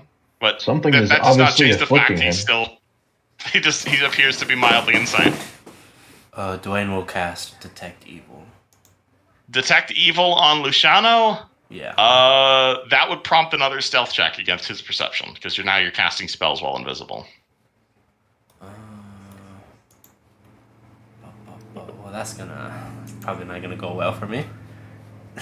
What was your perception, Lucas? It's 26. 26. Yeah, he's good. Oh, nice. Detect Evil on Luciano. Nothing, actually. Oh, shit. Okay. Yay me. Hey, you're not evil inherently. Guys, I don't know where they are, but we need to start setting traps or something. Okay. That nice dwarf warned me. That nice dwarf with the hollow eyes warned me. Wait, hold on. What the? I'm more concerned about the thing Yushin said is coming. Yeah, Oh, no. yeah. I saw that too. It's lurking around. It's up there. You saw it. I thought it was just, Yushin. Didn't you say it's in the distance somewhere? Did you actually see it? That's what Kevin. Well, he heard it in the distance. You heard the sound of a dying elk, and you figured it out. It was supernatural. I definitely saw it though. What does it look like? It's a weird humanoid shambling. It looks Could it bad. have possibly been the dwarf? Could it have been the dwarf? Hey, man, you're the insane guy. You tell me. Did you see 2 things or 3 things? I saw one thing out of the corner of my... Wait, how insane am I? Like, I just think that Dwayne and... Yeah, or have I must just make a completely... will save or become overwhelmed with the conviction that the other members of the party are cannibals and about to attack them. Become panicked for some time. So, you're just aware that the rest of the party is cannibals. Like everyone in the party, or just the other people who was there? The two guys who were with you. Wait a second. So I feel like I still know that I saw something. Yeah, absolutely. Yeah, what you saw was a dwarf run over and warn you, run for your lives. They're going to eat you. And suddenly you were aware that the rest of the party... He's talking about like the perception with the... That's what I saw with my 41 perception. I saw the dwarf coming, or I saw the weird thing that disappeared. With the 41... Because I thought that was about the voice. Was you felt something strange. You felt like you were being watched by something in the distance. You may have even seen the humanoid shape of the dwarf in the distance. Yeah, so you saw him before he yelled at you. With the 41. Okay. Yeah, it was a dwarf. Everything's fine, actually, except for the fact that Maru and Dwayne are going to kill and eat us. What makes you say... I don't think that's 100% true. Well, I'm pretty sure it's fucking true. Maru's been looking at my blood for alchemical ingredients, and Dwayne is he's not a fucking angel. He's a devil, and he wants to eat our flesh and drink our blood. Would you want me to get a devil here to protect us? No. Wait, maybe... Your friend thinks he's a devil. Do you want me to summon an actual devil? Devil on devil violence? Will he protect me? There are some demons that will take an angelic form. You must be careful with situations like that. Do you say this to Caden? I whisper this to Eli. No, the devil I summon will do what I tell it to do because it's my devil. How long will it stick around? Can it guard me forever? Like a few minutes. It's usually like a quick thing. When they show their murderous selves, blast them with it. Okay. I'll hold summon monster in my hand, ready for when they show up. Yeah, ready when demons show up that he claims are about to come. Luciano was just preparing a full attack for as soon as one of them becomes unavailable. That's a good. Oh yeah, you could make that in like 5 minutes. Yep. All right, Maybe cool. cautious You just in your case stuff in Luciano front is of telling the him. truth. That's why I'm asking, because your equipment isn't invisible, Maru. I guess we'll just fly back up here real quick. All right, cool. That works too. You just drop your alchemical stuff on the side of the cliff and just start mixing. Yeah, we'll just like go over here like and not try to hide behind the house. All right, cool. Minus 15 gold. You can whip that up in like 5 minutes. Yep. Oh man. What did the rest of the party do? Dude, normally I have remove fear, like, so I don't know if that would do the trick, but that's what my gut would tell me to do. And normally I have that prepared. I mean, this doesn't seem like a fear effect. Lucas seems to just have learned something about the rest of the party. He seems scared. I'm He does seem crouched about this. with wild eyes, with my swords just so ready. Invisible Dwayne, what are you doing? Hold on. If you can give me some time, I can do something. I don't. It doesn't appear like it's a magical effect on him. You cast Detect Evil on him. No pings of evil. No, there's definitely some magical shit on There him. is definitely magical shenanigans happening. I can attempt Dispel Magic. Potentially. Do you want to cast Dispel Magic? Though that would be an attack, and that would break your invisibility. Oh. Because you are definitely a hostile creature to Lucas, as far as he's concerned right now. Okay, what is That might my, work, though. What is my range That might here? work. Because I don't want him to full attack me. What is the range on Dispel Magic? I see it's like Dispel 100 feet, Magic. so I think I'm good to just be like a very Yeah, long distance about away. 150 feet for you. Let's see, let me just. He'll whisper to Fred, I'm gonna try something. Do not let him charge me. Okay. I'm just gonna stand like in front of Luciano. Right You don't know where Dwayne is. I'm just gonna stand right here. okay, I'm gonna. Lucas, you see Fred moving around you weirdly. Yujin is going to spend 10 minutes with Intoned Recollection to prepare protection from evil. Dwayne All is right, cool. He gonna. pulls out his book and does the thing. Dwayne is gonna go ahead and cast Dispel Magic on Lucy. All right, are you flying or are you just sitting in the corner there? I'm up like a couple meters, probably. All right, cool. Roll me a Dispel check. I assume you are targeting specifically whatever the fuck is fucking with his mind. Oh shit. I think What you am want to be I- more than 2 meters up. 2 meters is like 6 feet. Yes, this is a so assuming you are assuming you're doing a targeted dispel at him specifically to affect whatever is affecting his mind. What am I rolling here? Dispel check D20 plus caster level Oh, okay. versus 11 plus the caster level of the effect that did this. I don't even know what class Dwayne is. I think he's a bard. That's a good That's my question. guess. That is also my guess because the guitar, but he could also. I feel like it's not out of character for Terra to just give his character guitar for fun. That's actually super true. What? It's All right, well- crazy. Yeah, D20 plus caster level. Okay. Shit. I don't think I programmed this. That's crazy. D20 plus 13. Yeah. 13, you say? We're just gonna have to just. Interesting.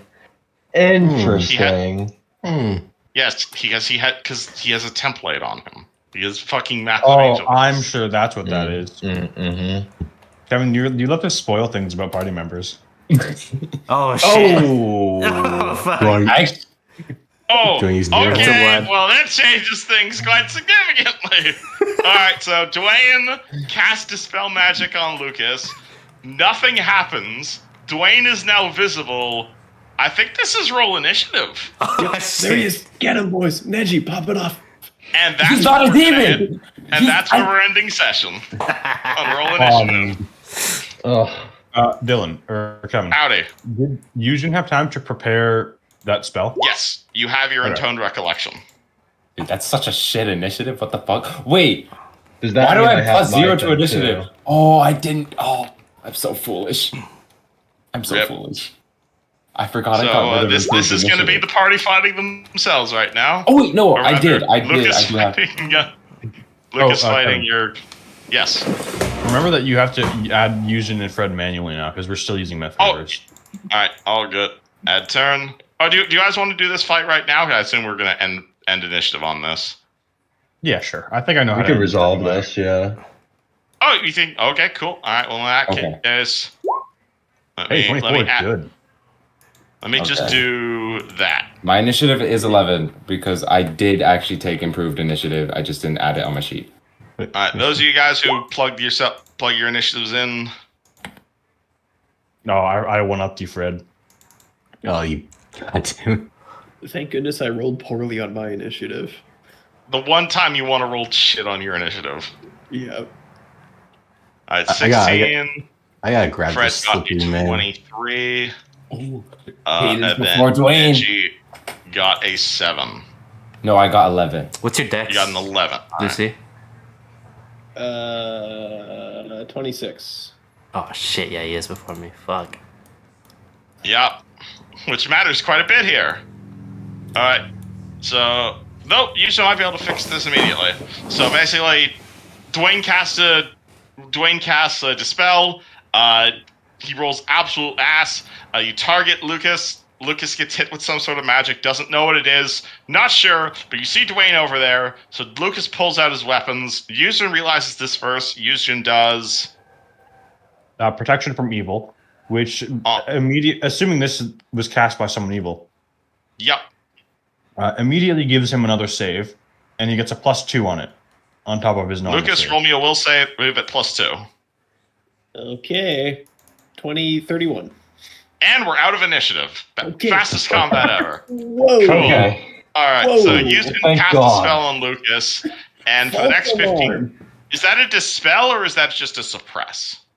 That just suppresses, but I imagine this effect does not last crazy long. Potentially.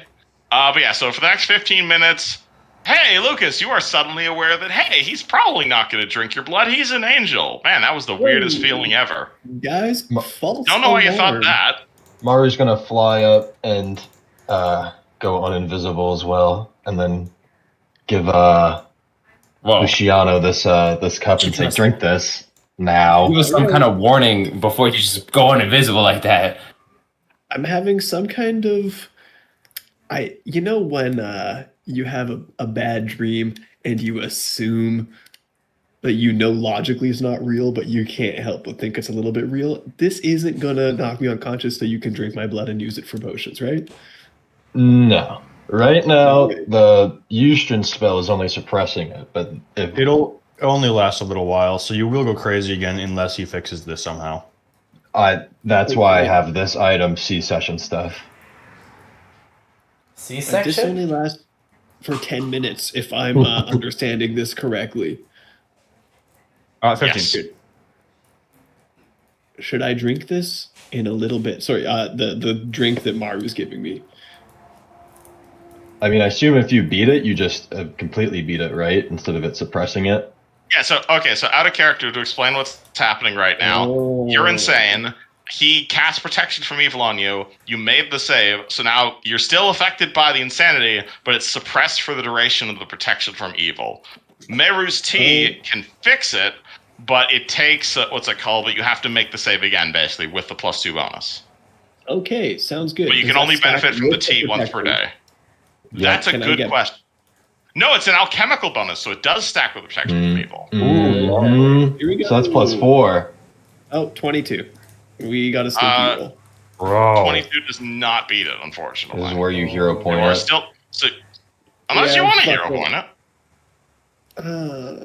You want to add like a It's plus? your choice. Your choice. I mean, you man. can just add a +4 to it. Would that beat it at 26? Potentially.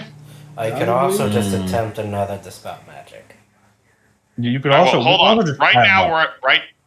we're at the drinking the tea. You drink the tea, it does not work. Are you spending a hero point, or are we moving on? Because you have 3. I'll be fine. Okay, I'll hero point it. Hero You point guys for the will convince +4, or me. hero point for the reroll? +4. Cool. That'll make it. I'll make it 24, or I'll make it 26. Yeah. Yes. 26. Yeah, 26 beats it. Cool. You are cured. Hooray! But you can only Guys, benefit from the tea once a day. I think that dwarf up there is bad. Sure, I want to clarify. I do not use your blood in any alchemic creations. Unless you Listen, just so happen wanted to donate some. Yeah, logically, I believe that, and I narrow my eyes at you. Yeah, no, it's crazy. No, I do have a vial You're of Fred's crazy. grandmother's blood. Huh? It's not my grandmother's blood. Grandfather? I just got a random werewolf blood, dude. It's not. I have a Hates me dead cat anyway. in my bag. This is getting off track. Anyways, Luciano, what did you see? You were freaking out up there. That dwarf fucking came up, he told me to run, and I was convinced that you and Dwayne were secretly demons and wanted to kill and eat me. That's interesting. Yeah, that's That pretty it? normal. Yeah. All right. So there's like a guy far away that apparently is coming, according to Houston. So should we prepare some defenses, or like Yeah, should we should jump we- that dwarf? Bust into this house. Maybe we kill the dwarf. I kind of hate that guy now. I could send the demon on him. I feel like Snowfall's maybe we getting just slightly heavier. get into this house, fortify it a little bit, set some traps maybe, and then hunker down. Yes.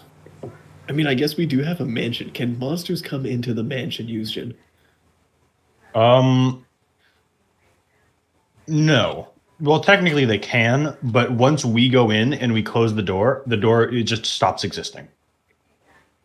Oh, So they literally cannot enter once we've closed the door. that's just a get out of jail free card, basically. Is it Right? like it's I mean, obviously, it's technically an interplanar, like it's like It's a a pocket handcrafted. dimension. Yeah, literally. So technically, they could break into it with like certain spells. Though first, they would need to know it exists. They would need to have a keyed item that allows them to do that teleport, which is pretty much impossible because not even I get that. And it's a temporary space, so it's not like they're gonna have a key to it. just So- say no. Well, Just say Yeah, no next no. time. I don't know. What do you So what I'm hearing is summon the mansion. Okay. Wait, why are we summoning the mansion now? We should go jump that guy. Is that the plan? That or Oh, we fucking explore no. these houses. I don't know. Well, how about we go Well, into I the think house? if we exploring the house involves jumping that guy because he attacked unprompted. That is true. Yes. He Wait, didn't attack. I'm He confused. screamed at you guys. I'm confused by this map. Is this? Are Alright, we on? Is this so the right same now- house as what's up there? Yes. So Oh, there's- wait. Yeah, so there are two layers to this map basically. So right here, you're in front of a shack. It is a regular ass shack. Leading up, it's a 3D map. So leading up from the shack is like about 100 feet of like tower, and then at the top of the tower is the place you were just at the top of the cliff. Oh, So it's like a building that's built next to the cliff. Oh, so we got to get back up to the top if we want to ice that dwarf. Yeah, there is a door there. There is a door there. Both doors are made of wood. So again, it is 10 o'clock, so I was going to just kind of call things here. Yeah, I have an exam early morning tomorrow, and I have to work the day after early morning. That's a After good This thing. seems I have like an a good interview place to early go. tomorrow. Yeah, Yeah, that's what I was seems like a good saying. place to If we call it. can, if we could have just resolved like the in-party combat, because I knew we could have like probably in one round get it out of it, you know. I took a cheap. But yeah, this is a good place to end. Indeed. New As party vibing. Snowfall just seems to get worse. But we'll get to that next 2 weeks from now. Yeah, that's just a Wendigo. Wendigos are just my favorite cryptid of all time. They're so fucking cool. Luciano, did you not listen to Mal? You can't say that word at night. You'll get cursed. Yeah, don't bring it up with her. Oh, well, yeah. You know, I'm down to have a Wendigo encounter, honestly, or like a goat man. IRL? If I saw a fucking Wendigo in real life, I'd shit my pants. But if I lived to tell a story, I'd be down. That's actually so First of all- valid. First of all, I'd be you'd be down to fucking fight a Maine, Wendigo. dude. I don't think you can. So the thing is, like, in lore, Wendigos, I don't think are actually like viciously insane attacking monsters. They just Not like like Until Dawn. do exactly what just happened to Luciano, basically, where starving people attract a Wendigo, and a Wendigo comes in and like corrupts their mind to make them think that they need to like kill and eat their friends and family. So gaslight. The gaslight. Yeah, and they can like shape change and fucking. There's such cool fucking cryptids, man. Yeah, they are pretty cool. Skinwalkers. They're hot. I don't know. Have you What- guys ever what- read Anassi's Goatman story? No, but I Is that- did play is that on creep- Until Dawn. Is that creepypasta? It is a creepypasta. It's one of my favorite creepypastas. I think I heard of it. Never What's it fully called? listened to it. But I heard bits. Here, All right, whoops. well, The I Break. Uh, I I do gotta need to bounce. get to bed kind of early, so I'm Yeah. gonna Go do to that. bed. Fair. Read, See you soon, read this fellas. before bed, Yushin. Good night, gamer. Good night, gamers. Whoa, that's No, you fucker. TTYL. Oh, Y'all had fun. See you yes, later. thank you. Oh, You're also, talking Kevin, about I this one. fucking Good called night. it. I Thank you, fucking called it. Profession. I don't know what you're talking about. TTYL. Man, Man. man. All right, boys. Thanks for the game. You're Peace. Maru, okay. Welcome back. Hello. did you message me at some point last night asking to